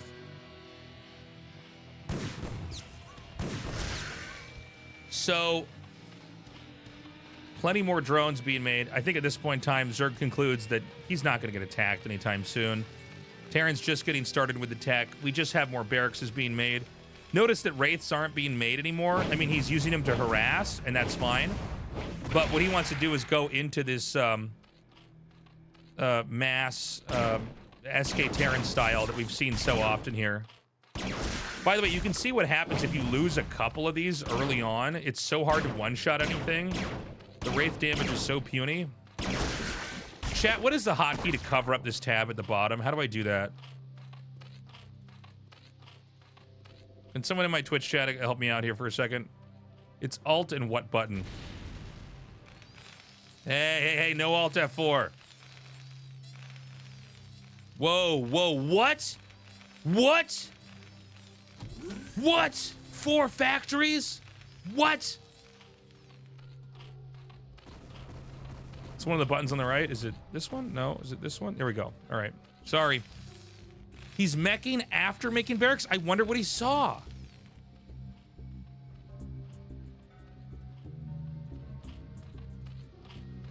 What? What is the key for this? Alt-U. Now we're talking. Now we're gaming. I'm using the hotkeys in the game I cast. So why would he make barracks and then switch into mech? All right, now that I don't have this thing up here, I can't see what's being made. And he's still gonna get a radiate. What? How is this a thing? Did he get stim? I didn't even check. Is there a way to check? Huh. The Defiler mount's coming. I don't like this for Terran, honestly. I mean, one thing to keep in mind is that if you don't know mech's coming, like, you're not going to be thinking about it. I mean, if you see 3 barracks being made, I think everybody would basically agree that, you know, this is the game you're in now, right? But it's going to be Vulture with mines. Now, okay. Oh my god, I just wasn't really expecting this at all. This is so interesting. Nice snipe on the Overlord.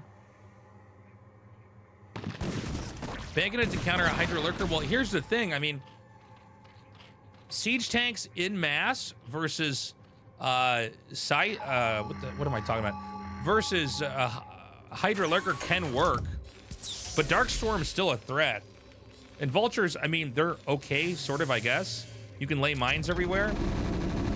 All right, he's gonna move out. I don't think I've ever quite seen this. I need to summon up Artosis in here to help me figure this out.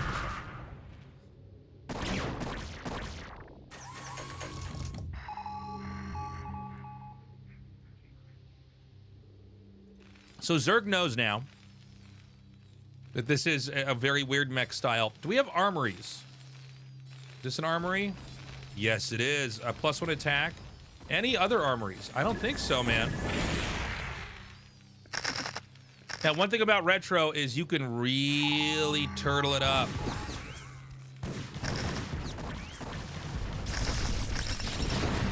Now, there's no way Zerg gets up here, right? I think that's a fool's errand. For those of you that play StarCraft 2, remember, there's nothing harder than getting things up a ramp in a game of Brood War. Tanks are going to loop around? This is madness. So he's dark swarming the Defiler. He does kill it. I don't think this dark swarm cloud is deep enough in the Terran's turf that you can do much with it. And the Terran's going to go around this. Interesting. Now, keep in mind, you know, move command can be the worst enemy for Zerg in moments like this because you can go right into spider mines that will blow you up. But if spider mines aren't in extremely high numbers, and attack command Hydra can just gun this all down. Oh my god, the Defiler! The Defiler! Oh! Look at this, just like a TVP Terran, but versus a Zerg with Wraiths. Now, this is what I'm talking about. Hydra Lurker can fight this, right? Chat's asking about Plague. You'll get Plague. You never don't get Plague.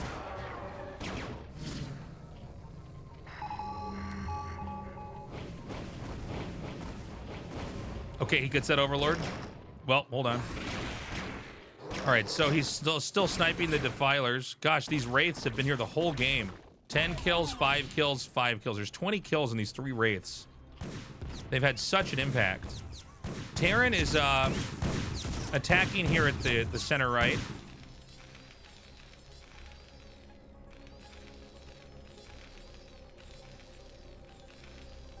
And I gotta say, I think this has been an uncomfortable game from Queen. Queen? I've never really zoomed in on a Queen before. Look at its little face. Look at his little fishhook teeth. Or her fishhook teeth. He's getting mass Queens. And so the idea is he's gonna get Broodling. Let's see if that's already upgraded. He might have already gotten it. And the idea is that you just Broodling down the tanks and tell him to leave the game.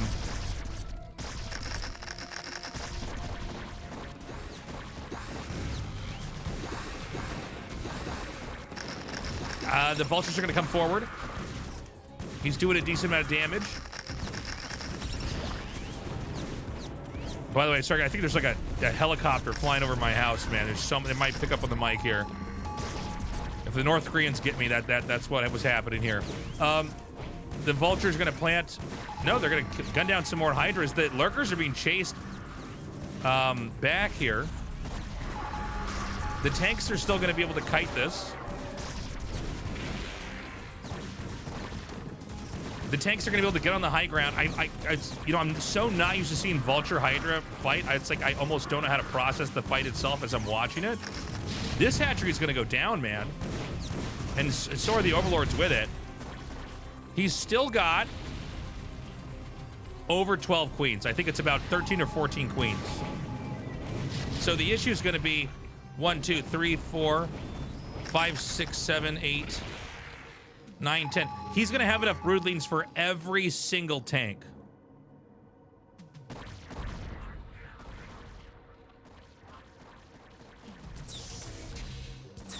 So here we see the push coming down.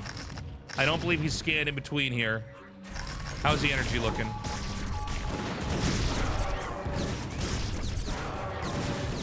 More Queens added to the mix. Dude, he's got to get up here, man.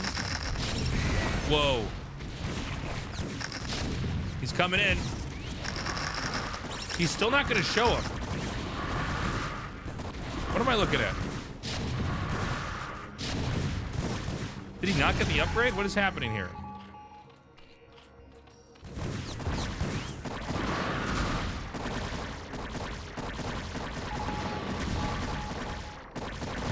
So now he sees it. So now what? He sends the first wave out. So this is going to be the moment. You're going to get Ziggity Zerged here. We've got every single tank going down. Parasite on the vessels. Now this is a ladder game. Is Queen trying to style on him?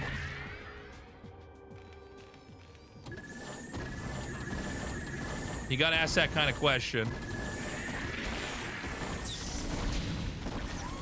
So he's taking out some. Irradiate does counter these Queens. Oh my God. Move him.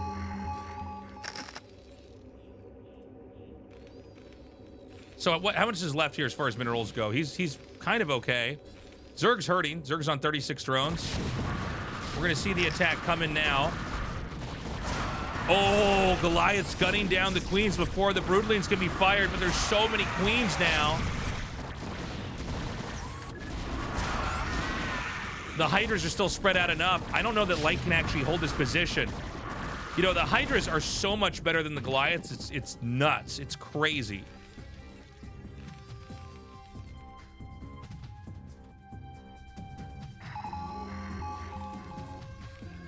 Okay, he's going to come in again. And I just don't know. Once the Goliath's default attack onto that, yeah, dude. I mean, I think Queen's just won. It's so crazy. It looked like Queen was just not trying, but he waited till long enough, and he's got enough energy that he can basically chain together the Broodlings. Oh my God, he's gonna go right for this. He's gonna infest it. Is he gonna infest it? Please infest it. Please infest it. No! Okay, whatever. I can dream. All right, GG. Well, that was different. A lot to unpack there. So we had a game where it was the double port Wraith opening. Zerg responds and then tries to play a pretty normal game of Lurker Hydra. Terran faked 3 barracks. It went into a mech style that I have not really seen versus Terran. You know, you can mech versus Terran, and you can even do a mid-game switch into mech versus Terran, but you don't normally go Vulture tank, like hard shift Vulture tank, from having vessels with a radiate. So it seems like maybe a little bit of labbing there from Light in that ladder match. And at the same time, Queen looks at this and then decides to just camp with Queens, get Broodlings, and then really not show them. Not show them until it's too late. To where he has so many Broodlings, he can just, or this Broodling spell really, you can just catch every single tank. And from there he won. So I gotta say, I'm a little bit surprised that was the game that turned out to be. But thank you for watching. What a treat. If you want to check out my merch, this is a Vespian Addict merch shirt we have here at tastelessthreads.com. We got a ton of cool stuff I think you'd enjoy. So do check that out. Of course, like every YouTube video you hear, please subscribe to the channel. Please come check out my Twitch stream at twitch.tv/tastelesstv. And what else can I shamelessly plug? ASL Season 16's on. Be sure to check that out with Artosis and me. Thank you for watching, and I'll see you in my next video.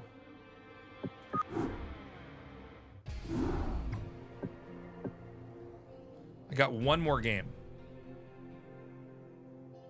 How many casts have I done? 5? So this would be 5 days of YouTube.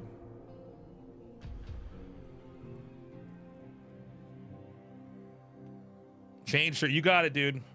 We got one more shirt. Tasteless girlfriend gonna be really mad about the laundry this week. Hold on. You're right. I gotta say that. You're right, Nima. Fuck, I gotta do that too. You're right. Let me know what you think in the comments. Do you think Queens are good? What do you think about Broodlings? Fuck, I forgot to do that.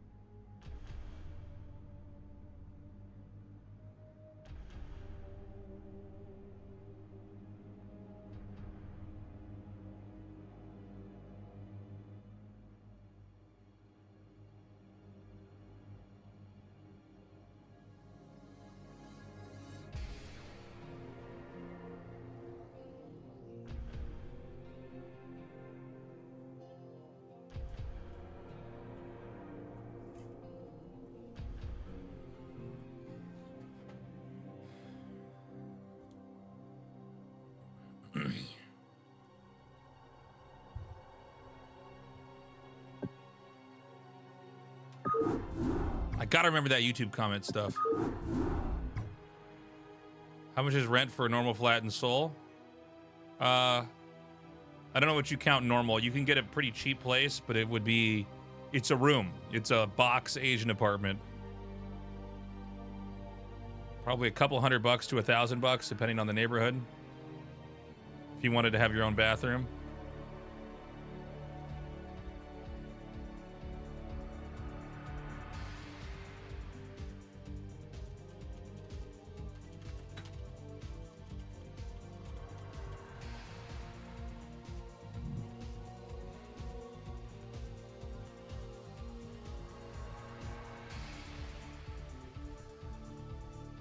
We didn't do snow versus light yet, right?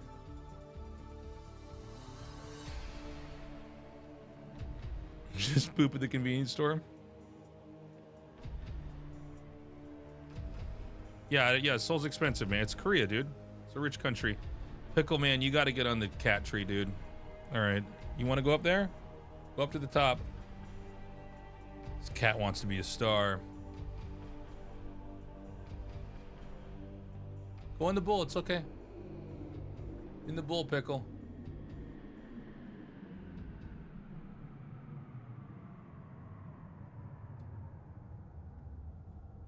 All right, well, fuck that, Pickle. Or no, not down here. Sometimes this cat almost stops the ASL recordings when Dan and me do them. I had one where he just laid down on the keyboard and hit spacebar and stopped it. Now he's back up here.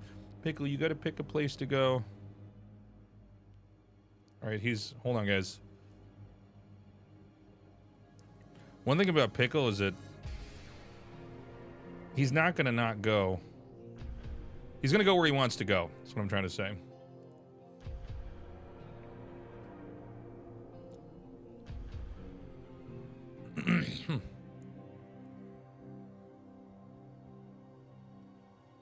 Dude, this is insane. He's gone up and down on my desk like 3 times.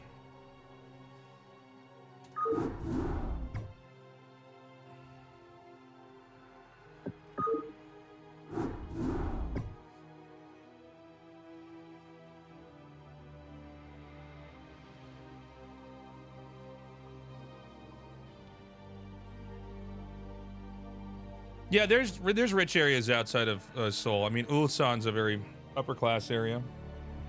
Busan's quite nice. There are slummy, shitty parts of Seoul. I think that's true for every city. Bibimbap? Bibimbap's a good bet. It's not my go-to these days. More of a bulgogi. Spicy bulgogi, I'm very much for. I like spicy tofu stew quite a bit.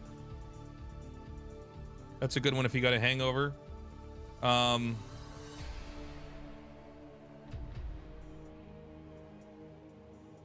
Sorry guys, hold on. I gotta wait for this cat to figure out what he wants to do. He might just decide to sit down here. See if I can get this on camera. This is what I'm working with.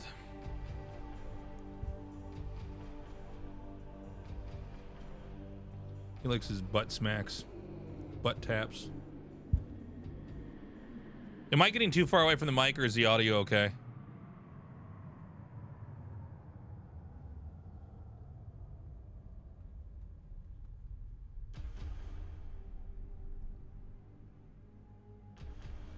Audio's okay.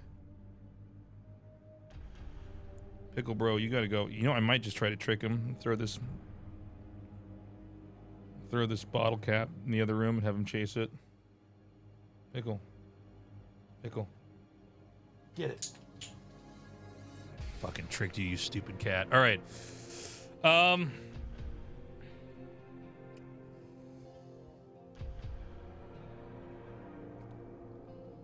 What replay is this? No, Pickle will never chill on my chest long enough for a cast.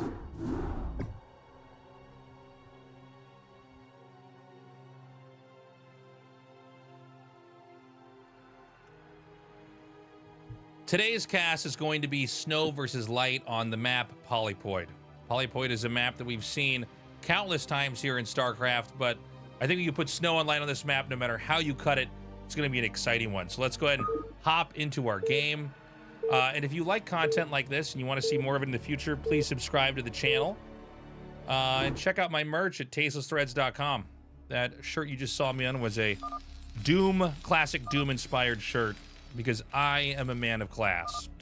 And we got a lot of other cool stuff on there. Anyways, over here in the top right in the blue, we've got light.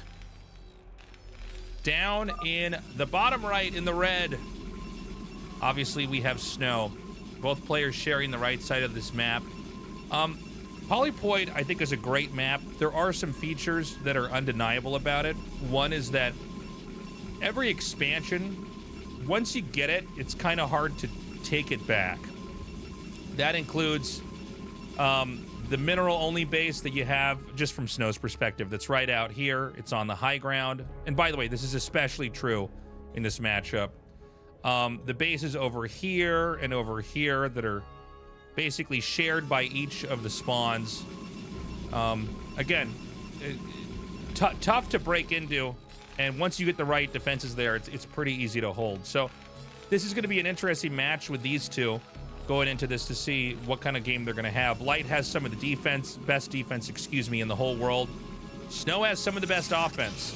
I will say, I think Snow is probably the best PvTer of all time. Even when you go back and look at the all-time greats, he seems to have a handle on this matchup that is unlike any other Protoss we've ever seen, to the point where if you ever go to his YouTube, he does strats that are so bizarre against players that are so good that it's like only he could even get away with this, if that makes sense. So, I mean, he really is someone who's very comfortable in the matchup, and he's in many ways considered one of the best players in the world because he's caught up in his PvP and his PvZ as well. So we're going to see a very standard opening from Snow. No scout, but pylon, gateway, gas, core, and another pylon shortly after that. Light's positioning, very standard. This depot is made here because SCVs that normally spawn here get pushed out over on this side, which makes them closer to the mineral patches that are here. One of those little Brood War optimization things. And if you were wondering if you made a depot here and filled that in, where would it pop out? It'd go up here. It would go, if you keep filling it up from the buildings, for all the things that pop out of structures, it goes all the way around like that. So you could do that if you wanted to push the SCV to where you wanted it to go. In these positions, the barracks and the depot, it gives you a little hole that the Marine can fit through and the Zealot can't. And so this is always a good defense in case the rare double gateway in the middle of the map is started or some kind of quick Zealot rush is started. From there, we've got the factory coming. We have no SCVs. None in gas right now, which means he's going to make a command center. Going back to Snow's perspective, this looks pretty normal. He's going for his second Dragoon. Dragoon range is coming along just fine. But this can be a little bit risky, what we're seeing here from Light. It seems like Light knows he might get scouted a little bit later, and so he's just going to hurry down here, have a vulture being made, and I think he's going to basically get this up at like the last imaginable second that there is. I think the Dragoon's going to get one shot on the Marine, not even that. The Marine combat rolls into the bunker and dodges the Dragoon shot. And so we get the vulture that's going to come out on the map. Protoss knows this is a threat and has to go back and defend at the ramp. But from the Terran's perspective, what you really want to do is just see, okay, is there a Nexus being made or not? And from there, what kind of game do I have? It looks like Snow actually stopped at 2, and I guess he decides to not make a third Dragoon right away. He started it now, but he made a Robo first, is because he sees the Vulture on the map. And so whenever I have games like this, I'm always interested in because we can kind of dig into exactly what they're doing, and I'm able to observe and click on everything, see the little nuances of the build. So kind of a cool little feature. One Dragoon's going to be out here to try to chip away at the bunker, and I think this is a really bad call. I think he thought the Vulture, or I don't know why he doesn't have this protected. I guess it's okay because one more Dragoon's going to be down here. But again, when this Vulture's on the map, you always want to make sure that everything is protected and safe. Light's going to be going for mines. He wants to take advantage of the Vulture that's out on the map and try to plant some traps, try to spot for when that third Nexus is going to come down and what exactly is going to be made from it.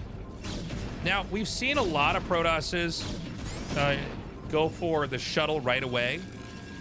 This is not going to be one of those games. He's going to go for at least one observer first. And Terran is actually going to go for a small push.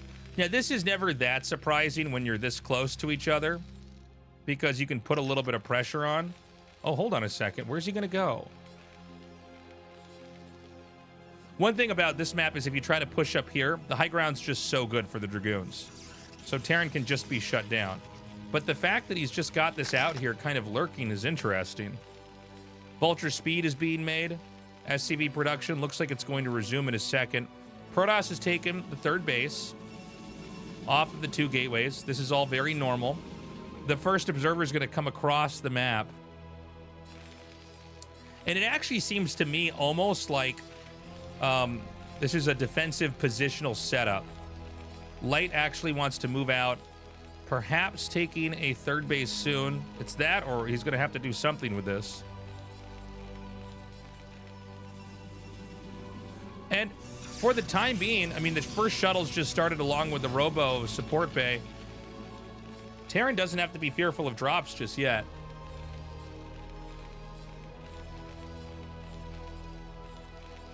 And so the push is going to happen. I think when he sees that observer come in there, he knows it's time to come. He also sees this observer over here, so he knows this is like just going to come down to control. And we're talking about 2 guys with some of the best control in the whole world. One tank gets pushed out, and I think it can just barely be shot down. He targets it with 2 more Dragoons, and that one bites the dust immediately. Snow's now going to continue to pursue. Remember, you know, there's only 3 mines in each Vulture, so you don't have that many moments to create space with your tanks and the Dragoons. So anytime the Dragoons clean that up, it can feel inconsequential, but it's actually pretty big. And I don't think siege mode is done. So we're going to see that 7 Dragoon push that's going to come forward now. He might try to come in here and just kill the tanks.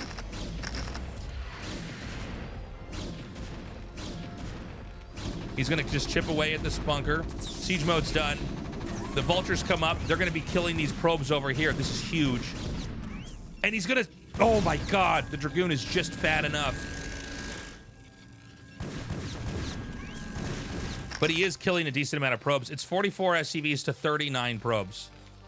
A very wild skirmish, a cool back and forth, but, you know, tactically it seems like Light has a very good idea of how to try to handle this.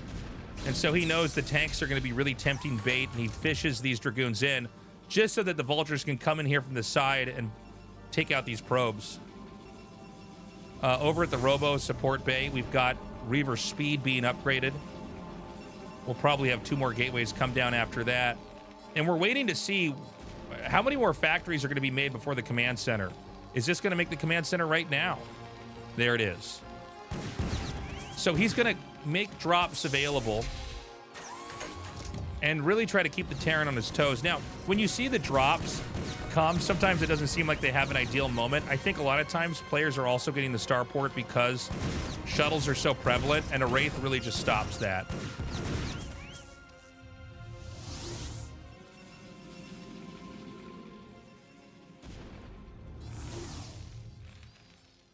So, we're going up to 5 factories. Terran really didn't lose a lot of tanks, by the way. We saw 1 shot down earlier. Protoss is still on 3 bases. So we're going to need to see a 4th. It can't be here. He put a pylon. By the way, we do actually occasionally have Protosses expand towards Terran. I know it sounds crazy, but I have seen it a couple of times now. Vulture drop back here in the main. He just wants to kill probes. You just get a, 5 or 6 probes here, and these Vultures have paid for themselves. Remember that right now, Terran's not losing anything.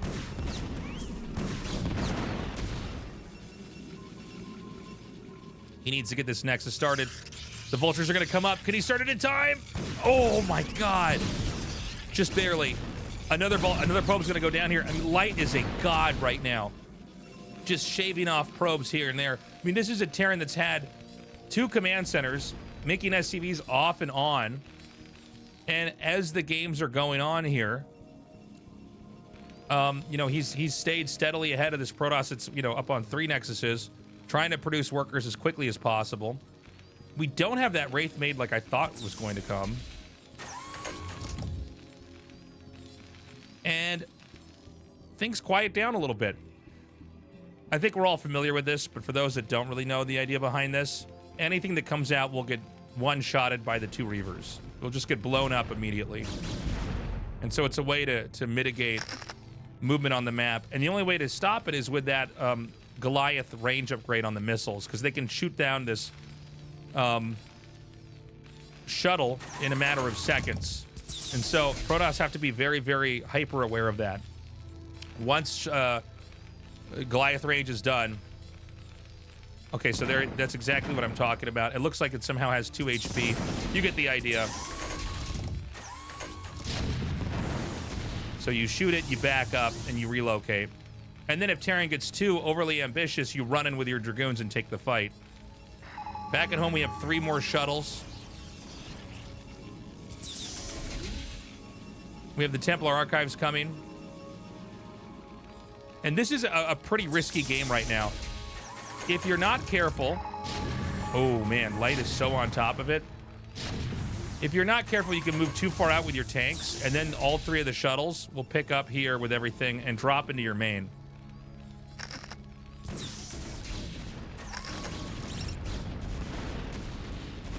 Oh my god, he's taking so much damage. The shuttle's gonna get sniped if he's not careful. And that's exactly what happened. And Snow's gonna be feeling that. Losing the Reavers, you're functionally so much worse.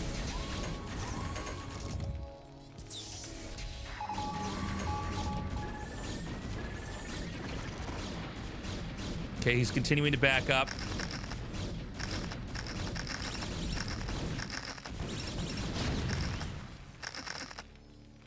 And I just don't think he can attack in here. I mean, I'm watching this. I'm scratching my head trying to figure out, okay, is there a play that he can do? We do have Templars out. We've got Psystorm coming. Upgrades continuing to come along right now for Protoss. Looks like +1's just now done. Same thing for Terran. +1 done over here as well.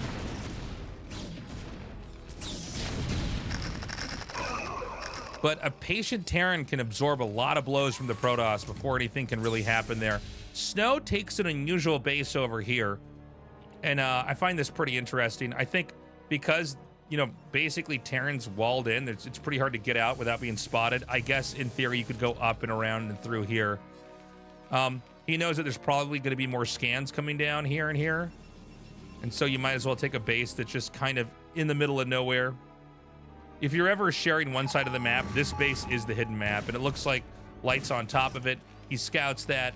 Beautifully done. Terran's making a 4th command center, probably to come down over here. And I think a big part of this game is going to start to look like a fight over whether or not Terran can control the 3 o'clock position on the map.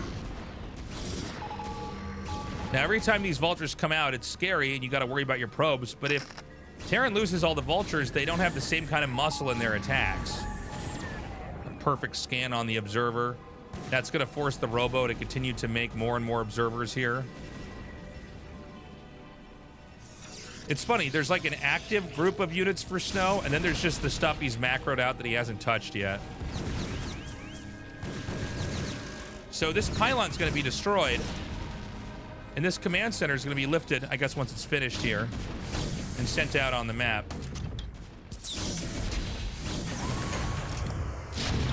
Is he gonna be able to move this over here? No! Okay, it doesn't matter.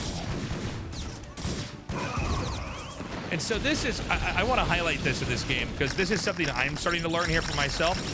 The way that Snow micros the shuttle, I'm so used to the kind of like baboon ooga booga play from Protoss, where you just like try to aim move everything on top of it and try to spam out all the damage. He's very different. He'll advance a small amount of army in. He'll drop 1 Templar Storm, pick it back up, and basically keep recycling that pattern in over and over.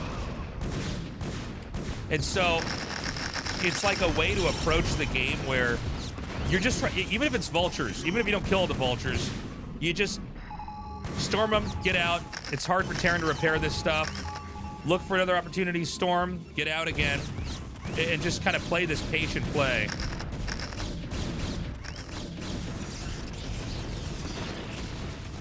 And by the way, I was wrong. That command center, it's got a little brother over here, but this command center is going to go up at 12. And so I guess the threats created here from Snow make Light a little bit less confident about just going in there and staying there. By the way, everybody's maxed out, so something's going to happen. You can't just sit on maxed out for too much longer.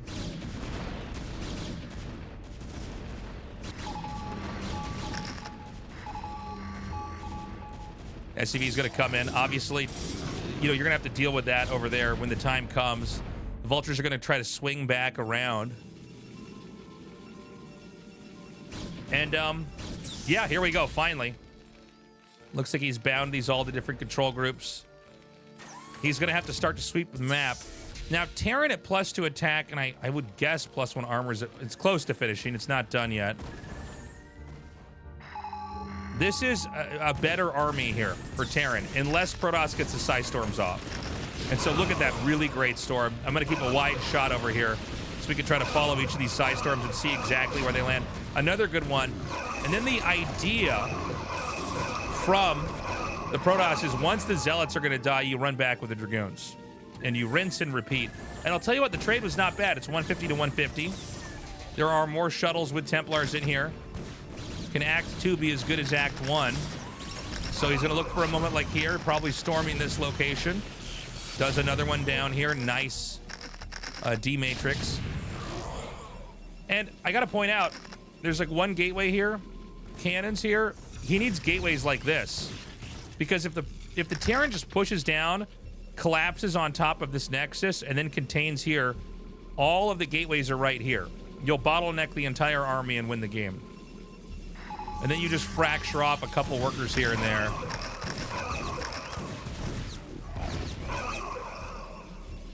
Meanwhile, the shuttle's going to come back over here. We want to watch the shuttle very closely. And the reason why this is so much more popular than Arbiter now, because if you're like old school like me, it was always the Arbiters. It's that, you know, you create another opportunity with every storm. It might not be as dramatic as a stasis, but maybe it is.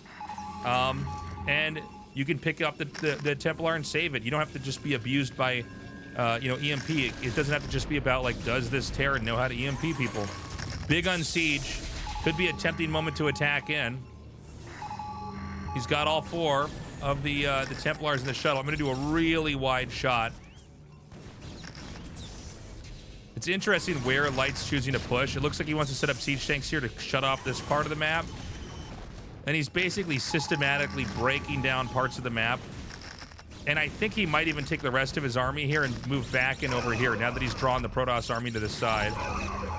Here comes the Templar. Is there an opportunity? I don't really see it. He's going to try to go for one. He storms. And I'll tell you what, not that great. He leaves the Templar there. That seems to be a mistake. He scans. I don't know, man. This looks pretty scary for Snow right now. Real quickly, Terran's expanded up here just to go back to the fight. Shuttle goes down. There's more Templars. Can he get the storms off? Storming Vultures is just as acceptable as storming tanks. Now here we go. One storm, a huge one right there. Oh my God. Are you Can he get it? fucking actually serious? Are you fucking actually serious? Forgot I have my Artosis alerts on here. Thank you for the sub. I appreciate it. We got Artosis spirit animal out here as the storms came down on the Terran army. He misses the storm. Can he get another one? He shoots for it again. Another one. Misses the shot. But he's starting to really thin these tanks. I mean, this is insane. And every time, there's just enough Dragoons and Zealots being manufactured back here that I think he can maybe even try to come in again. And thank you, Don, for the sub. I appreciate you, man. Welcome to the cast. Some Zealot bombs over here to draw the siege tanks and mines over in. Zealot's going to push in further. He waits for the first tanks. You can even see Lights trying to stagger some of the shots. Not quite working. He backs up again. This is a case study in how to use Storm against Terran. You can see how artfully he's doing it. He waits for the moment he storms. This time he morphs. Other times he picks back up. And we have carriers being made. Oh my God, I didn't even see this. So the whole time he's doing this and trading out supply, he's going to fill that in parallel with carriers, not just units. So he's got a whole other plan here, and it's going to force Goliaths into the mix. Another great storm. You take what you can get. That's all you got to do. But with the tanks over here, and this is a really important position, with the mines, the tanks, covering it up here, the top left main is going to go to light. What's happening down here might not even matter.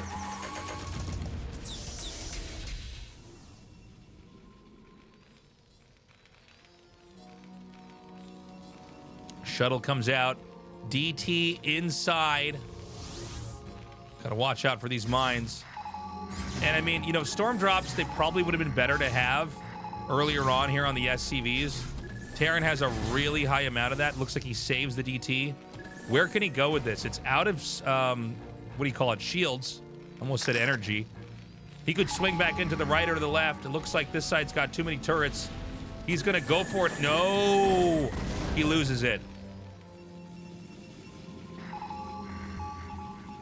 Note the DTs that are made by the one gateway. It's really smart. If Terran's not super observant, you're just gonna lose that. Here comes that DT now. That's shot down. Protoss has enough to fight back over here. I don't... Okay, hold on. I keep forgetting we actually have carriers here, which is like massive. At the same time, I mean, Terran's broken free from their quadrant. When you have a Terran that's not just in like from this base down to this base, if they're over here, it becomes a huge problem.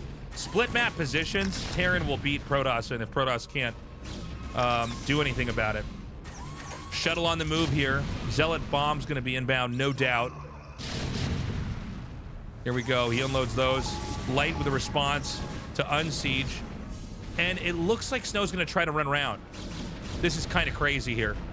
I don't know if this is gonna work. Meanwhile, Terran's trying to push up here, but there's no Goliaths. Oh, chat, there's no Goliaths. And so he could just kill this whole thing off. Meanwhile, I don't know if there's enough tanks here. It looks like at the last second it's more clear than before. And so he can go up here and attack that. Oh my god, this game is so good. Shuttle coming up now. And, I mean, the Archon could go ham on the SCVs. He can send the Zealots up here into the main, try to drop there.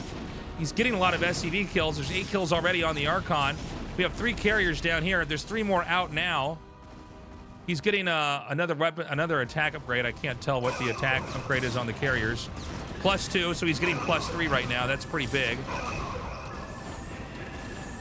And Protoss has remade this base. They're both fairly even on workers. It's 47 probes to 52 SCVs, so that's like, you know, that's pretty good for both sides. These carriers are going to get a lot of kills here. I'm really interested that he didn't just target down the vessel right away. That says something about my understanding of what's priority here. He's going to take out another Goliath. You know, the Goliaths are at 3-3. The carriers don't have any shields or armor upgrades. You can just have +3, which is about to finish, I think, over here. No, it's got a ways to go, but you get what I'm saying. Getting the attack upgrade on the carriers is the key thing, and then you want to try to micro them away in this game of keep away. Dragoons are going to start to push in.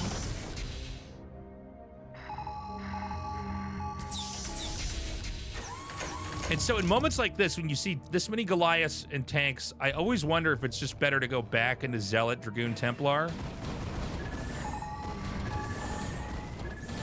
Oh, that's funny. This Nexus hasn't been remade over here. He is going to go into range of these cannons.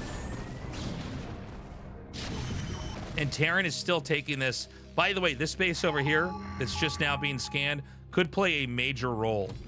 In fact, he's going to land the command center over here. He beat me to it.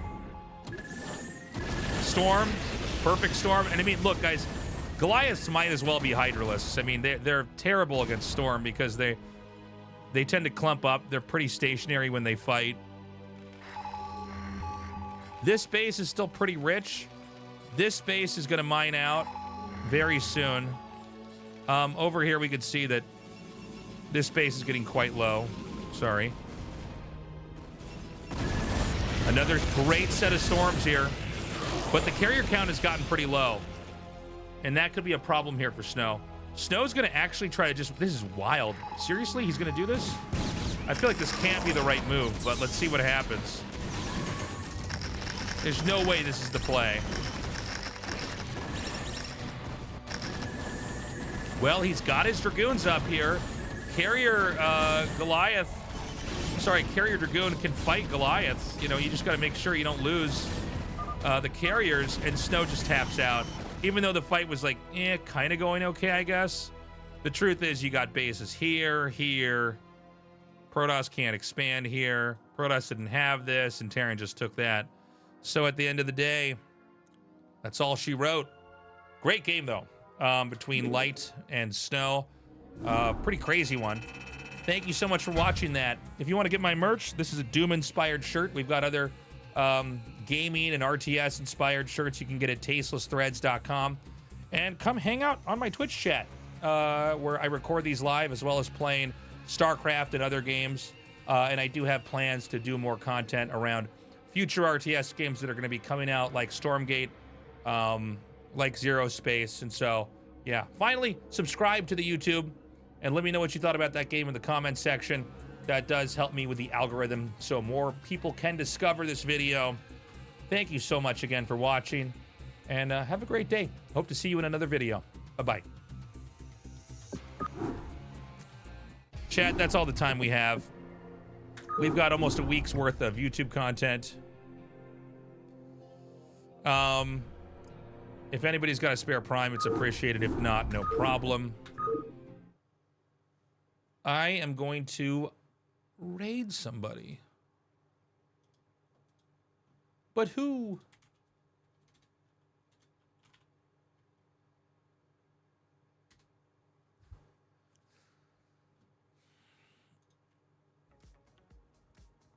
Second.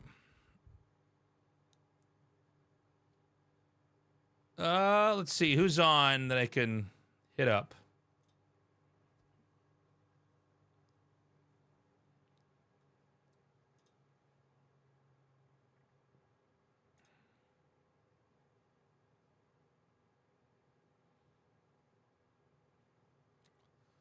I think we got to raid state.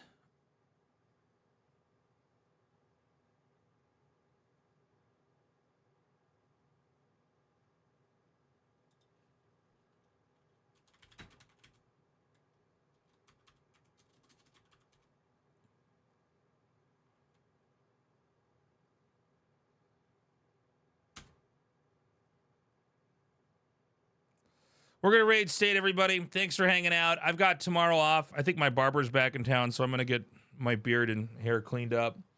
I don't know. What else can I say? I have a recording for ASL tonight for Group B. We've recorded Group A. It's being edited. It's going to be up as soon as possible. I will be gone from the 21st to the 29th. I'm going to be visiting my family in the Carolinas, so I'll have a week off. But other than that, I'm going to be on all the time. I am going to be making more content like this on the stream, where I just cast a couple games. I would like to put out like one YouTube VOD a day. And then I think when Stormgate and Zero Space come out, we'll be doing a lot of solo casts for that as well, and other content. I love you guys. Take care. Say hi to State for me. Bye-bye.